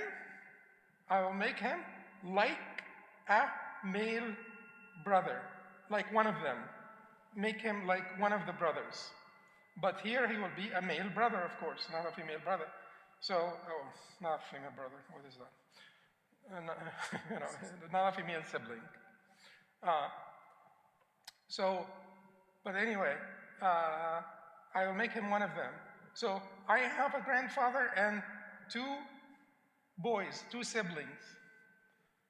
Which one is better for him? 1/3 or to join them? They're both the same.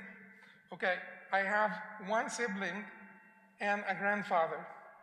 What is better for him? To be a sibling, half and half. I have 5 siblings and a grandfather. What is better for him? To take the third. Now, I have another scenario where I have designated shares. So I have a mother in the picture.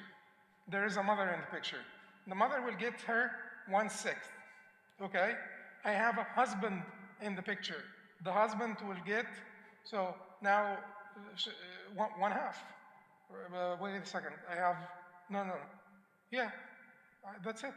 I have a grandfather, siblings, a mother, and a husband. The husband will get 1/2 because there is no fara waris. There are no children here, or no offspring entitled to inheritance. Okay, so 1/6 and 1/2. Then the grandfather,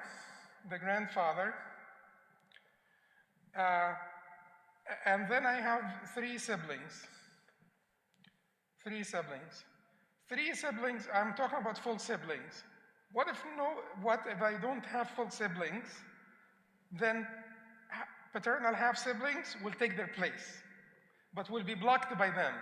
Yet in their absence, they will take their place. They will be treated like them. What about maternal half siblings? They will not get anything because they don't inherit with the grandfather. B blocks them. The father blocks all siblings. The grandfather blocks maternal only. Okay, so in this case, what I will do is I will give the designated shares to those who are entitled. I will give the designated shares to those who are entitled. After I give the designated shares to those who are entitled, I will give the grandfather one of the better of three options. 1/6 of all, 1/3 of the rest after the designated shares, or like one of the siblings. Here in this case, what is best for him? So 1/2, 1/6 is what? So this would be 1/6 is, 1/2 is 3/6. So 4 out of 6. All I have left is 2 out of 6. 2 out of 6 is what I have left. So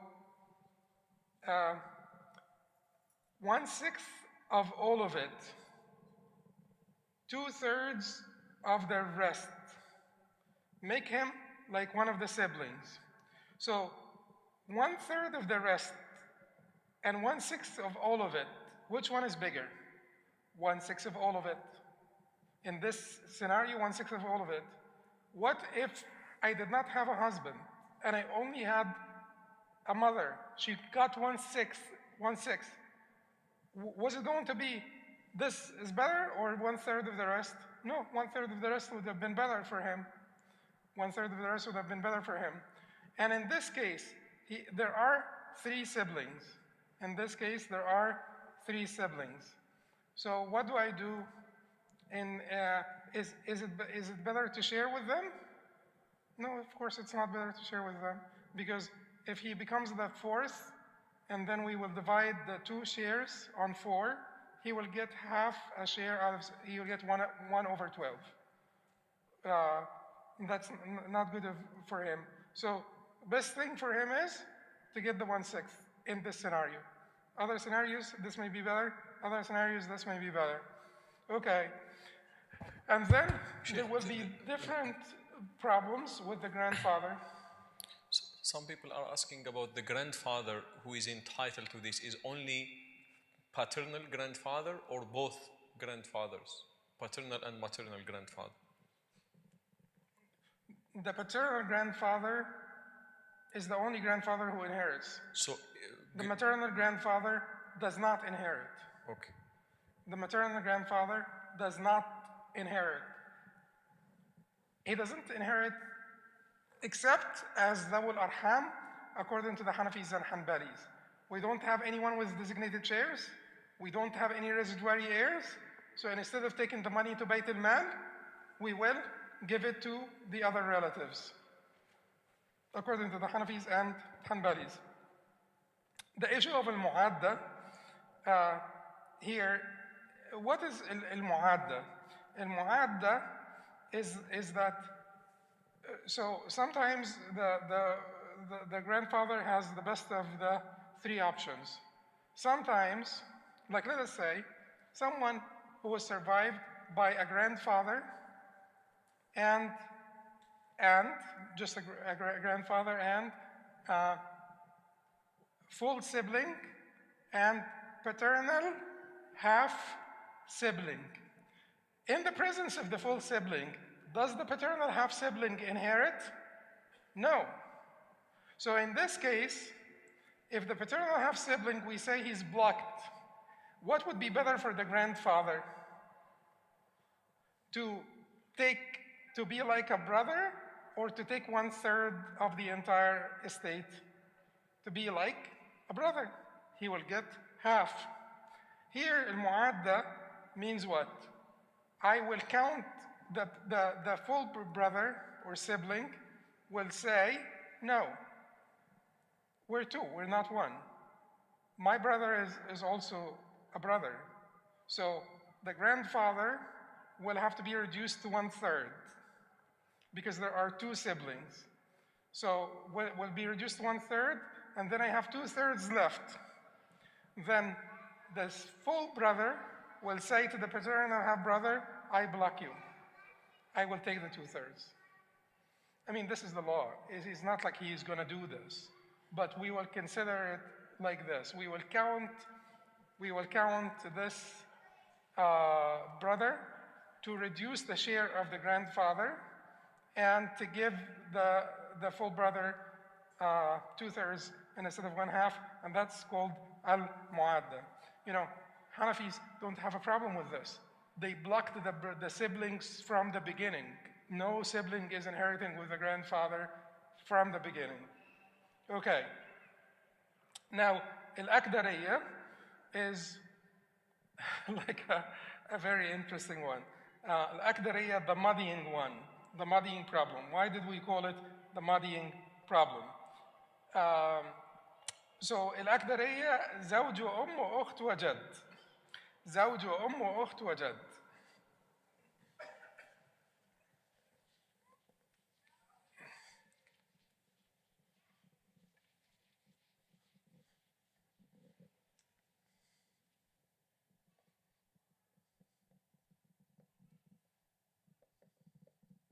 So this is the grandfather, this is the sister, this is the mother, and this is the husband.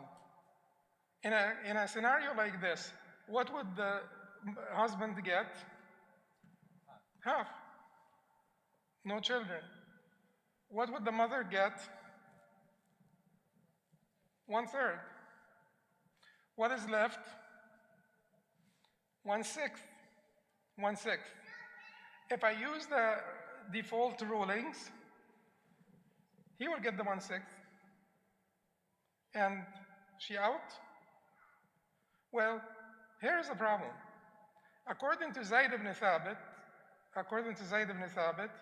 the sister does not have a fard, a designated share, with the grandfather.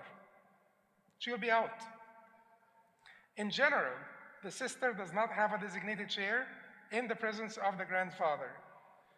And in usual, like if you have like a grandfather and 3 male sibs plus 2 female sibs. Now, and that's it. What does the grandfather get in this case? What would be best for him? 1/3? Of course, 1/3 will be best. The 2/3, they will share them. You know, they will share them because here, 3 siblings and 2 sisters, each one of the male siblings will get 2 shares, and she will get 1 share. So they will basically, each one of the girls will get 1 share, because al-ikhwa wal-akhawat are like the children in the sense that يعصب بعضهم بعضا. They become asaba among themselves, 2 portions for the male, 1 portion for the female. So they will inherit like this. What if I have one female sibling only and 1 male sibling only?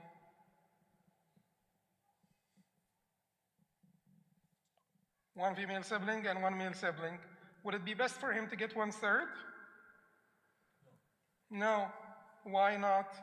Because here, if he becomes like them, then I will consider him like the male siblings. So 2 shares, 1 share. So I will divide the estate by 5 shares. She will get 1 out of 5. 2 out of 5 is more than 1/3. And he gets 2 out of 5. الأخت الشقيقة, the sister, doesn't it say in the last verse in Surah النساء يستفتونك قل الله يفتيكم في الكلالة إن امرؤ هلك ليس له ولد وله أخت فلها نصف ما ترك إن لم يكن لها ولد فإن كانت اثنتين فلهما الثلثان مما ترك. So وإن كانوا إخوة رجالا فللذكر مثل حظ الأنثيين يبين الله لكم أن تضلوا والله بكل شيء عليم. So in the last verse of Surah An-Nisa, the designated share is there, but the designated share applies to the sisters in the absence of الفرع الوارث. الفرع الوارث, the descendants entitled to inheritance, 4 types: الابن, ابن الابن, بنت الابن, and البنت. So in the presence of the descendants entitled to inheritance, the sister will not get a designated share. In the presence of الأصل المذكر, الأصل المذكر, she doesn't get a designated share. In the presence of the male ancestor, and this is male ancestors through males, not the maternal grandfather. Male ancestor, she doesn't get the designated share. What does she get? She gets like asaba with the brothers and the grandfather and so on. But the grandfather gets to get the best out of the different scenarios. So if I have, so in this case,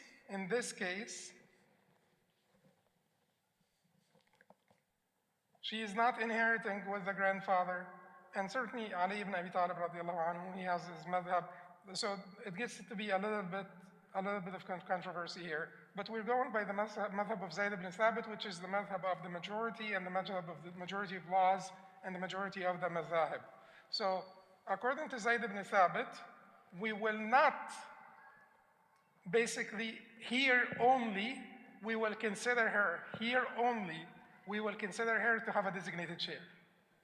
And we will give her half. And we will give him 1/6. But, so here, how do you figure this out? 6, this will be 3, this will be 2, this will be 3, this will be 2. Oh, 1. Okay. 6 divided by 6 is 1. So 3 plus 2 is what? 5. Plus 3 is what? 8. Plus 1 is what? 9. Okay? So 4 out of 9 for them, for the sister and the grandfather. Now the grandfather will tell her, well, that doesn't work. You know, I act like your brother. At least I would act like your brother. So if I act like your brother, then we will have to divide our share, all of our shares, the 4 out of 9, we will have to divide them, 2 for me, 1 for you, because I act like your brother.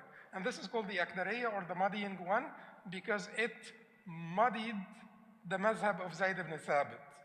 It made the madhab of Zayd ibn Thabit a little bit muddy here, because generally speaking, he doesn't give her a designated share. He would never give the full sister a designated share with the grandfather, but he came to this particular one and he gave her a designated share. And by giving her a designated share, it worked out for not only her, and that's the reason. That's the reason. This worked out not only for her, but also for the grandfather, because he's getting more like this. He's getting more. She's getting some, he's getting more. So who lost in this? The husband and the mother, because the shares were reduced. We went عالت من 6 إلى 9. So instead of the denominator being 6, the denominator became 9. So the husband, instead of him getting 3 shares out of 6, he got 3 shares out of 9. He got 1/3 instead of 1/2. So Shuraih, one husband got so frustrated, and he kept on going around. Shuraih al-Qadi, this is how he divided or adjudicated this case, and based on Omar's fatwa. And the husband kept on going around, and he kept on telling people, have you ever heard of a husband like without children? In a case without children, have you ever heard of a husband getting 1/3 instead of 1/2? People kept on telling him, no, we haven't heard. And he kept on sort of like giving a bad name or get bad reputation to Shuraih. And then until Shuraih caught him, and then he said, قَضَى بِهَا إِمَامٌ عَادِلٌ, that this was adjudicated before me by Imam Adil. That's Umar radiallahu anhu. So anyway, so this is Al-Aqdariyya. But I will not go over, because if we just go over everyone, it will be like, and some of these are names that are not consequential. Al-Umariyya is consequential, Al-Aqdariyya is consequential, and Al-Musharraka is consequential. Al-Musharraka is consequential. So let me go over Al-Musharraka so that we end 3 ones that have special titles are consequential. 3 masail, scenarios that have special names are consequential. Al-Umariyya, we went over this before. This is the case of the husband or wife with a mother and a father. And we said the mother will get 1/3 of the rest and the father will get the rest. Al-Aqdariyya, we just got done with it. What is Al-Musharraka? Al-Musharraka is this case where you have Zawj will get 1/2, will get 1/6, because you will have Ikhwa and Ikhwa Sheen, Ikhwa Sheen, Ikhwa Li'um.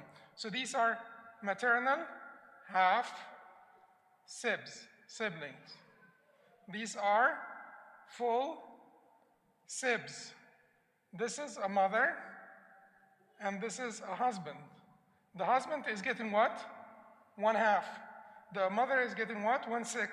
Why? Because when we address the mother, the shares of the mother, we will say she will get 1/6 in one of 2 scenarios.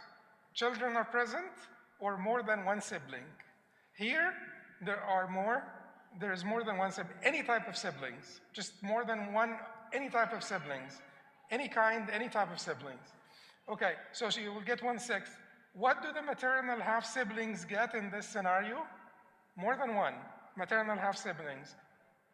وإن كان رجل يورث كلالة أو امرأة وله أخ أو أخت فلكل واحد منهم السدس فإن كانوا أكثر من ذلك فهم شركاء في الثلث. They will participate in 1/3. They will get 1/3. 1/3. In this case, 1/2, 1/6, 1/3. What is left? What is left?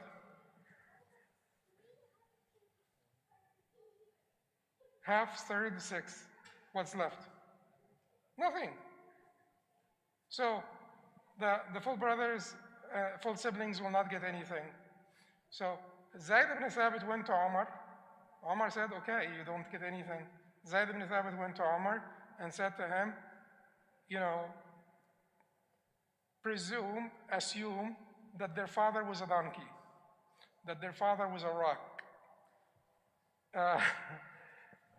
Because these are, so if this is the deceased, and this is the father of the deceased, and this is the mother of the deceased, these share the father and the mother of the deceased with him.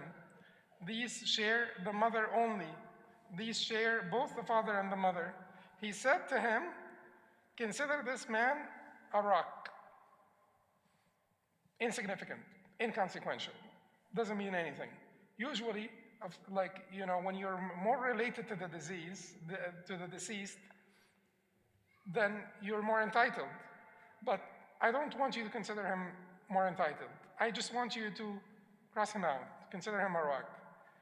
Then, what Omar did after Zayd said to him is that he counted those full siblings as maternal half, so that they get together to divide the 1/3 among themselves, all of them. How will they divide it? The brother will take 2 shares and the sister 1? No. Each one gets the same. Brothers and sisters, equal. Why? Because they're all connected to the deceased through a woman, to begin with, his mother. So they will get equal shares, brothers and sisters. فهم شركاء في الثلث. They are partners in 1/3. It didn't say للذكر مثل حظ الأنثيين, or 2 shares for the male, 1 share for the female. And these are the 3 cases where the special names mean something and they're consequential. الأكدرية, الأكدرية, المشركة, or الحمارية, or اليمية, or الحجرية. These are all names for this last one. And then الأكدرية that we just went over, and العمرية that we went over earlier. Okay, so This is the only case where siblings are in the same level, and the female and the male are getting the same share. This is the only case. the only case, maternal half are always getting the same. And in this case, we're treating them all as maternal half. So maternal half, they always get the same. مختصر زايد, and let's just go over the mother. So now the mother, what does the mother get? The mother gets one of, so we're not going to talk about the mother who had her child denied by the father, because it will get complicated. We're just talking about the usual scenarios here. The mother will get one of 2 things. Usually, 1/6, 1/3. Then we have this scenario in the Umariya where she gets 1/3 of the rest, where there is a spouse, a mother, and a father only. She gets 1/3 of the rest. But in general, the mother gets 1/6 or 1/3. When does she get 1/6? In the absence of children entitled to inheritance and 2 or more siblings. Keep in mind, siblings, period. I did not say paternal, I did not say maternal, I did not say boys, I did not say girls, siblings, that's it. And in the absence of those, the mother gets 1/6. Man, of course not. In their presence, in their absence, she gets 1/3. In their absence, she gets 1/3. In their presence, she gets 1/6. In the presence of any one of those. Children that will inherit, or 2 or more siblings. She gets 1/6. And these are the scenarios for the mother. What are the scenarios of the grandmother? What does the grandmother get? The grandmother gets 1/6. 1/6. When does she get 1/6? If there is no mother. She will get 1/6 if there is no mother. Which grandmother? No. Both. But, okay. So, okay.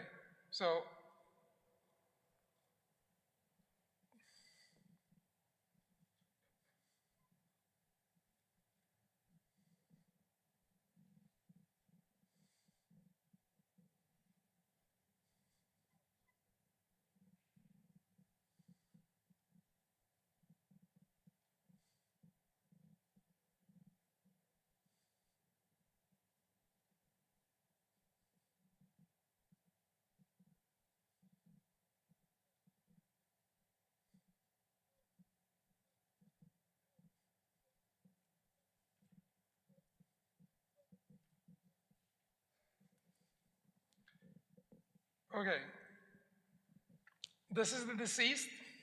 This is the father. This is the mother. This is basically this is the mother's. This is the father's mother. This is the mother's mother, okay? Both will inherit. The father's mother will inherit, the mother's mother will inherit. If they come together, they will share the 1/6.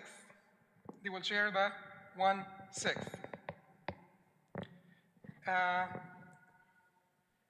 If you go up, if they are not alive, but these are all alive, these four are all alive. Who inherits among these four? No, 3 out of 4. This is the mother of the paternal grandfather. She will inherit.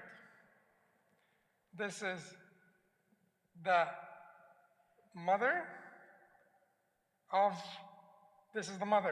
the mother of the father. She will inherit. This is the mother of the father of the mother. She will not inherit. Because she is basically through a male sandwiched by 2 females. She will not inherit. This is the mother of the mother of the mother. She will inherit. 3 out of 4. Now, if they're connected by women all the way up, 20 generations, she will inherit. Given what? No one is closer than her. In the presence of this one will not inherit. In the presence of this or this, these will not inherit.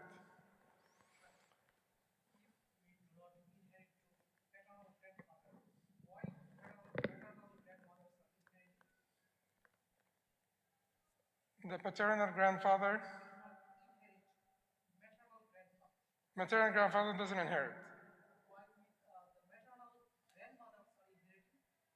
Because she's treated like a mother in the absence of a mother.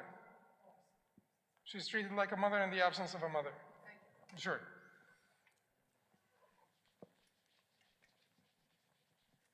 And then, so this would be the Al-Jaddat, or the grandmothers. The inheritance of, there are some nuances to Al-Jaddat between the Shafi'is and Hanbalis. There are some nuances. So the Hanbalis, if it's the mother of the great-grandfather, she will not inherit. The mother of the father will inherit. The mother of the grandfather will inherit. The mother of the great-grandfather will not inherit. Also, the Shafi'is give precedence to the, so one of them that is closer will block the more distant ones.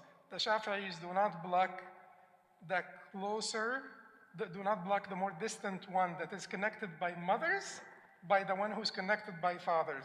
They favor the one who's connected by mothers because she's more like a mother, because she's a mother of a mother of a mother of a mother.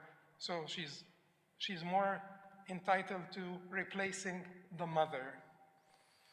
But anyway, then the inheritance of the daughters. Daughters are easy. She gets, what are the different scenarios for the daughters? She gets 1/2. More than one daughter, they get 2/3. They have a brother, then they act like a asaba, 2 shares for the male, 1 share for the female. That's it for daughters. 1 gets 1/2. 2 or more, they get 2/3 together. They have a brother with them, we will divide it between them as residuary heirs. And 2 for males and 1 for the female. What is then the inheritance of Banat al-Ibn, or the daughters of the sons? Daughters of the sons. What do they inherit? Daughters of sons. In the absence of daughters and sons, the daughter of the son will be a daughter. In the absence of daughters and sons, the daughter of the son will act like a daughter. She gets 1/2. 2 or more, they get 2/3. What if she has a brother? The same thing. Her and the brother will divide it 2 to 1. 2 to 1. In the presence of sons, what do they get? Nothing. In the presence of one daughter, not a daughter of a daughter, not a daughter of a son, an actual daughter, the daughter of the deceased. In the presence of two daughters of the deceased left behind two daughters and one daughter of a son. What does the one daughter of a son get? Nothing. Because the two daughters got everything that belongs to daughters, 2/3. What if I have one daughter and one daughter of a son? What does the one daughter of the son get? 1/6. تكملة الثلثين. So, because the one daughter, direct daughter, will get 1/2. Daughters are entitled to 2/3. So, since she doesn't have someone in her layer, the bint al-ibn, the daughter of the son, will get the rest of the 2/3. That's 1/6. Because 1/2 and 1/6 will be 2/3. 2/3. What if you have three of them? They will share the 1/6. Three banat al-ibn. They will share the 1/6. And then what if she has like a son in her layer? A son in her layer. Then she doesn't get the 1/6. The son makes a asaba. They get the rest. They get the rest if there is a rest. If there is a rest. Of course, if there is a son of the deceased, they don't get anything. Nobody would get anything. But if there is no son of the deceased, then bint al-ibn with ibn al-ibn, the daughter of the son with the son of the son, they will get the rest. And they will divide it among themselves 2-1. They will divide it among themselves 2-1. There are certain scenarios where her brother or her nephew may be called al-walad al-mubarak, and there are certain scenarios where her brother will be called al-walad al-mash'um. One of them is the blessed, one of them is the bad news, I guess, child. Because sometimes when he makes her switch from being entitled to a designated share to a asaba, a residuary heir, she may not get anything left. And this, he would have ruined it for her. Just like if he was not present, she would have inherited. Because it is a scenario where you have, bint getting a half.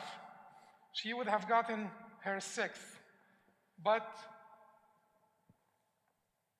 let us say, in this scenario, the designated shares are taking, if he moves her from being entitled to a designated share to a residuary heir, then she gets the rest. What if there is no rest? She doesn't get anything. And that is why they call him al-walad al-mash'um.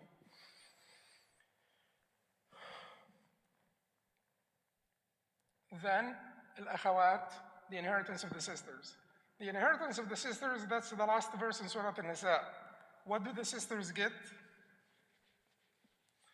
In the absence of, when are the sisters getting designated shares? Yeah, in the absence of descendants with entitlement, entitled descendants, and male ancestors, entitled male ancestors. In the absence of those, the sisters will get 1/2 for one sister, 2/3 for two or more. If they have a brother with them, what do they get? They become residuary heirs.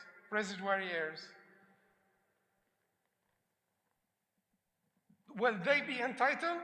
Yes, unless someone blocks them. unless someone blocks them. Who can block them? The father blocks them. The son blocks them. The son's son blocks them. So any, male descendants, entitled male descendants will block them. And the father blocks them. But what about the grandfather? Does he block them? No, he doesn't. Hanafiya, yes. The Jumhur, no, he doesn't block them. Okay, so there is another scenario where you have sort of daughters and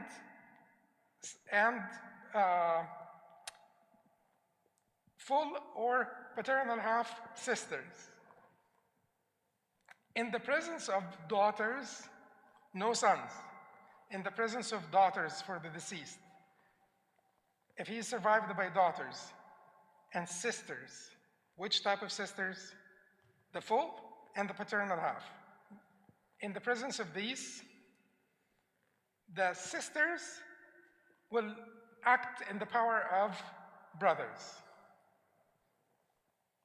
اجعلوا الأخوات مع البنات عصبات. So in the presence of daughters, the sisters will act with the power of brothers.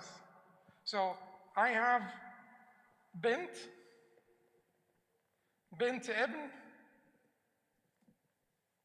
daughter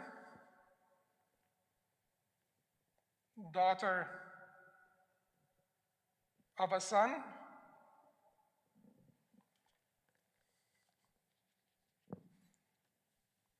I have zawj, husband, I have sister,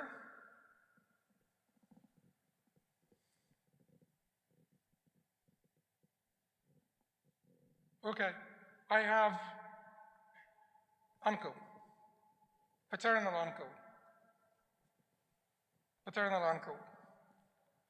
Does she inherit by a designated share? The sister does she inherit by a designated share? No. Why not? Because I have a daughter.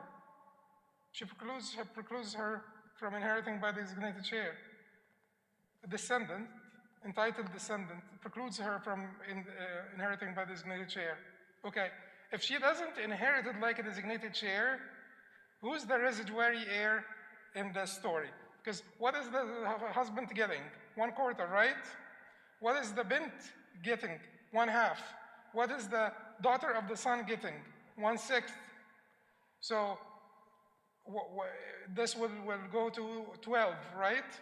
So this will be 3, and this will be 6, and this will be 1. 3 plus 6 is, wait a second. 12 divided by 4 is 3. 12 divided by 2 is 6. 12 divided by 6 is 2. Right? Okay. So 3, 6, and 2. 3 and 6 is what? 9. 2 is 11. So I still have 1 share out of 12 to give to someone, to give to a residuary heir. She is not, in this case, a designated share because of the presence of the male children. Does it go to the uncle? No, it will go to the sister. Why? Because, there is a hadith from the Prophet ﷺ that decided this, and the hadith was basically put into a qaida by the scholars, a maxim by the scholar or a principle, which says, اجعلوا الأخوات مع البنات عصبات. Make the sisters عصبة in the presence of daughters. Make sisters عصبات, residuary heirs, in the presence of daughters. So the sister will be here, will take the power of the brother. The brother in her place, whether it's full or paternal half. They block the uncle? Of course, brothers block uncles. As we said in the beginning, we went over the 15 and the 10. Okay. What about, the paternal half-sisters? Paternal half-sisters are like the full sisters with one exception. What is it? They are blocked by the full sisters. Paternal half-sisters are just like the full sisters, with one exception. They are blocked by the full sisters. There is another interesting one here. What if you have a full sister that is entitled to one half and one or two or three paternal half-sisters? So a person died, left behind a husband, a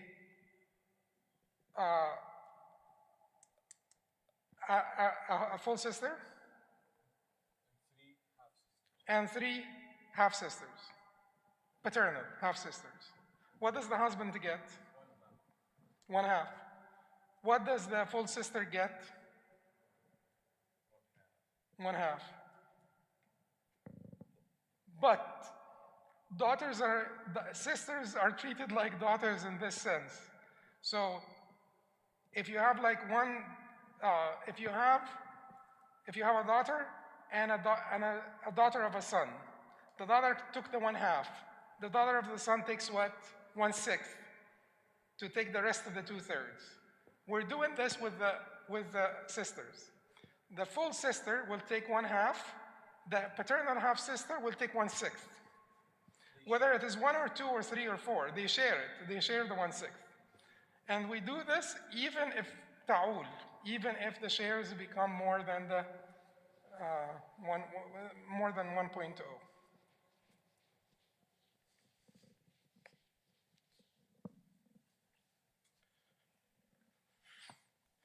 We're close. We're close to taking your whatever scenarios you will present.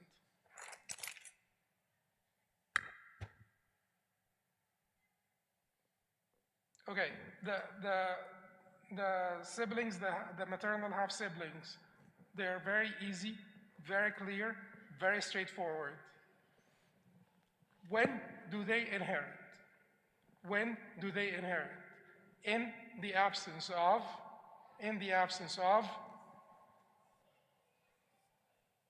entitled descendants and entitled male ascendants. Ascendant is good, right? Like ancestor, right? Subhanallah. Ascendant is like ancestor, like? Or, yeah. Yeah. No, I'm just saying that does it make sense? Or, like, it's not a usual expression? Because we use ancestors most of the time. I don't think it... No. So forget about ascendants. Ancestors.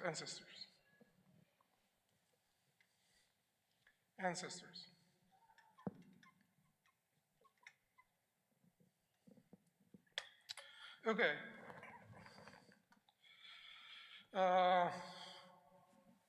So they inherit in this. If there is a father, a grandfather, a great-grandfather, they don't inherit. There is any descendant entitled, they don't inherit. So what do they inherit in the absence of the above? One inherits 1/6, regardless, boy or girl. 2 or more would inherit 2/3. How do you divide them? The boy's share is equal to the girl's share. 1-to-1, not 2-to-1, 1-to-1. Maternal half sisters, half siblings. Okay, so this is, and let's read this chapter. It's Al-Haj, and this is the last one before we do scenarios. So he says the full brother will be blocked by 3: the son, the son's son, and the father. Didn't we go over this? We went over this when we went over the 15. The paternal half-brother will be blocked by those 3 above and the full brother. We also said, because we said jiha, qurb, قوة, direction, proximity, strength. And the maternal half-brother will be blocked by 4: the son or daughter, the son's child, the father, and the grandfather. We said this in a way that's a little bit better, because we said entitled descendants and entitled male ancestors. And every grandfather is blocked by the father, and every grandfather is blocked by a grandfather who is closer to the deceased than he is. And then this is the chapter on residuary heirs, which we covered. And now I will basically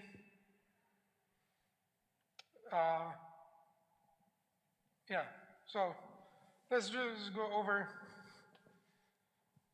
Now you will give me, so that it would be a little bit more interesting, you tell me what you want. There are cases already submitted, Shaykh. Submitted? Oh, let's go for it. Okay, so the person here,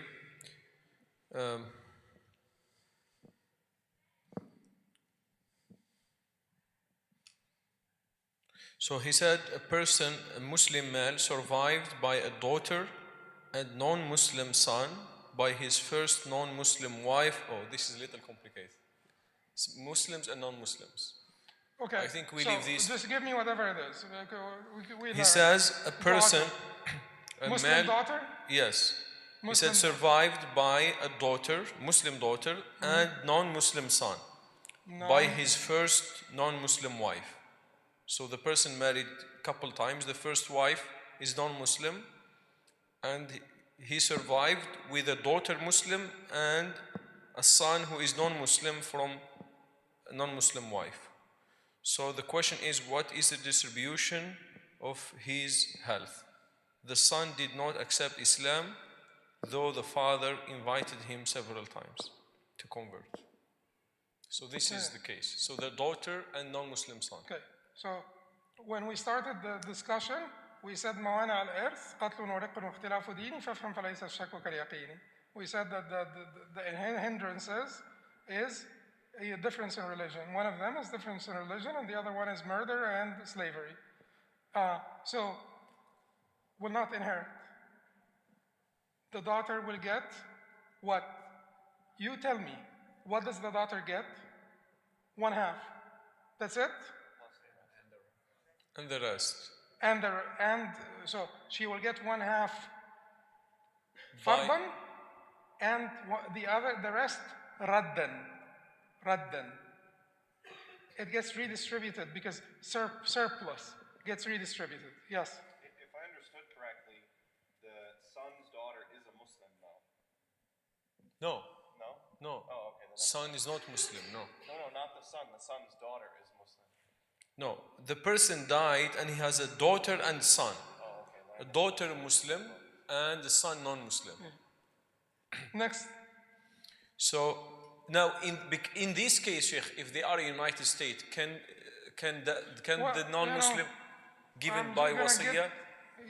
He can give wasiyah, of course, he can give wasiyah. We explained this. He can give a wasiyah to like a non-Muslim person, make a wasiyah to a non-Muslim person.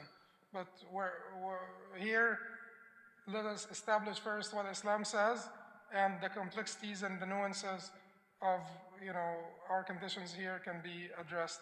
So the other case, a brother survived by a daughter and siblings, brothers and sisters. What will the siblings get and what will the daughter get? Survived by a daughter and siblings? And siblings, yes. Daughter and sibs. What kind of sibs? And that's why it is mixed, brothers and sisters. Full, half, what is the question did not mention. Yeah. We assume because if some of them are full and some of them are half, it makes it different. If some of them are half paternal half and some of them are maternal half, it makes it completely different. So that is why these particular scenarios, we have to be very exact about them to arrive at the right answer. So I will assume that all these siblings are a mixture of boys and girls, and they're all the same degree. So they're all full, for instance.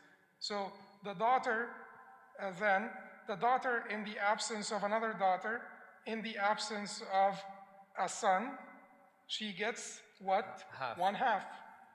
Then, if there are no other heirs entitled to designated shares, we look for residuary heirs. Residuary heirs, asabat, asabat. If I have siblings, they will be the asaba in this case, because there is no father and there is no son and there is no grandfather who will take with them, not block them according to the majority, but take with them. So they will be the asaba. So the 1/2 will be divided between the siblings 2 to 1. 2 to 1. 2 for the boy, 1 for the girl. Okay. Another question, not too different from this one. He said a person survived by one daughter, one son, and siblings. And siblings, I assume brothers and sisters mix. So One daughter, one son and one daughter and siblings.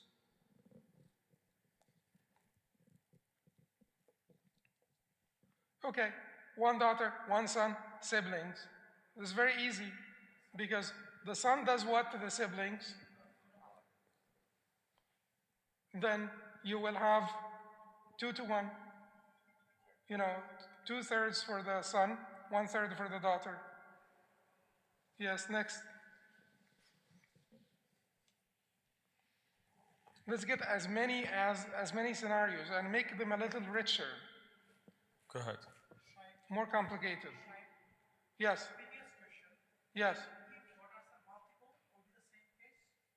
Daughters are multiple? Multiple daughters, but no sons? Oh, okay. No, it's a different case. Multiple daughters and sibs. Full siblings. Okay, multiple daughters will get 2/3 and the siblings will get the rest. 2 to 1 ratio. Yes. So I was going to ask, in the case of nobody, I'm a Muslim, I have no Muslim relatives whatsoever. I know that should go to the ummah in general. Practically speaking, how would that actually get distributed if I were to leave a will? Practically speaking, how would it get distributed if you Yes. don't leave a will? Well, if I don't Well, leave a will. Well, this will go to Bait al-Mal. Right, so But here, practically speaking, then you should leave a will. okay. Because otherwise, how is it going to be distributed? It will be taken over by the government. Practically speaking, if we're talking about practically speaking, it will be taken over by the government, not Bait al-Mal.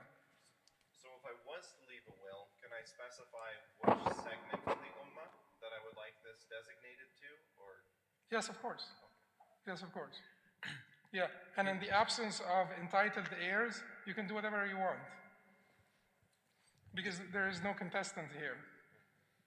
There's another question. I think it was answered, but probably the person didn't answer. He said, my brother died and he has only one daughter. Should I get anything from him?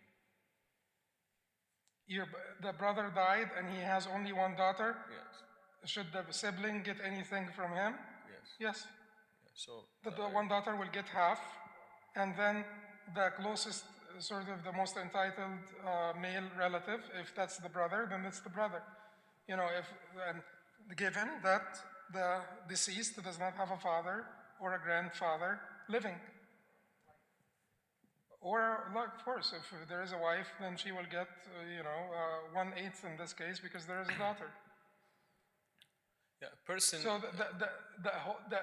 the crux of the matter is to be detailed and to not basically hide any information. Give as much information as you want, because the mufti should be able to cross out.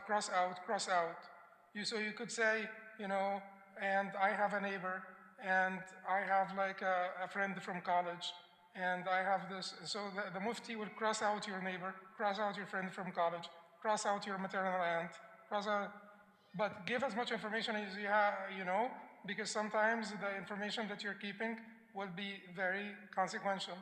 Yes, here's another case. A person died and he left a wife, Wife, mother, mother, 2 sons, two sons. And Two sons, you know, once you, it only takes one son to make the thing very easy for everybody. Okay, go ahead. 2 sons. and maternal grandparents. Maternal grandparents. Parents, both. Maternal Grandparents. grandmother, maternal grandfather.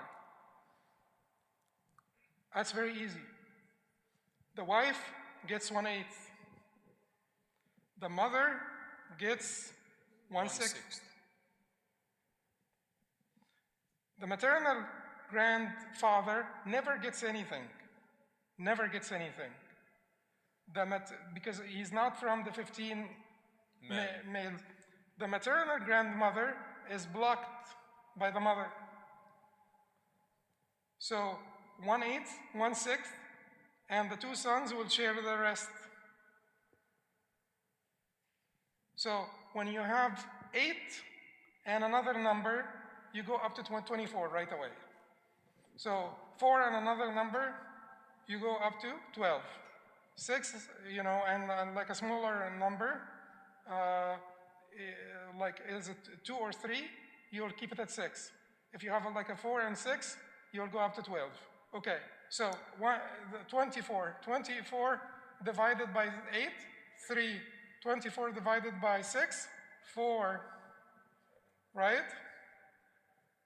No, yeah. That's correct. 24 divided by 8, 24. Okay, all right.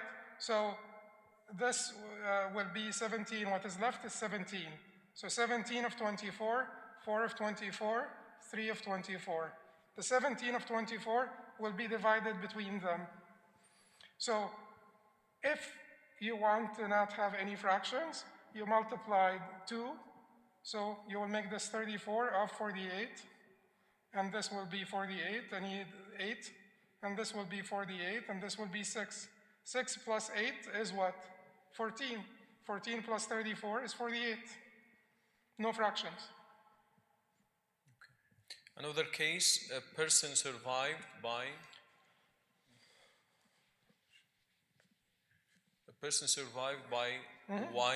Wife, mother and father, mother, okay, and 2 sisters and 2 brothers.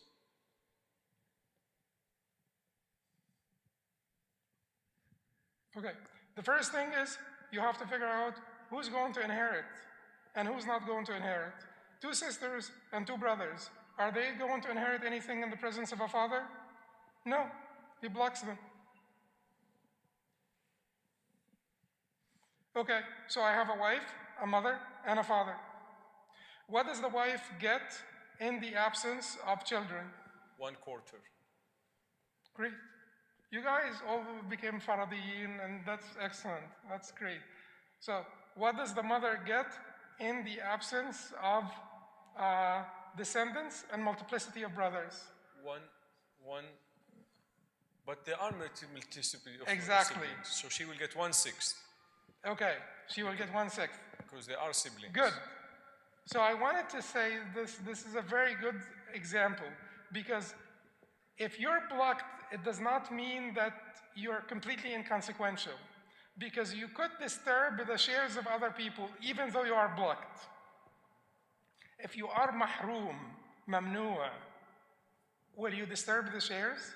If these were murderers, slaves, non-Muslims, will they count? No, They will not count. inconsequential. The mother will get 1/3. If these were murderers, slaves, non-Muslims, the mother will get 1/3. But since they are not mamnu'a or mahroom, they're simply blocked, they're still consequential.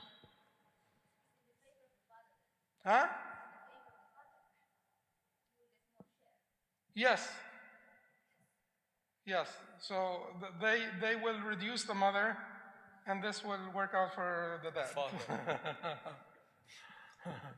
So the father now, He will die and leave it to them one day.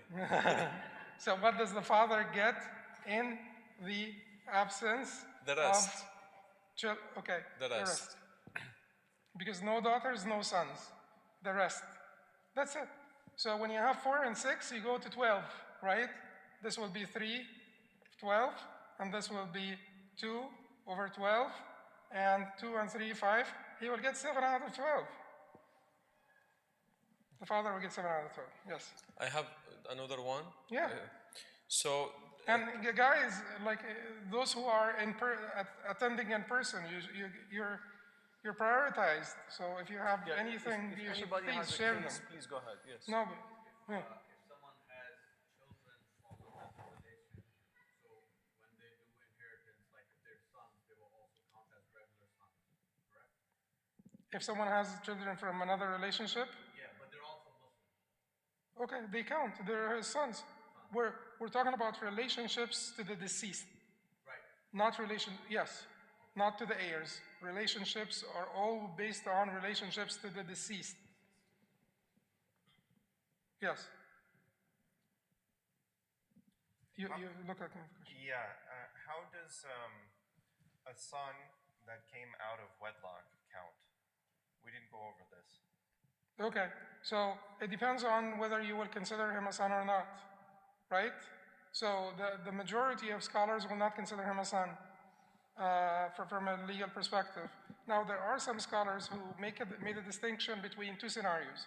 One scenario nobody can argue about because it's something that the Prophet said. الولد للفراش وللعاهر الحجر. الولد للفراش وللعاهر الحجر means the child belongs to the rightful partner or to the Shara'i partner. And in this case, the Shara'i partner is the husband, you know.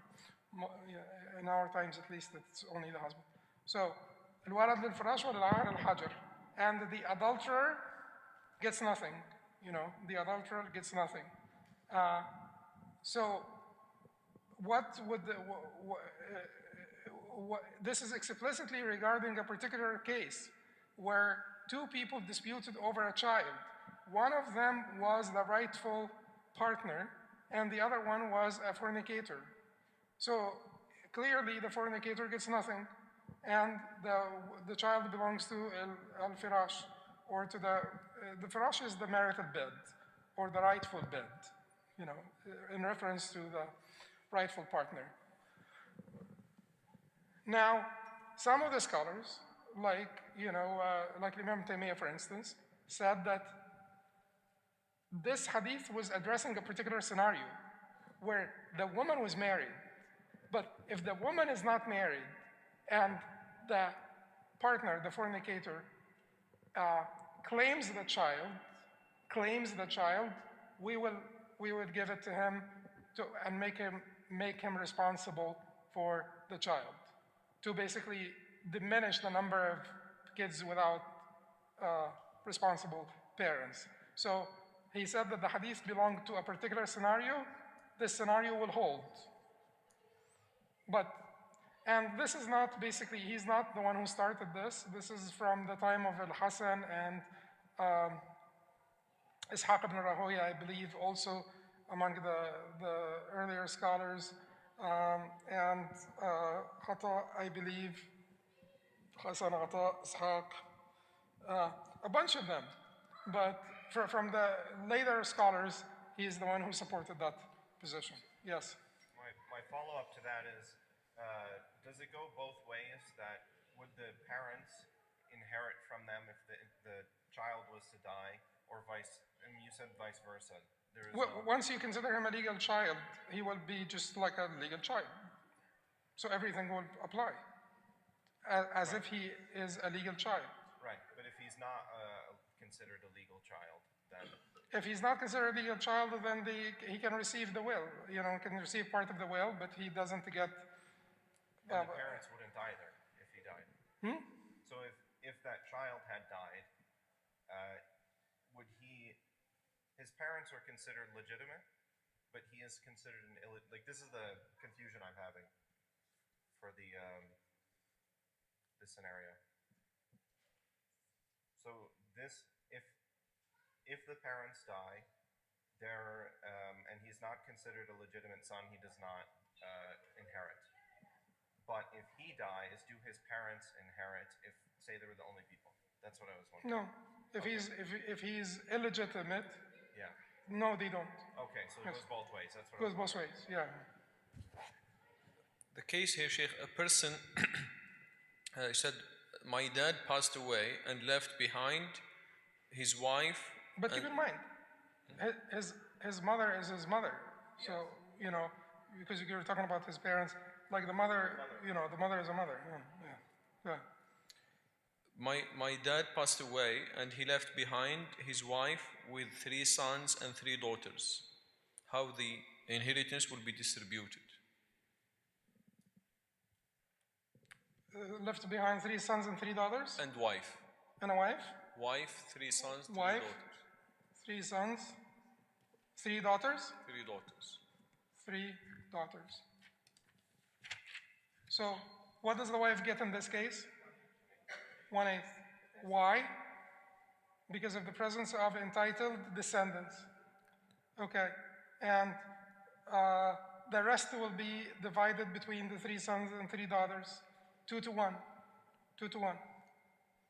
Given, you know, given what? Nothing, nothing else. Huh? They are in the same Yeah. power. Yeah, they are in the same level. Because sons and daughters are just sons and daughters. But given that these are all the same level, the same layer, it's not the daughter of a son or, you know, okay. A dad passed away, leaving behind his wife and 4 sons and 1 daughter. Well, these are all the same, you know. Wife gets 8, the rest between the children 2 to 1. Elder brother passed away with 3 children, 1 son, 2 daughters.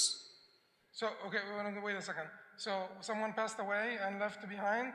3 children, 1 son and 2 daughters. Left behind 1 son, 2 daughters. Then he have 3 siblings.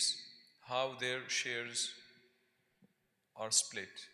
And 3 sibs. When you have this, what happens? He blocks everybody. He blocks everybody. Of course, he will not block his sisters. He will diminish their shares. So, but he will block, you know, everybody that does not have a designated share. Does he block the father? No, he has a designated share. Does he block the mother? No, she has a designated share. Does he block the spouse, whether it's a wife or... No, they have a designated share. 6 people will always inherit. Mother, father, wife, husband, son, daughter. These 6 people will always inherit.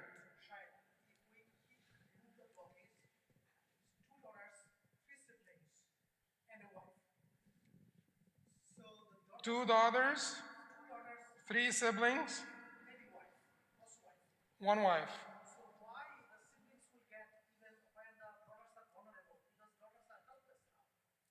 So the daughters are getting 2/3. Because Rabbina said.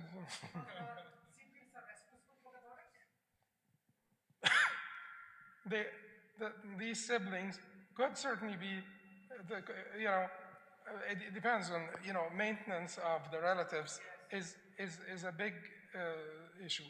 So these siblings will be responsible according to the Hanafis and Hanbalis. Yeah. And also daughters are getting married. If they have husband, they are already... You know, these people will be, they're her family. They're looking after her. So, and this Sa'd ibn Rabi'a came, you know, just imagine what Islam did for women. The 2 daughters of Sa'd ibn Rabi'a, when he died, and the uncle wanted to take all of their inheritance. The mother came and complained to the Prophet sallallahu alaihi wasallam. Their uncle, who's the brother of Sa'd ibn Rabi'a, was not giving them anything, zero. The mother said, if they don't have any money, no one will marry them. And she said, they came and said that to the Prophet sallallahu alaihi wasallam.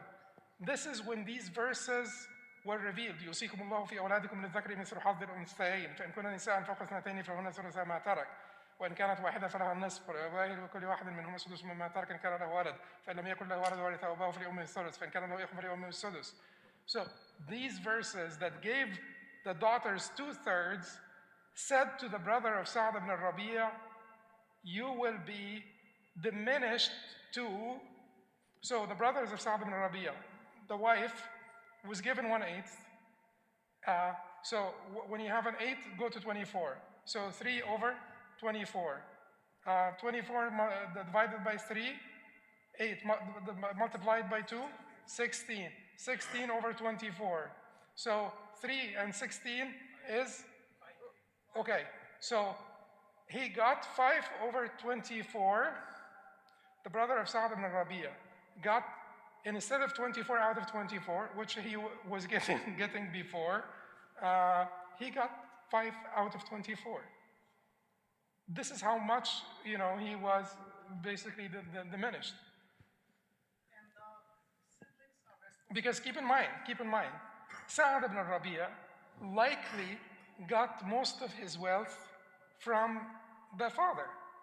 Because these are communities where you didn't have entrepreneurs who were self-made and all of that stuff. Most of the people, got, a big portion of their money from their ancestors. This was like wealth accumulated through this. So the brother of Sa'd ibn Rabi'a, he would be saying, this money is my father's money. How come you're giving it to that woman and her daughters? Who's going to be able to grow this money? Who's going to be able to invest it?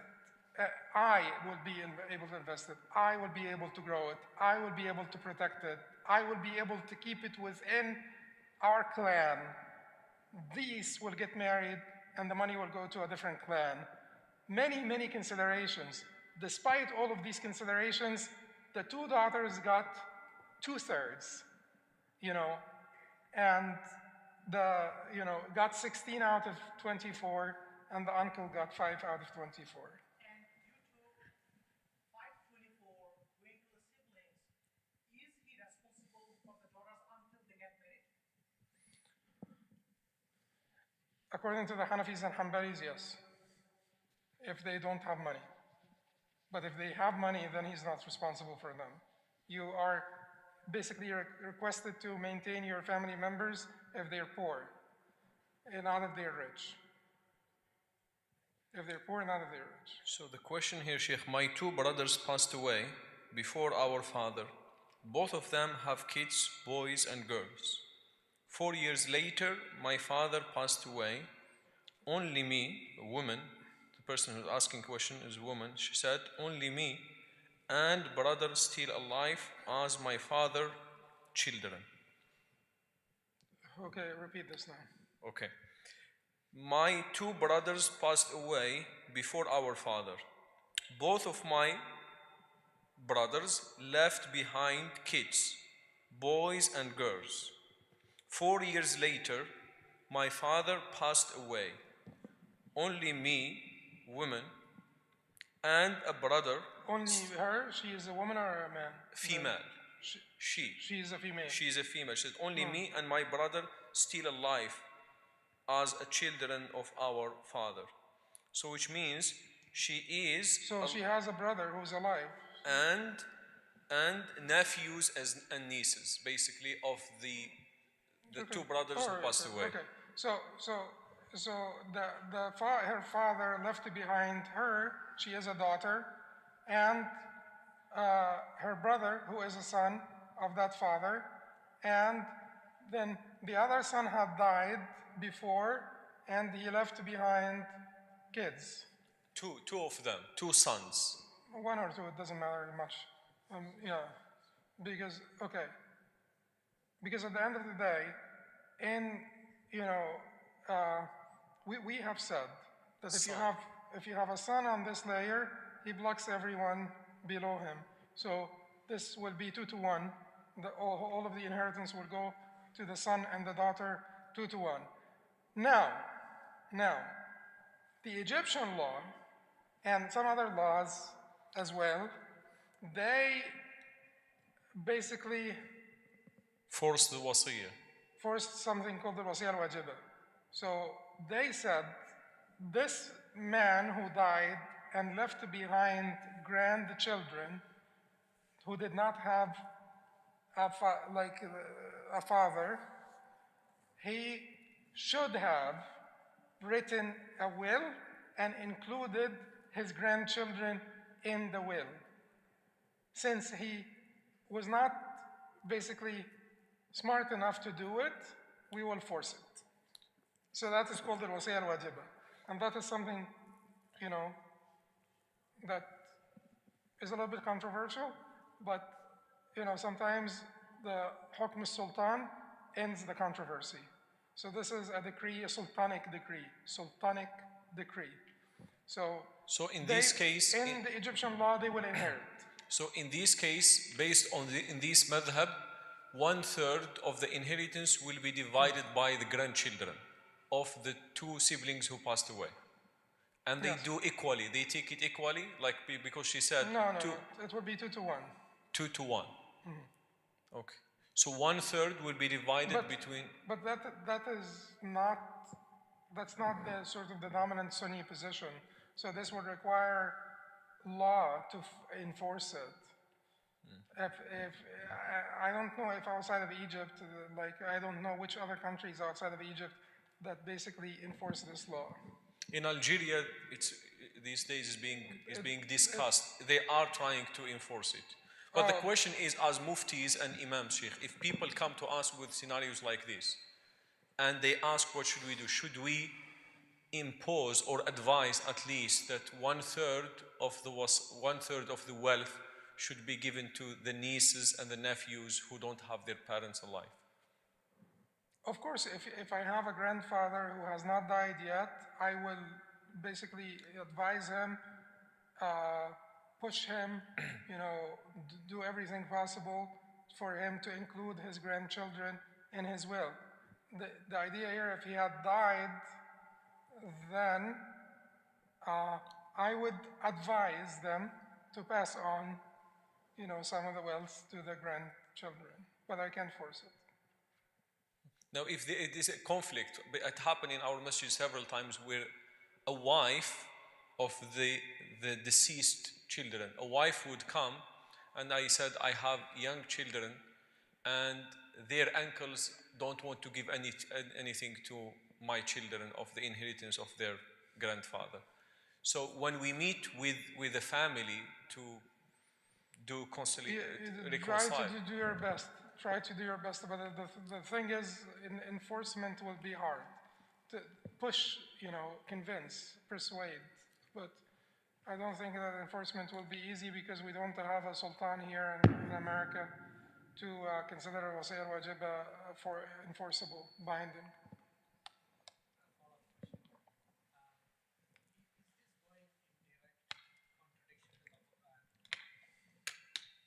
What?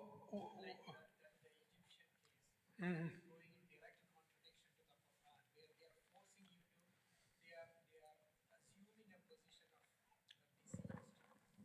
I'm not just saying that, you know, because I'm saying, does it open a Pandora's box where I can claim that, well, my father wanted to give him a special gift before he died, but he passed away immediately, or wanted to give me a special gift. And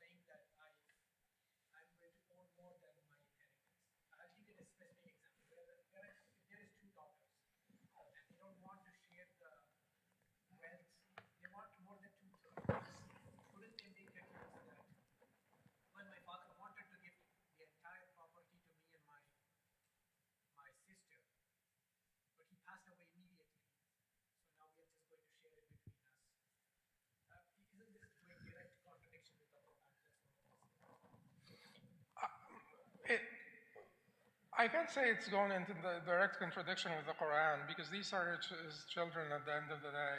They are entitled to inheritance if they're not blocked. If they're not blocked, and the Quran does not necessarily clearly talk about blockage here, but it goes in contradiction to the established Sunni position.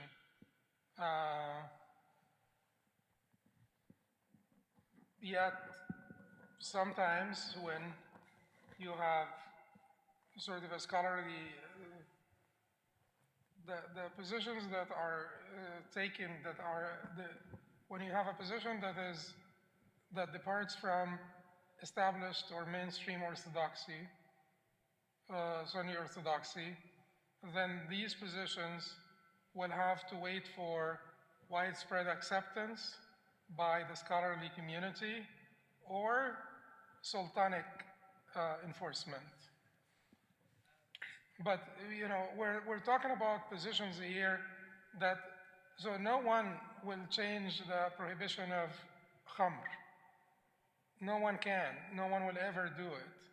We're talking about things that are not in clear opposition, in direct opposition to the Quran and Sunnah. For example, say somebody, a person don't want to give, they're making excuses like they have two daughters and they just want to give entire wealth to their daughter after they pass away, and they're saying that because this is not Allah is just everything is good, but they're just not connected to their siblings or somebody, and they don't want to share that money because it doesn't make sense. They are far away in some land. Can they, can they use? No. How can this be related to that? They have two daughters that they don't want to give them inheritance? No, they said, let me make it clear. So they have two daughters where they are entitled to 2/3, and the rest will go to the siblings. A person doesn't like his siblings. He's not in good condition with his siblings. He's afraid this line will give these people How could excuse to block his siblings because they are far from me. I will give everything to my daughters. No, this would not make sense because it wouldn't make any sense. It wouldn't be comparable to al-wasaya al-wajiba, the mandatory will example. The mandatory will example, I just didn't mention this, but this is an old controversy, like a very old controversy. But the Shia are the ones who had the mandatory will from old times. So it was a little bit of a sticky issue for Sunnis to accept a position that has been historically a Shia position.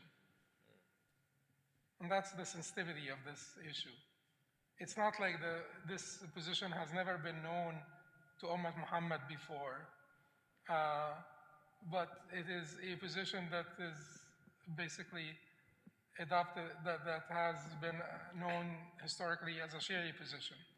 So that is why it was a little bit of a sticky issue when the Egyptian sort of law makers, not givers, can say lawmaker. Anyway, depends on what you mean by it. But so when the Egyptian muftis, I guess, sat down to figure this out, of course they may have been under pressure somehow. But again, at the end of the time, these laws are never passed in Muslim countries, Egypt or elsewhere, without some agreement from the scholarly community, from the muftis, because these laws will not be ahwal al-shakhsiyya, family laws, are not basically decided by secular jurists in Muslim countries. They're never deciding them alone. So muftis will have to be muftis are not involved. They're predominantly the ones who are doing this. Can the muftis receive some sort of Pressure.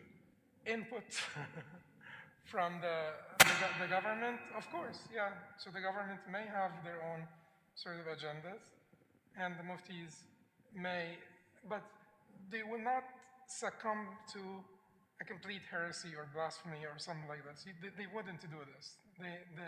They don't do it. They wouldn't do it. But sometimes the laws may come out conforming to the desire of the people in charge. Yeah. There are so many questions, Sheikh, about this issue. When talking to lawyers, If you have more scenarios, like do you this is something different because Okay. we have very limited time. When talking to lawyers, how should one address that I need my will to be set up according to Islamic law? What is the basic common formula that should be given to the attorney?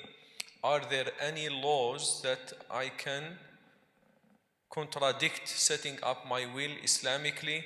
Is there any sample of a will that can be used as an example? But there are lots of samples online, and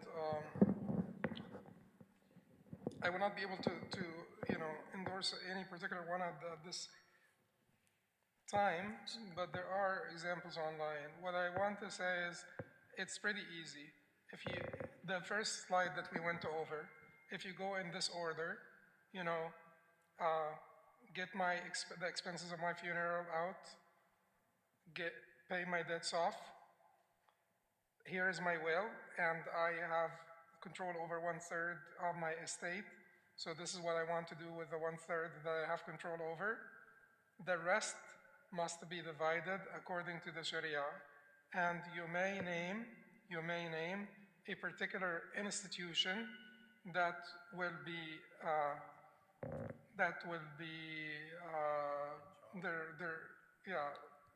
Like trustee. Yeah, I'm talking about the executor. People will refer to for the final say on Sharia, because sometimes people can have their own ideas about Sharia. So the question that people ask usually, Sheikh, you are not going to put designated shares in the will because these things change No. throughout time, right? So- You are not going to put in the will, my wife will get 1/8, my son will get this. That's not going to be put No. in the will. When you get to the point of the division of inheritance, like you will say funeral expenses, debts to be paid, this 1/3 would be divided, or 1/5, whatever it is that you want to bequeath, will be divided in this way, and the rest will be divided according to the Sharia, and you could name a particular fiqh council or whatever to be the ultimate authority in determining the Sharia. Can people put Amja as the authority? They do this often. Amja. They do And it what happened? Like the court will contact Amja in this case? Yes. Is what will happen? If contention arises, contention usually does not arise. Islamic law, when it comes to inheritance, is pretty straightforward. And the points of contention or disagreement are very, very few.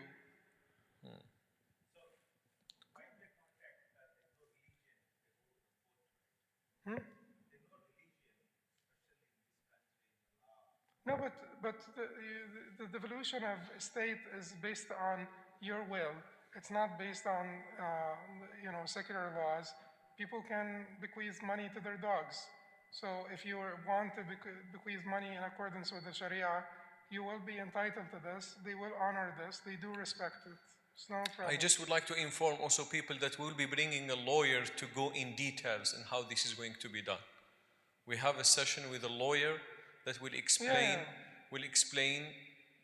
in details how, walking them step by step, how we put the will, how we authorize it, how we can enforce it, different scenarios when there is a conflict, when there is no conflict.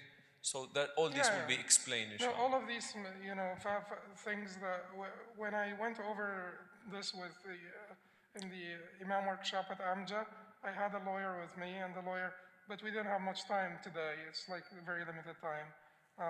So a good thing that we got to the scenarios at the end, and we were able to do some fun work. Yes. Yeah, but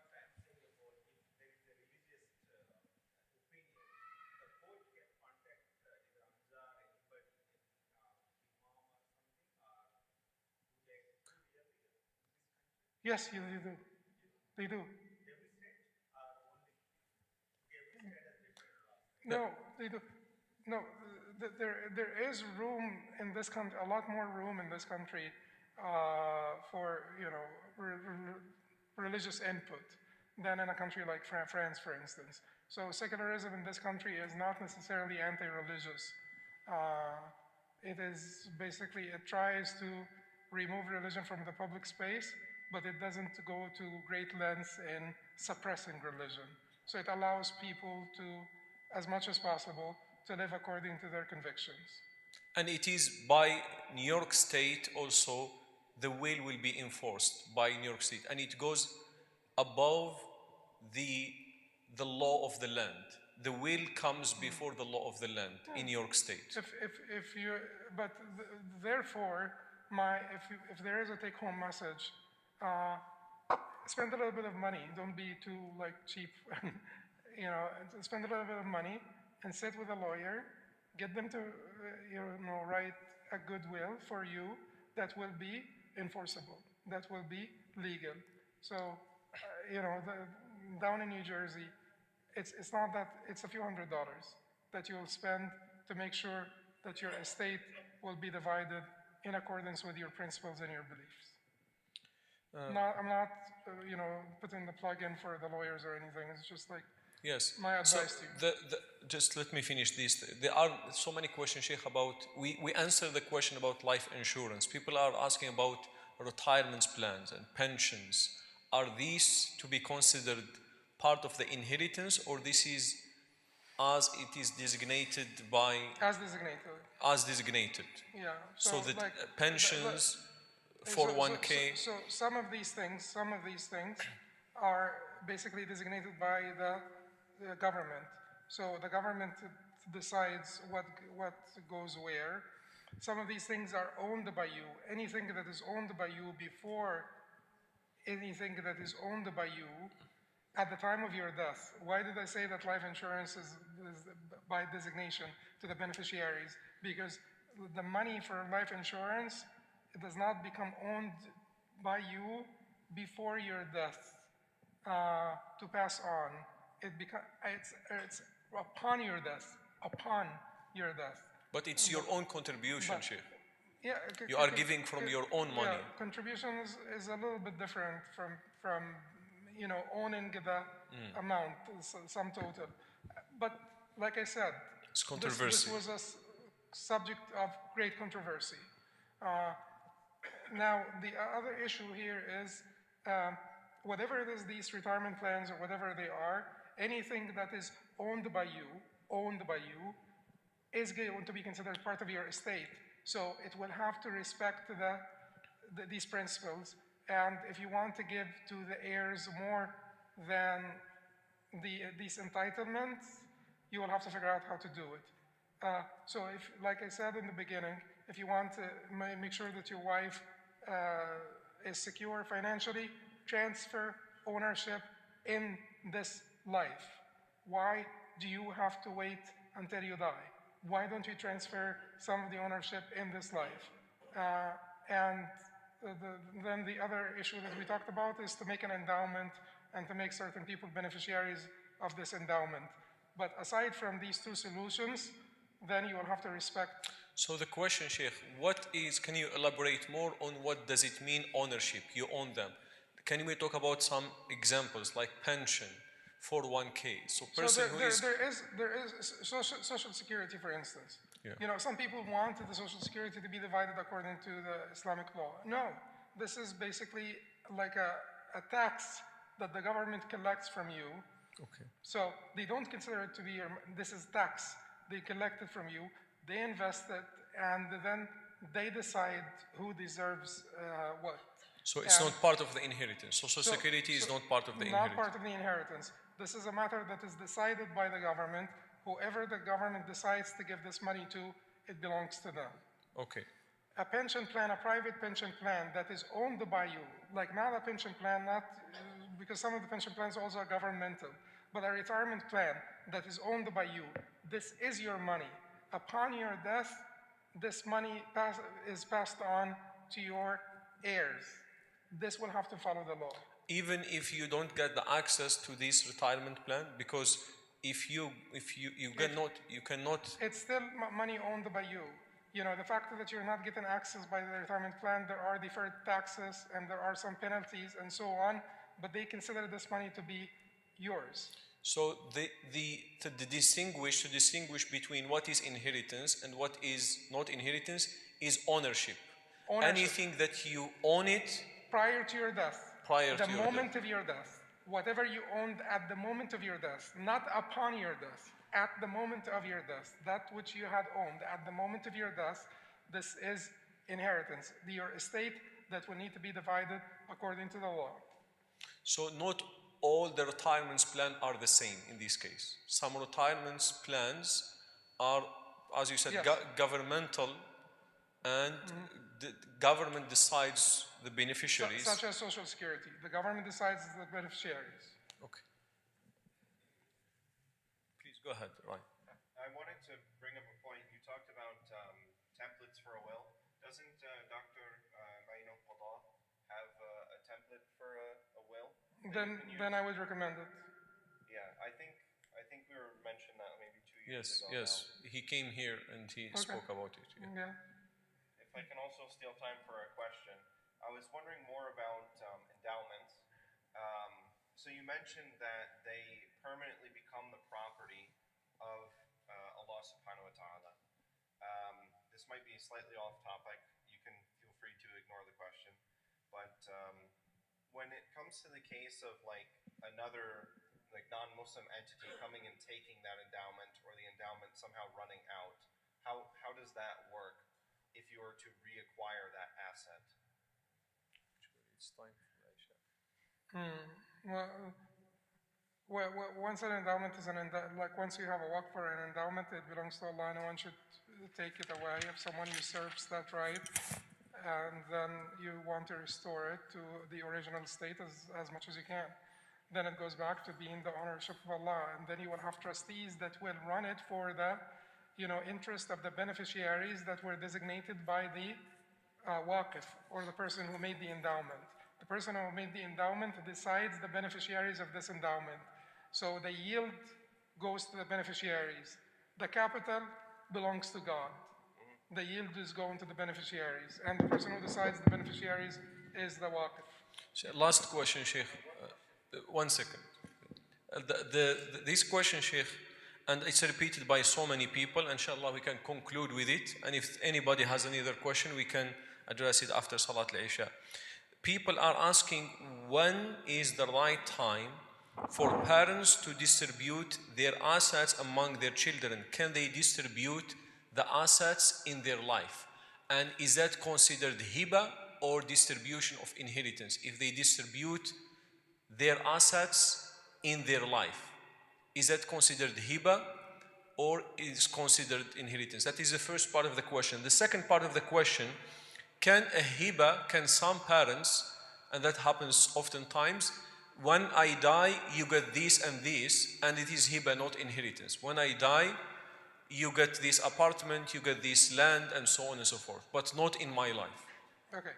Once you said upon my death, it's not a hiba, it's not basically immediate transfer of ownership during life. This is a wasiyah, and this will have to be treated as a wasiyah.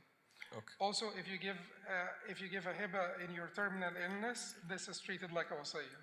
So it will be atiyat al-marid. This will have the special rulings that are between hiba and wasiyah, but it will not be treated like a simple gift if it is in your terminal illness.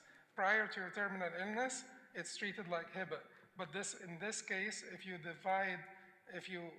distribute your estate during your life, before your terminal illness, between your children, you like, is this advisable? Maybe not.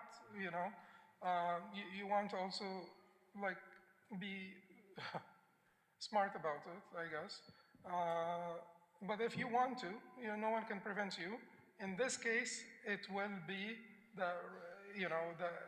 at least the Hanbalis will say that you ought to divide it 2 to 1. Not Not 1 to 1, because it is basically akin to passing on your inheritance.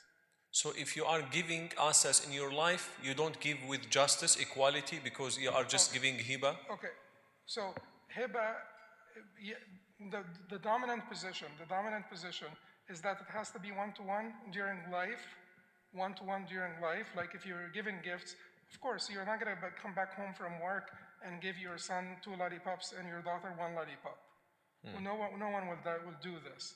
But we're talking here about someone who is passing on their estate to their children prior to their death. So whatever it is that is done as inheritance after their death, they're doing it before their death. Then the Hanbalis will say that it ought to be 2 to 1. Which means you treat it as inheritance. Yes, but it will still be a hiba, but it will be 2 to 1 because it is respecting the distribution. How about the rest of the madahib? They would agree to 1 to 1. 1-1. 1 to 1. Okay. Yeah. Inshallah ta'ala, if anybody has a question after Salat al-Isha, you can come to Shaykh, inshallah ta'ala, and ask the question. But Any concluding remarks here? My basically companions said that we will have to run after Salat al-Isha. Okay. Yeah. Khair, inshallah. Any closing remarks, Shaykh? الله يبارك فيكم ويحسن إليكم ويرضى عنكم. اللهم اغفر لنا ذنوبنا وأسرافنا في أمرنا. اللهم اغفر للمسلمين والمسلمات والمؤمنين والمؤمنات الأحياء منهم والأموات. نسأل الله العظيم أن ينفعنا بما سمعنا واجعله في ميزان حسناتنا، في ميزان حسنات السامع والمستمع والمحاضر. And may Allah subhanahu wa ta'ala bless this house of His and bless the community and bring ulfa and peace and between your hearts and reconcile between your hearts and continue to bless you, bless your families and everyone. Jazakallah khair, Shaykh Hatem. On behalf of our community, we would like to thank Shaykh Hatem Al-Haj for taking the time. He drove all the way from New Jersey and in this snow day. May Allah subhanahu wa ta'ala reward him and the team that accompanied him. May Allah subhanahu wa ta'ala bless you, increase you in knowledge. May Allah subhanahu wa ta'ala benefit us from your knowledge. May Allah subhanahu wa ta'ala put barakah in your life, in your health, in your time, in your knowledge, in your family. His daughter is sick, please pray for her. May Allah subhanahu wa ta'ala grant her shifa. نسأل الله سبحانه وتعالى أن يجمع لكم بين الأجر والعافية. سبحانك اللهم وبحمدك نشهد أن لا إله إلا أنت نستغفرك ونتوب إليك والسلام عليكم ورحمة الله وبركاته. Please call